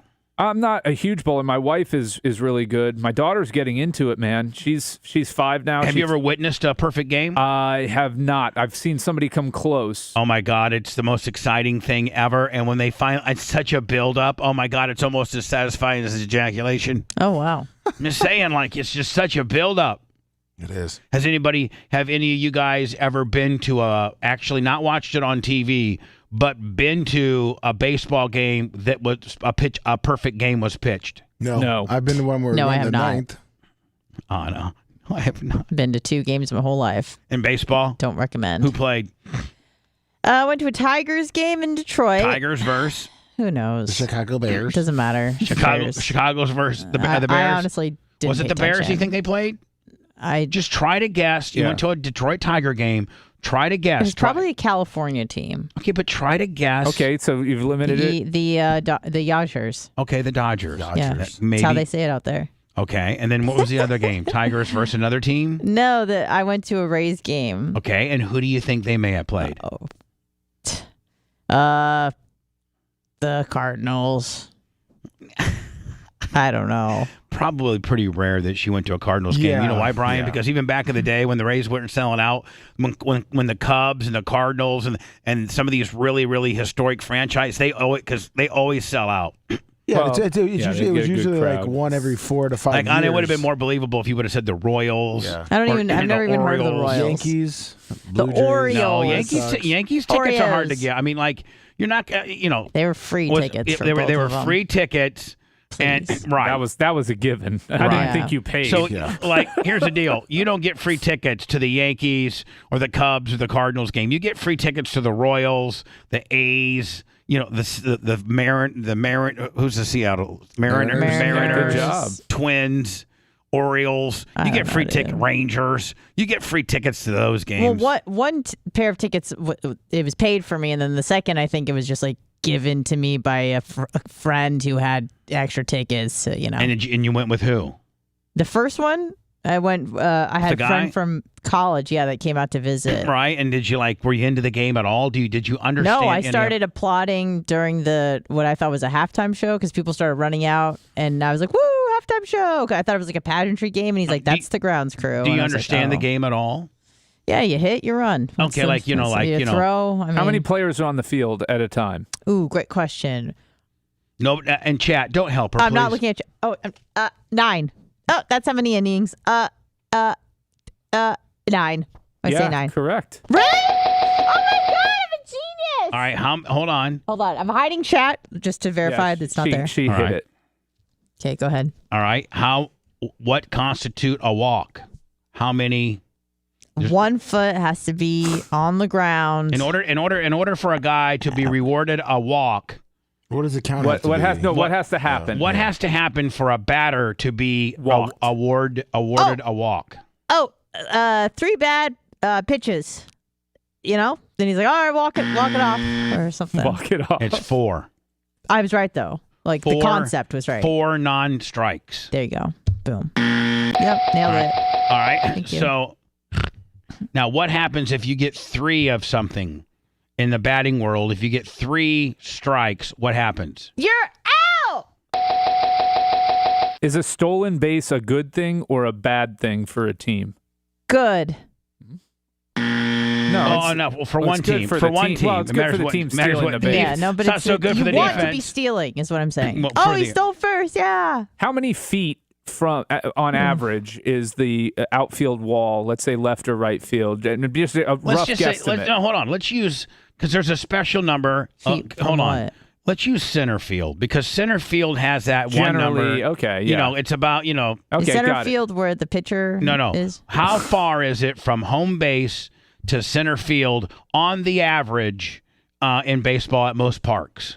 It's based around this number. Not to the back wall. Yes, to the back To wall. the back wall. That's center field. That's Yeah. the center field wall. To the All right. to the very center Dead field. center, they call it. Dead center. From the It pitchers would be the wall. from that the for batter. batter to the back wall. Yeah. Ooh, great question. How many feet? 108. 108 feet. You imagine how many home runs there would be, bro? A pop-up's a home run. There are players that could bunt home runs. On a correct. Well, the correct answer is 400. Okay, I was. No, Close. just so No, that you know you're that not. now. I mean, you Aren't never 3 know. digits You my never answer? know. You never know in your life where that might come into play. Where you're like, yeah, it's 400 feet to center field wall. Oh, yeah. Like one of these days, what if you're at brunch and you pull that out of your ass? Yeah, I'm sure my friend Rhonda would be so impressed. Right. How many feet to the back wall? 400. There you go. Bitch. Don't bust me out. And so and what is the letters DH stand for? Dumb hoe. DH. There's a position. There's Like, a let me ask you a position? question. Yeah. Let me ask you a question. Yeah. What do you think what do you think position is represented just by a C? Center. Catcher. There we Okay. go. Sorry, I'm working through it. And what do you think position is represented by a P? Ooh, maybe the pitcher. There you go. And then the guy that plays this position 1B. What do you think he guards? First base. There you go. Hey, I'm a And genius. what do you think 2B is? Oh, maybe second base. There you go. And what do you think SS is? Oh, it's like a Nazi thing. No, it's not a Nazi thing. Brian, she was going so well. Yeah, well. Shortstop. Oh, God damn it. Shortstop. God Sorry. damn it, shortstop. All right, and so 3B. What's 3B? Third base, maybe? And what about LF? LF. LF. Long field. Left field. Long God damn it. He's a long He's fielder. a long fielder. Left field. What about? I got it confused with football. My bad. Oh, yes. There's a long Can you fielder please in football describe too. for me the infield fly rule? So, what about CF? Center field. Yes, and what about RF? Oh, maybe right field. Right? And what about DH? You guys would agree that that's the final position left Yep. Yes. in the American League. DH. Think about it. Think about it. Come on. Down. You nailed everything. We walked you through it. You're so I smart. don't know. Just You went to the umpire's not part of the team, so that can't be it. Yeah, DH doesn't stand for umpire. You're I right. think so. I'm trying to think of what else. How do you even get to umpire from I don't DH? know. I can't think of any other positions. Okay. DH. Down. I will give you a clue. You ready for this? Because you clearly don't know it. All that position does is go to bat. Yeah. That position does not play the field. Oh. It just goes to bat. Oh. Direct hitter. Pretty close. It's actually designated hitter. Designated hitter. Yeah. I got it. You did. Yeah. What two leagues are there in Major League Baseball? Baseball 1, baseball 2. Nailed it. He's been arrested, sued, fined, and fired. And that's just the tip of the iceberg. So what does that make him? Bubba the Love Sponge. It's amazing. It's like like you have to go a- out of your way to ignore it. Yeah. That's what's always amazing to me when somebody's like, I know nothing about that. And it's something so entrenched in Americana that you almost have to go out of your way to be ignorant of it. Like you have to make a purposeful intent to not learn about it, to not retain it. Like, I find it terribly uninteresting. Yeah.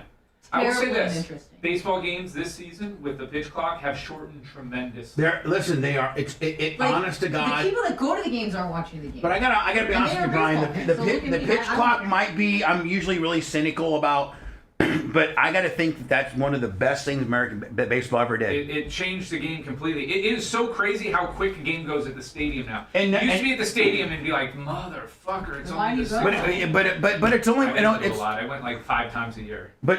But hold on, it almost makes it now though where it's like, okay, it's like you can get in the fuck out of there in 2.5 hours. Yeah, it's amazing. You know, so and it changed, just the way you play the game. Right. You know, you can only have 2 throwovers to first. Well, I'll tell you this: it's very, very clearly benefiting the younger teams. Yes. Very clearly. Look at Cincinnati. Look at Baltimore. Look at Tampa Bay. You see these teams that the older teams Because they've been doing it in the minor leagues. Mets, yep, and they're not as ingrained and entrenched in their position, and they don't need as long to recover. Well, we were talking 40-year-old Justin Verlander throwing as hard as he can needs that 20-30 seconds between pitches. When we were at the Tampa Bay Tarpons deal, we were talking to this pitcher, and he said that he was, so he's in high A right now. Right. I was like talking about the pitch count. And he's like, man, I haven't had it. I've had it for 3 going on 4 years now. Because we here in the minors have been doing. That's where they. He's been in the minors for 3 or 4 years, and he's only at high A. Yeah. Ooh, he ain't going No, anywhere. he's not going anywhere. No, unless he's from the Dominican and was 16 when he came up. But what I'm just saying, here's Unless he's 19 right now. But here's a veteran of the pitch clock, nonetheless. Yeah. And so he was pitch clock day 1, which was what 3 seasons, three. They did it for 3 ago. They started at 3 3 seasons ago. They started actually. What was it in the what's that league? The International League. Yeah. I think they started it there, and then they adopted it. Yeah. But I'll tell you, it's going to be interesting when somebody gets a pitch clock violation in a major moment in the playoffs. It's like Game 7. Yeah. And 3 strikes. Yeah. Or 2 strikes. Yep. And a full count. It's a full count. Yep. And fucking bases loaded. Something like that. And it changes the game. Yeah, bottom of the 9th on Game 7 of the American League's fucking ALCS. Yeah. Look, I'm Dan Crenshaw. Are you just trying to get attention right now? She is. I She just wants hate us to stop sport. talking about baseball. Refresh your screen. You saw. Mind your business. Oh.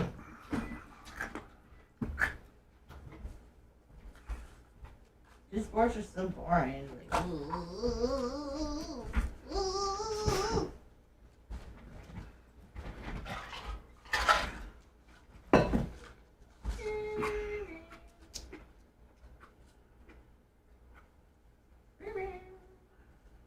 There's very good people from last year that came back.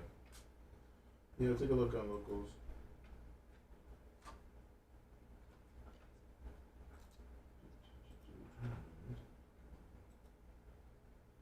I think Zuckerberg is a blue belt. Oh. That's awesome. I mean, that's pretty good, isn't it? Yeah, he's fucking doing great. He's got a killer body. Like, No, but I mean, a blue belt, that's not a fucking. nothing to sneeze at. Some other people are blue belts that are pretty So Bubba, my wife's more of a degenerate gambler than I am, and she just texted me to say, "God damn it, Bubba! Now I want to go play craps." She got nowhere to go play it around here. They don't have craps. Well, they will. Will they? Well, they will. It's interesting to see what the Seminoles are waiting on because they sued. They got their decision reversed that said that the governor couldn't make that pact with them that allowed for sports booking, craps, and roulette, table games, and Class 3 games, I think they're called, or whatever it is, or Class C. But they won the lawsuit, but they haven't put them back in yet, and I don't know why. It's because the people that are against the Is DeSantis? Is he done? Is he fucking put a? Totally done. I knew he wasn't going to win when they fucking put him out. The second he had to get in front of people in an uncontrolled setting, the guy is unhinged. He's not. He kind of is. He is. He's not fit to be a leader. He's fit to be a dictator. No, hold on. But his first year, like his first term, he was great. He was, and then what happened? He started believing his own. Believing his own bullshit. Yep. Yep. They came out and said that they're working through some court decisions because They came out and said what, Lummy? The anti-gamblers are going to try to put it back to court, so they're trying to get everything buttoned up. They're going to try and sue again, so the Seminoles don't want to put it in again, take it out, put it in, so take they're it waiting out. because they're waiting for it to, so they're trying to button it up. Gotcha. What do you mean hip hop? Well, yeah, you hit the button, and it really shoots the dice. Yeah, like there's no weights on it. Like the roulette table doesn't have a magnet. In the computer. Oh, you're on heater? Let's hit a 0 real quick. Yeah. Always play the basket. Put a chip on the basket, my friend.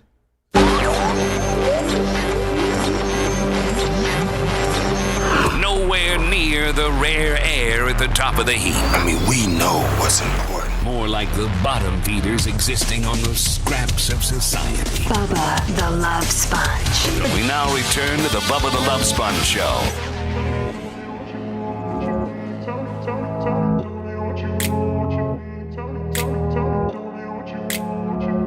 Brian, I don't think. By the way, the Bubba the Love Sponge Show. Hello. Hello. Yeah.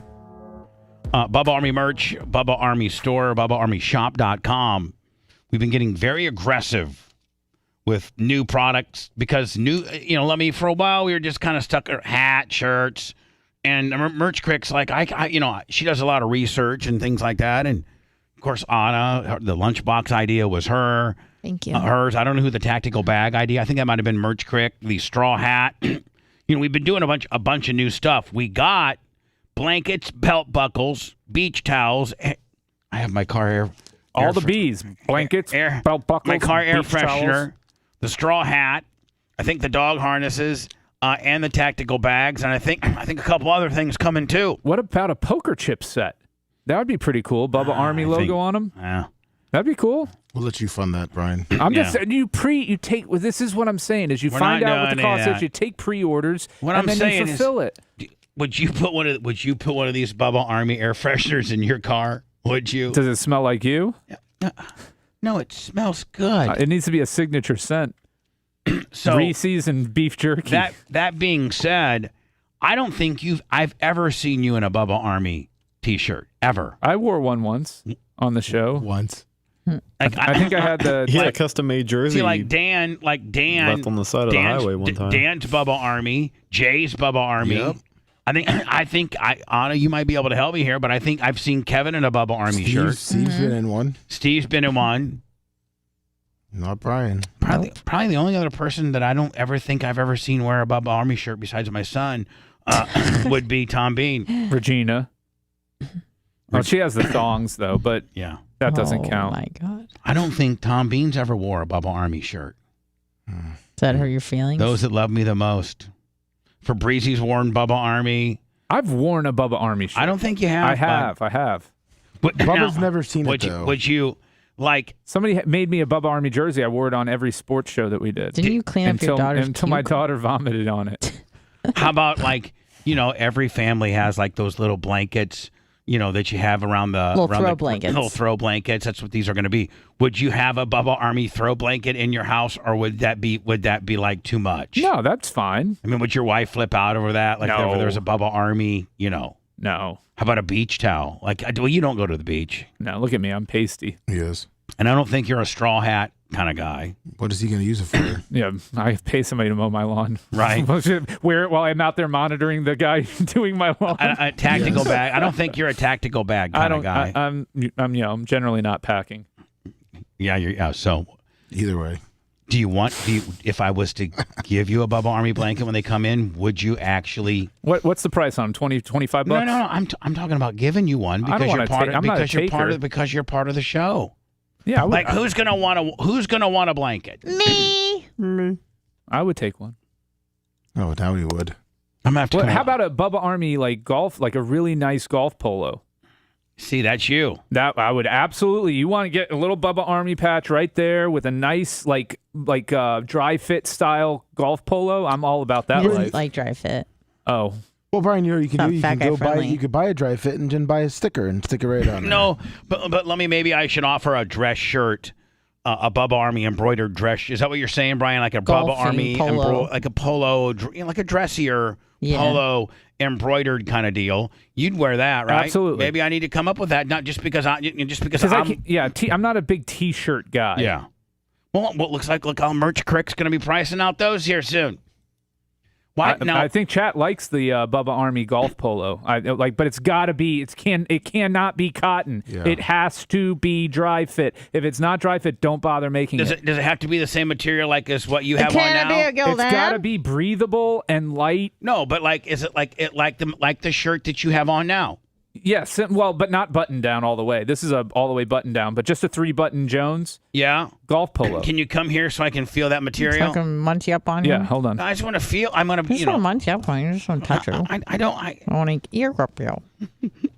Give you a bandit. I just want to feel it. So that's kind of. Why are you caressing his face? Hold on. That's kind of like that silky. It's polyester.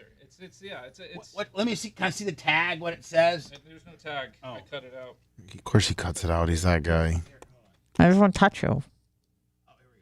Feel you. He found another. This is odd. Why are you touching his penis? Yeah. That's Brian. Your hands are really soft. Oh yeah. Yeah, Brian. Wow.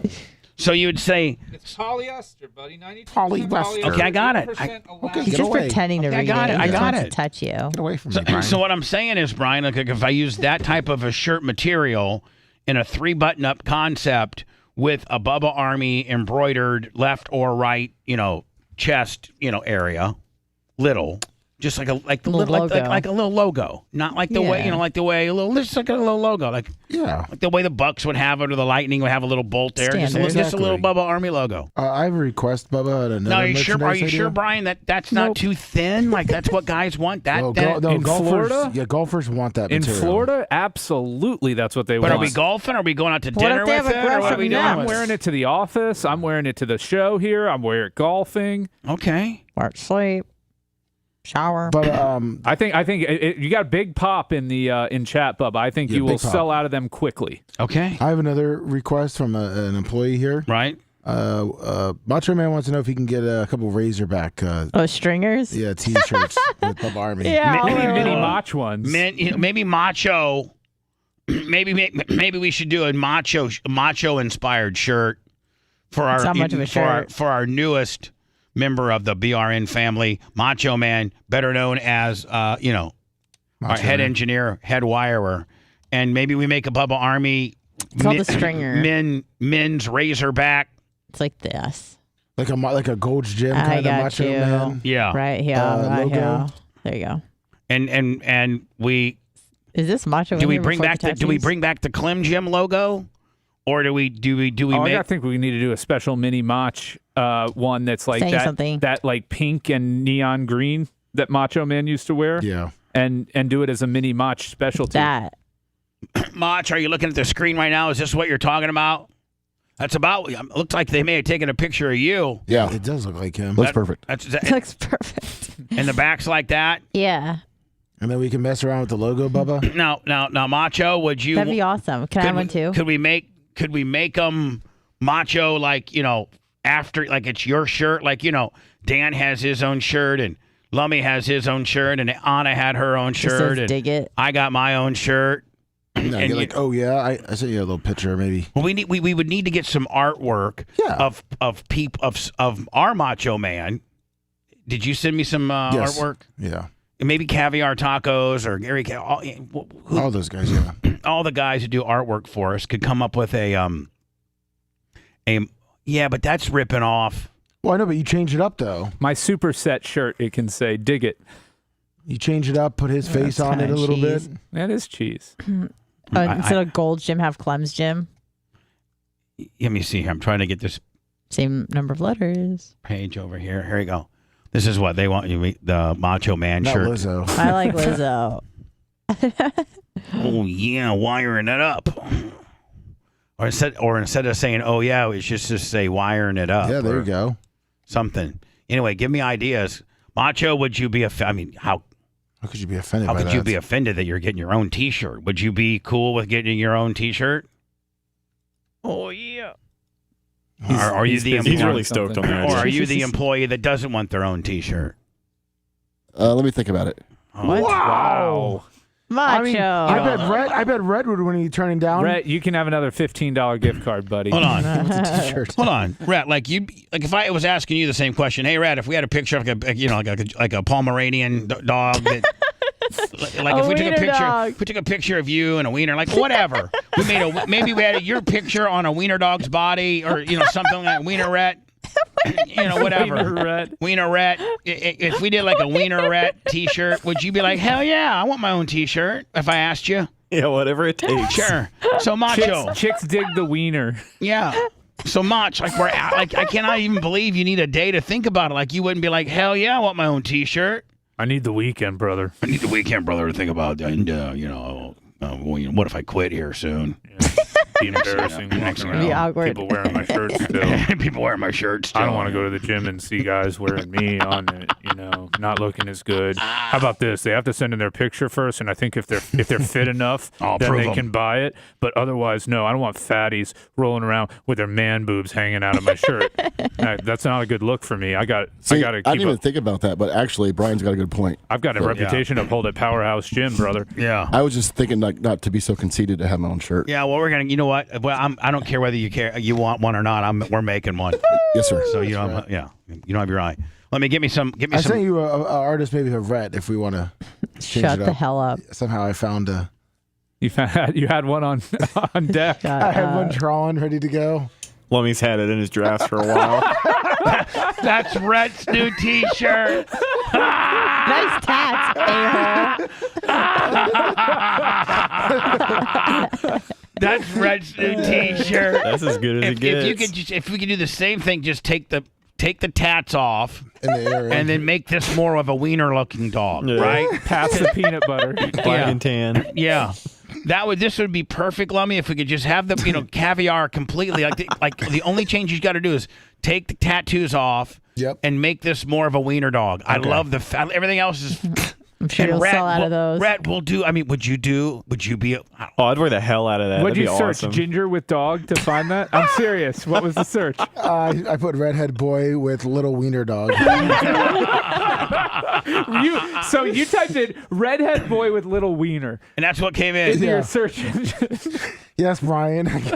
So Mach, listen, you're getting your own shot. Lummy, I need Mach artwork, and I think I got Rhett artwork. Yeah. You got it already. And then the Brian Petroni inspired, polo. Yeah. So there you go. Look at that. Now, why WWE boss Vince McMahon raided by federal agents in order to appear in court before announcing an indefinite sick leave? Now, what is going on? FBI is just raiding everybody. Like, what's this about? Well, I mean, sexual they're trying to put it too that Vince McMahon is good friends with Donald Trump. So I mean, it's so apparently it's a part of. Remember, the WWE was a publicly traded company just up until recently. I think the issue is that he may have been using or misappropriating funds to pay off sexual misconduct suits and things like that. And so that is an issue for, that's the people are affected by that financially. So the SEC would come that. Yeah. The wrestling executive chairman is on indefinite sick leave presently after having spinal surgery. Did you know he's like almost 80? He's 77. Mm-hmm. Wow. And the operation comes just weeks after the 77-year-old was slapped with a federal grand jury subpoena. Yeah, it's the SEC that's coming after him. So it's what I wasn't fully familiar with the story, but that's what I figured it was. When the feds, what does a federal grand jury subpoena feel like, Brian? Is that you inside of a federal courtroom with? Well, I've had one served on me. So no, federally or state? Federal. You've had a federal grand jury? Yeah. All right. We talked about this. So tell me how it goes. I mean, are you allowed to talk about it now that the event is over? Yeah. So how does it go? Depends on who you are and whether or not they are aware of what you're accused of and who you are. So the level of the number of agents, how armed they are, things like that. And they must know about guns because and whether or not you have them, because one of the attorneys at the firm that I used to work for had literally full flak jacket, guns out agents come to raid his house. And for me, they had 3 dudes in suits knock on my door and to serve the warrant. So and it's probably because based on how many. Maybe if you're a gun permit holder, or you've registered, some AR, some semi-automatic stuff or stuff like that. Yep. And I imagine McMahon has firearms, so they probably had, All right, so that's how the search warrant goes, right? And did they search your house? Well, so it depends on what they're looking for. If it depends on what the search warrant says. When yours went down, right, and the feds are at your door, they wanted my cell phone. And you open the door up, and it's usually they do it all 6 a.m. Hold on, but it's synchronized, and they do all 3. Was there 3 houses at the time? It was 5 of us. 5, and they synchronize. Or 4. I'm sorry, 4. And they synchronize their or use their iPhones, and say you need to be knocking on that door right at 6 a.m. a.m. 000000, so that you guys cannot communicate with each other. Yep. So. When they knocked on your door, they were scaling the fence at Rob Adams, and they were going after Steve all at the same time, right? Yep. And so at 6 a.m., and you know what? It wasn't your neighbor across the street trying to borrow a cup of sugar knock. There's 2 different kind of knocks. We had kind of caught wind that something was happening, and so when my door got knocked on, I turned to my wife and I said, "The feds are here. Stay in the room with the dog. I don't want the dog getting shot." And she goes, "What are you talking about?" And I'm like, trust me. Because we lived in an apartment at the time at Millennium over here by West Shore. Right. And nobody knocks on your door. I mean, especially at 6 a.m. So I knew immediately what it was. All right. So this is before your parents lived with you and everything. Yeah. And so, and is it that aggressive federal knock? It wasn't light. It was. Right. It's just like that. That is like it. I mean, yeah, I could probably exactly the knock it was. It might even be a tad harder. Yeah, I didn't want to do it to the Upset desk stuff, here. right. Yeah. So, did you let them? They knock in rounds. Was it just one round of knocking and you were there? I was one round. I was putting on, because I sleep in just boxer shorts, so I was putting on like regular gym shorts and a shirt in case they were perp walking me. I didn't know what was going to happen there. Right. So you didn't know if Reggie Roundtree was outside. Yeah, I didn't know the circumstances when I was getting dressed there. So I said, 1 minute, Brian, please. Reggie Roundtree, what do you think about being in your shorts right now? Talk to my lawyer. All right, so they knock on the door. You put on, a T-shirt and gym shorts? Yeah. Okay. And you open the door. Now, are you expecting, to be staring down barrels? Do you look through the peephole? Yeah, I looked through the peephole, and I saw it was just 3, agents in suits. So I was like, okay, well, this isn't like they're not going to kick my door down. It's like, but I still may get arrested, so we'll see what's going to happen. I don't know what's going to happen. It's tough. You know what? A lot of you people listening to this show right now have never faced anything like this. So, I have, and Brian has, and It's a little sketch, man. I mean, you almost kind of start hyperventilating. Like your body, even if you think you're Johnny Cool Guy, Brian, you still get a little anxiety. The butthole puckers. Yeah. So you open the door. Yeah. And who speaks first? There's one main agent. The other two are just flanking him, and he says, "We have a search warrant. We're here to get your phone." And so I said, "Okay, can I please see the search warrant?" So they hand me the search warrant, and that's when I said to them, I was like, "Now, are you reading through it?" Yeah, I'm reading. Now, it. are they allowed to breach? I mean, are they allowed? They can come in at that point. Yeah, they can come in whether I want them in or not. They have a search warrant. All right, so they knock to be nice. They don't. There are no knock warrants that they can do in certain instances. It's not really a safe thing for them to do, as we've seen time and time again. Right. But no, they generally, for things like this, when we're talking white collar crimes, they're knocking.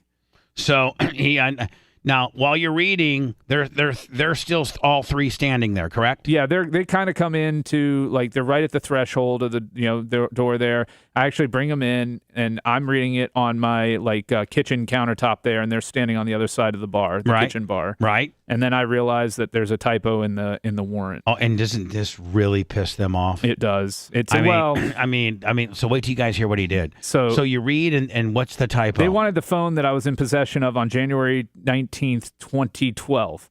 Okay, and this is in 2013. Oh, no, this is months later, so this is still in 2012. But they mistyped on the warrant that they wanted the phone that I had January 19th, 2021. And so I said to him, well, you guys are going to have to come back in 9 years. I don't have this phone yet. And he goes, what are you talking about? Oh, this is FBI agent, and they got schmarmy-ass Brian and getting him on a tech. I said, read your warrant here. It says that it's not correct. You're identifying a phone that does not yet exist.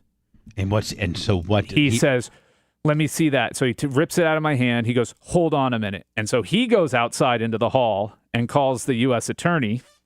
And he comes back in and he says, we want whatever phone you have right now. And I said, here's a problem for you guys. I said, whatever evidence you get off that phone is not going to be admissible. I said, so you probably want to go back and get a new warrant and come back when you have a proper warrant.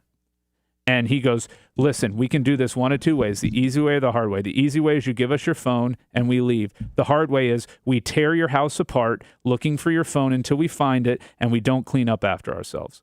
Oh, nice. And I said, okay, I'll go the easy way, but here you go. And they took it. Now, could you have had another phone or a GoPro, and could you have been taping all this?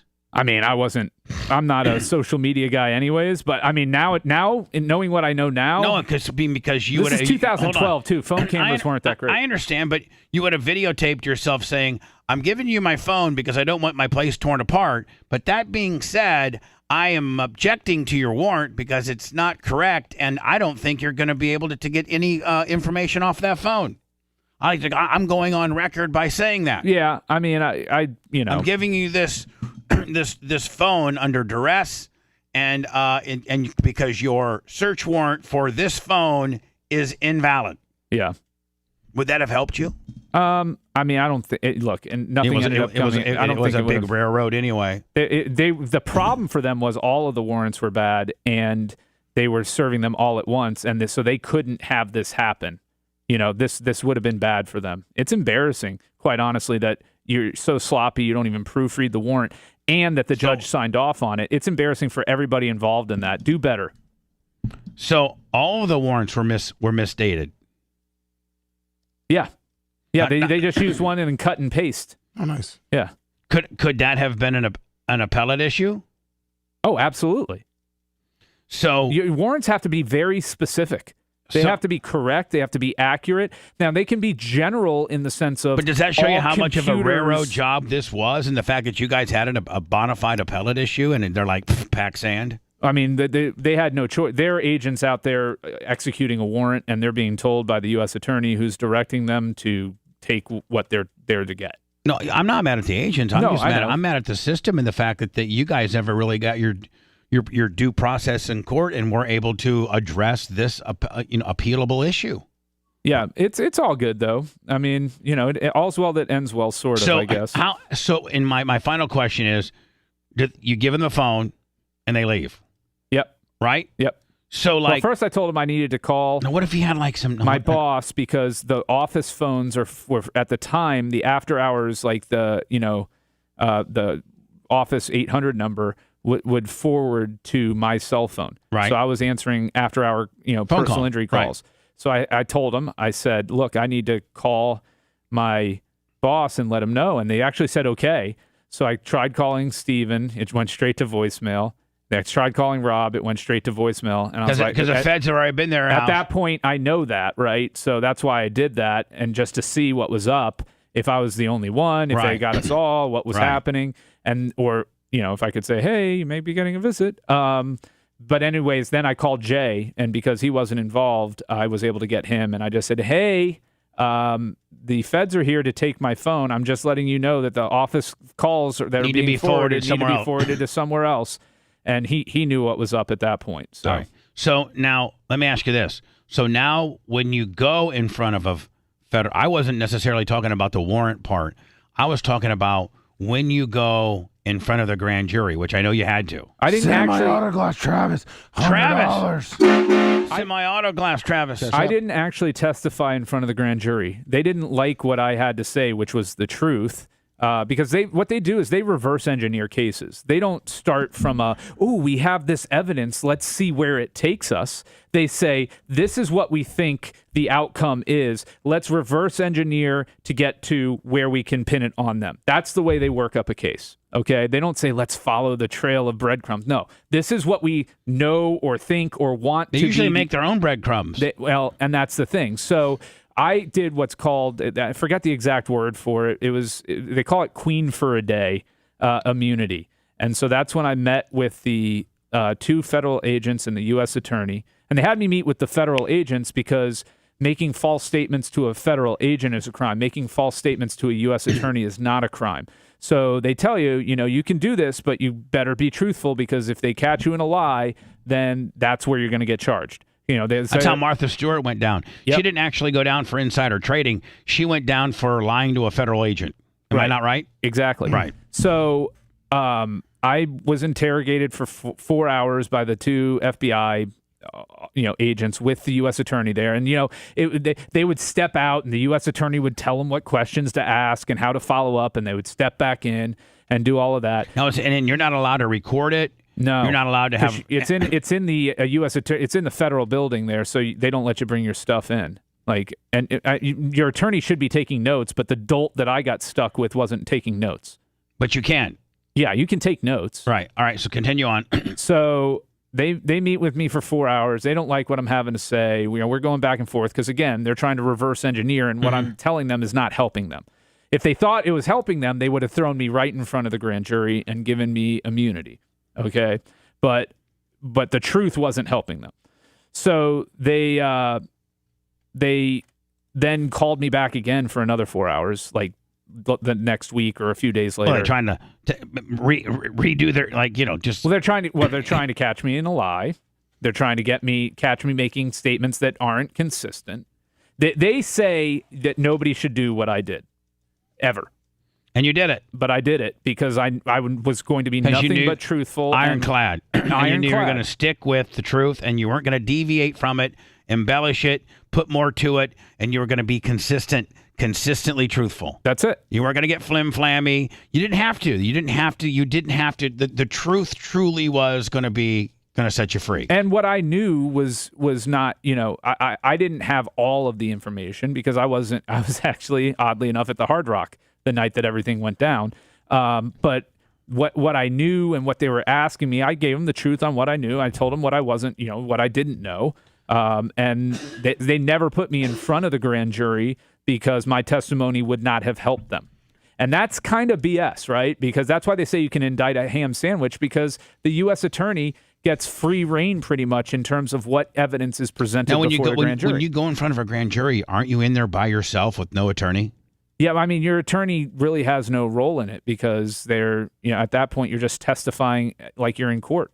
So, yeah, but I mean, I'm saying like you're by yourself, aren't you? Yeah. And you're not allowed. I might as well have been with the dolt I had. I might as well have been by myself. I know, but man, I've been in a lot of legal proceedings, and I always had my lawyer there. Whew, I'd be freaked out. My lawyer could have been there. He just wouldn't be participating, really. Okay. He just would have been there to bill. He would have just been there to bill. Yeah. But people don't realize, man, that's sketch when you got the boys knocking at your door. Oh, it's not. It wasn't fun. I had them knocking at my door one time at Sunday morning. I had some legal paperwork filed on me. Oh, no. 3 Pinellas County sheriffs knocking on my door. I call Kevin up. Go, Kevin. Dad, I'm so scared. Come help me. Kevin, what? It's 9:15 in the morning. I know you're calling me. Uh-huh. And I'm looking out my bedroom window because my windows are all tinted because I'm a pimp and I live in a mansion. And there's 3 Pinellas County sheriffs knocking quite aggressively on my door right now. And he goes, "Oh, really?" And I go, "Do I need to answer the door?" And he goes, "No." Did you do anything last night? I mean, did you rob a bank last night? Did you rape a woman last night? I go, "No, I haven't done anything." Not that I recall. Good answer. Not said, that I can recall. He said, don't answer the door. He said, if it's really a bad thing, they'll knock the door down. And I go, well, hold on. So really, I'm like on my phone. I'm like, and I'm looking at my front door because my house, the bedroom wing kind of, you could see the front door kind of a little bit. And peeking out the window? Yeah, so I'm peeking out the window. And I got some, I'm not going to mention if I have anybody there or not. But anyway, I might have a chick there. Oh. Yeah, and so, but maybe not. Wildcat. Badass. Wildcat. Yeah, and so, yeah, like, she's like, what's this? What's this all about? I'm like, oh, Shut up, bitch. Go hide in the closet. Go make me a sandwich. Anna, you know you're Can't with you see I'm stressed? Anna, you know you're with a bad boy when he tells you when you're in bed naked and he tells you just to stay put because the cops are at his front door. You know you're with a bad boy. Did you have hot sex right after? No. It pretty much ruins everything. It was elevator button for the rest of the day. Yeah. So let me tell you, when the feds come to your door, your wife isn't ready to put out. Yeah, your wife isn't ready to get into. It doesn't put her in the mood. Not a turn. Possibly being an accomplice going to prison. Not a turn on. Not a turn on. No. They don't want to testify that they just had sex with you ever again. So anyway, so Kevin, they leave. And I go, okay, Kevin, what should I do? And he goes, well, see if they, just go out and see if they left a card or something. Well, they left a card on my front door on the handle. So if you opened up the door, the card would fall off. Meaning, like, they're probably sitting down the road a little bit. And they're going to come back maybe later and see because the only way they emulate that would be to go outside and put the card and then go around the other side, then go back into the house through the back. The only way you could get it, the only way you could get the card to set perfectly on the handle like that would be to have to go outside, which they might be looking for you. Right. But they weren't. So it was this captain. So this is Captain such and such. We need to talk to you immediately. We need to make contact. It was all cop talk. It was the guy's business card, and on the back said, "This is Captain such and such. I need to make contact with you immediately. This is urgent. Please call my cell phone." So I called Kevin back, and I said, "Kevin, here's what." He's like, "Okay, well, call him, but don't tell him, necessarily that you're at your house, and see what he wants." So I called him back. On your cell phone? And yeah, I call him back. Let me write this down. $100 on the PayPal, Lummy. $100 on the PayPal. PayPal, Cash App, Venmo. Been a slow day. You call from your landline. Hasn't been super slow. We got 250, got the 100, got 100, got 25. Cash App, PayPal, Venmo at the Bubba Army. Last minute push. So he goes, "Are you at your house?" And I go, "No." And he goes, "Well, when can you get there?" And I go, I don't know. And he says, "Well, I'm just telling you right now, if you don't talk to us, there's going to be a warrant for your arrest issued. And so, we know your vehicles, we know where you live." So then I go, "Okay, I'm here." He goes, "Okay." I go, so I was going to try to, get this chick out of there, have a little breakfast. I was going to try to say, "Why don't you guys come by at 12 or 1? This was 9:15. He goes, "We'll be over in 2 minutes." Oh, God. So they got there, and they gave me some paperwork and asked me if I had any guns. Do you have any guns? Do you have any guns? Of course I don't have any guns. No. Might not have been so truthful there.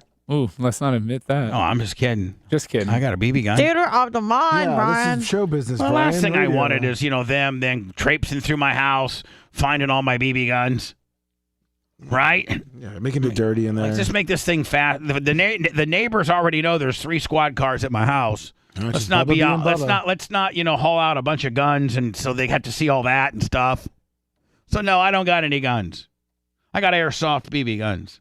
Lots of them. So they left, and by Wednesday I had the issue covered by Wednesday. Fabrizi on the front porch just waving at you with his big dog. You want to scare Fabrizi? Start bringing law enforcement around. He was on a boat gone. He was headed to Rochester, New York, is where he was. Non-scripted and unregulated. Sort of like the same sensation you get after sex. Bubba the Love Sponge. The Bubba the Love Sponge show returns after these words.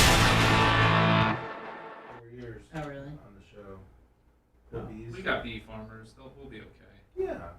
Because Brian goes out and stomps them too. I don't stomp bees. I love all life. So, Bubba, the first Powerball was called Lotto America, February 13th, 1988.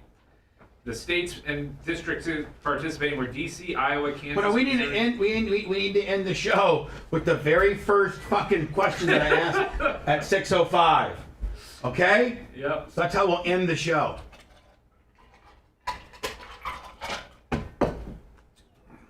You want me? He's not here. Brian. Yellow. Howard Bigelow, I'm burning. Rest in peace, Hamill.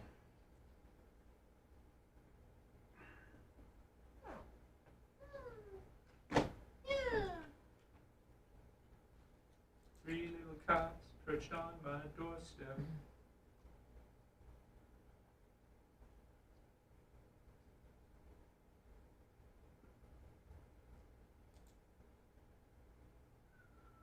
Don't worry about a thing. Just call Hazlet. It'll be alright. Oh, Lizzo has her tits out. I don't want to see. They're very flapjacky. Yeah, I figured. They weren't going to be firm. Wow, Lizzo has really taut tits. Taut tits. It's interesting cleavage. Yeah. Looks like a Waffle House waitress serving up them flapjacks. With her lunch lady arms playing a flute for you. Yeah. Although with her thighs, you would expect to see more cellulite. But it's just, I think the fat is so packed in there that there's no room for it. How closely have you examined her body? I just saw the photo that he had of her wearing like a Canadian tuxedo up there with the jeans that were, God bless those buttons, man. Someone shit themselves on stage because they were fucking teasing. Thank you, Andy Cobb. I mean, I'll give you. I'll come back and make sure I say hi before we leave. I like it. Wow. Look at that side boob. Sloppy Joe, sloppy Joe. It's alright there. I mean, she looks happy. Topless? Oh no. Oh shit. she almost got. If she did that in Asia, they would try and spear her. Oh no. Oh, bullshit. That's what I'm saying. Wouldn't you would expect her a little lumpier, right? Not necessarily. No? No. I don't know, man. That's pretty lump city. I like it. Take your pants off. Take it off. Take it off. Yeah, there you go. That's what I'm talking about all day. That's the cleavage I saw. Is that considered cleavage? I mean, that's a highway, man. I don't know. Love is a highway. Oh yeah, we've seen all these. She has a big median in that highway. Look like her titties got into a fight and they're not talking to each other. I'm gonna be over here. Well, I'm gonna be over here.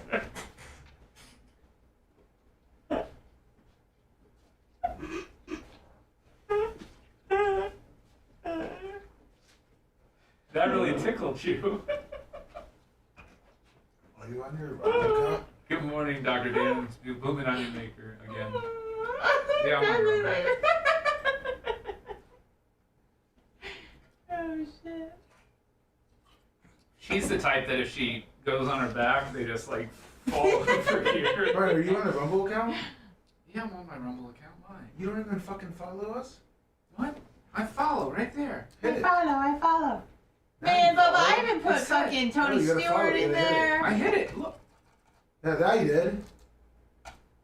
Brian, you weren't even following the fucking page? What a jerk! What are you even following YouTube? Of course. Can you do your YouTube, Brian? Yeah, right. I forgot my login.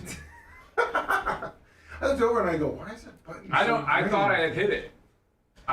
I did at one point. Rumble's very glitchy. No problem. But, quit it. Yeah, sure. When I first signed up, I definitely followed. No, because it caught my when I was watching. I go, why is it green? And I may have accidentally hit it at one point. Who knows? So are you the reason why we don't have 91,000 subscribers on YouTube? No, I subscribe on Chat. All of our shirt sizes is right. I'm a small. We got a couple 3Xs and then a couple larges with the Diacos. YouTube. I'm a medium. And Brian's a medium. And Rhett's probably an extra large. And Monta's probably A double X. He's gonna just rip off his sleeves anyway.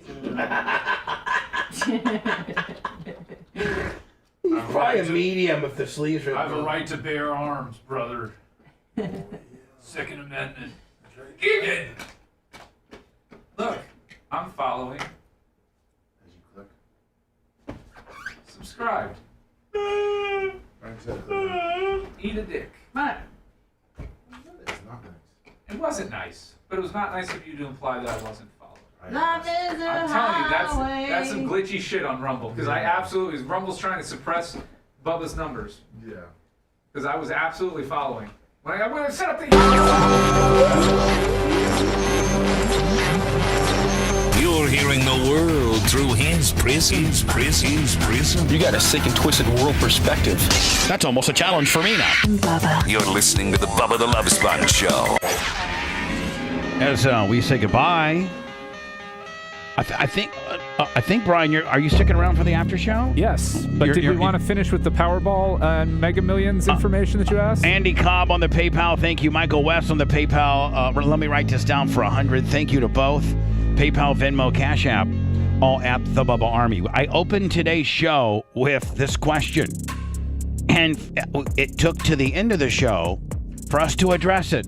Not that we didn't have it lickety-split. That's just how, I don't know, 88, that's just how shot out we are. Yes, Brian, I'd like the information, please, and then we're out of here. The first Powerball was called Lotto America and was first drawn February 13th, 1988. It consisted of D.C., Iowa, Kansas, Missouri, Oregon, West Virginia. Originally, there were 45 white balls and 45 red balls, which resulted in a 1 in 55 million chance of winning. It's now 69 white balls, 26 red balls, and you have a 1 in 292 million chance of winning. Oh, so they better the odds. No, they made the odds 4 times worse. Oh, my bad. Almost 5 times worse. Sorry. Change your mouse heart, Brian. Almost 6 times worse. Pills. Say it, pills. Pills. Mega Millions started out as the big game September 6, 1996 in Georgia, Illinois, Maryland, Massachusetts, Michigan, and Virginia. Originally, it was 50 white balls, 25 gold balls, 1 in 53 million chance of winning. Now it's 70 white balls, still 25 gold balls, 1 in 302 million. Man, why'd they do that? Because they want bigger jackpots. Bigger jackpots equals more players. More players equals more money. More money equals more money. More money. Follow the money. Follow the trail. If you won it, would you take it all in one lump sum and be super responsible? You would never see me again. But what if I said, "Well, I miss you"? I would buy you a radio station. I don't want one. Oh, I'd still buy you one. Buy you one. I'd buy you one. Okay. I'm no matter what the price was. Like you could go to I could tell you the station in Tampa I want you to buy. You could go to them and you'd be like, they're like, listen, we want $12.5 million for this radio station. Cash. Here you go. Boom. We're partners. There's not an FM radio station in Tampa that wouldn't sell for $12.5 million because there's not a one of them that's worth more than 8. Hall of Fame's counting big gold, $50 in the rant. Read the message, please. Love Babyface. They love Babyface. All right, so then what do you do? I'm out. I'm buying a private island in the Bahamas somewhere, building a compound. Here, Little St. James's. I'm open. just. Brian is I probably got a good deal on it. Yeah. Epstein Are you Island. finally gonna get? Are you gonna finally put your parents in a home, or are you gonna take them with you? Oh, they're in a home. But one of those really like, top of the line. One of those like 12,000 a month. Absolutely. Like they have some of these homes that are literally like you got 24-hour butler service. No, I got you three, got dry cleaning. Three you got, nursing attendant, 8-hour shifts, 7 days a week. They make $200,000 each. That only cost me $600,000 a year. That's daily interest on my money. Yeah, not even. So what kind of car are you buying? Oh, I don't give a crap about anything about a car. Right. Whatever. Are you buying a plane? I do like the new 7 Series BMW. So you might buy one of those. I mean, it's only like the maxed out one's like $140, so that's reasonable. I'm not buying. Well, yeah, I'll need a plane to get to my private island. Yeah, but what I think about it is, you buy a plane. If you got that kind of money, you buy a plane. Yeah. Just say, why don't you just rent one? Wheels up, Willie. Just tell them to come pick you up. Yeah, and it's just way more convenient. I'll have. Yeah, but the convenience also means you got to put the captains up. Well, but this is where you dual purpose. My captain's going to also be a chef, so that way I get use out of him on my island.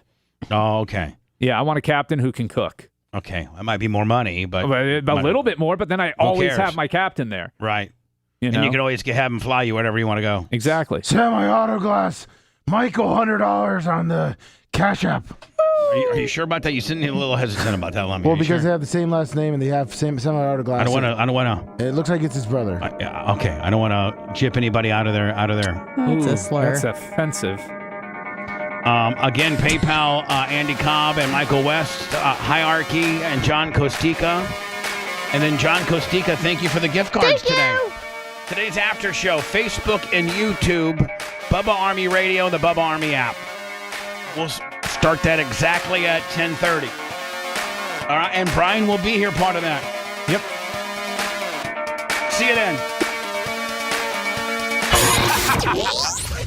Thanks for letting me finish. You've been listening to the Bubba the Love Sponge Show, starring me, Bubba the Love Sponge, co-host and show historian Lummox, co-host Anna Hummel, co-host Dr. Dan Diaco Esquire of Council, co-host J. Diaco Esquire, the Spitting Cobra of Council, Rhett, the Filthy Ginger video editor. Yeah, back here wiring up.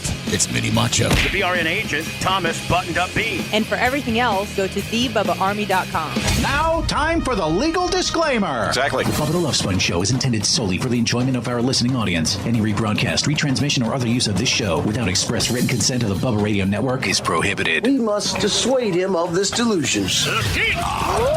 Until next time, always remember. I'll repay hello.